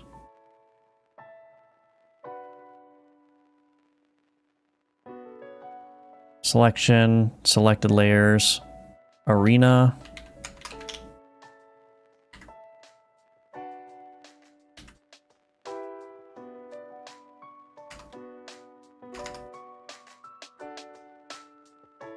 Oops.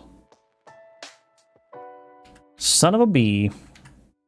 Oh my gosh, that's so frustrating. Okay. It's fine. It's fine. I will worry about making this pretty later. What does this look like? So you imagine a little arena here. Of course, with colliders and whatnot.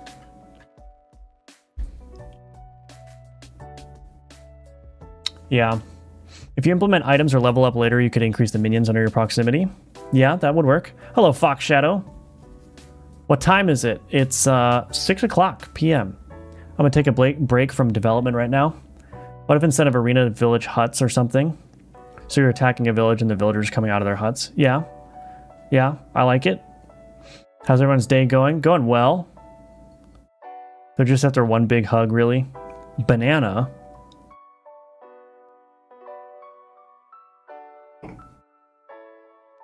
Okay. Yeah, I need to give this a rest, I think. I need to give it a break, get some food in my system, take a break from it for an hour or two, come back to it, think about what I'm doing. So, not going to quite make it to the 5 or 6 hour marathon that I thought I would, but we almost got to 5 hours, so 4 hours and 40 minutes is not bad. It was fun. I will definitely be streaming again tomorrow. Probably will stream at the usual time for the GMTK jam, which is 10 a.m. Eastern. So yeah, that'll be it for the stream tonight. Thank you everyone for watching. Thank you for your ideas and your suggestions. I think there's a game here. I just need to figure out what the heck is going on. And if, worst case scenario, I like the art assets that I've done. I like the color palette. So worst case scenario, I'll just come up with a different game idea that uses the same assets. So it's not a total loss. But I really do think that there's a game in here, and it's just got to figure out how to make it work.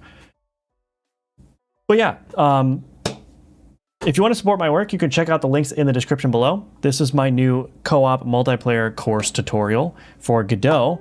It's a great way to support my work, and it's a great way to learn how to make online cooperative multiplayer games.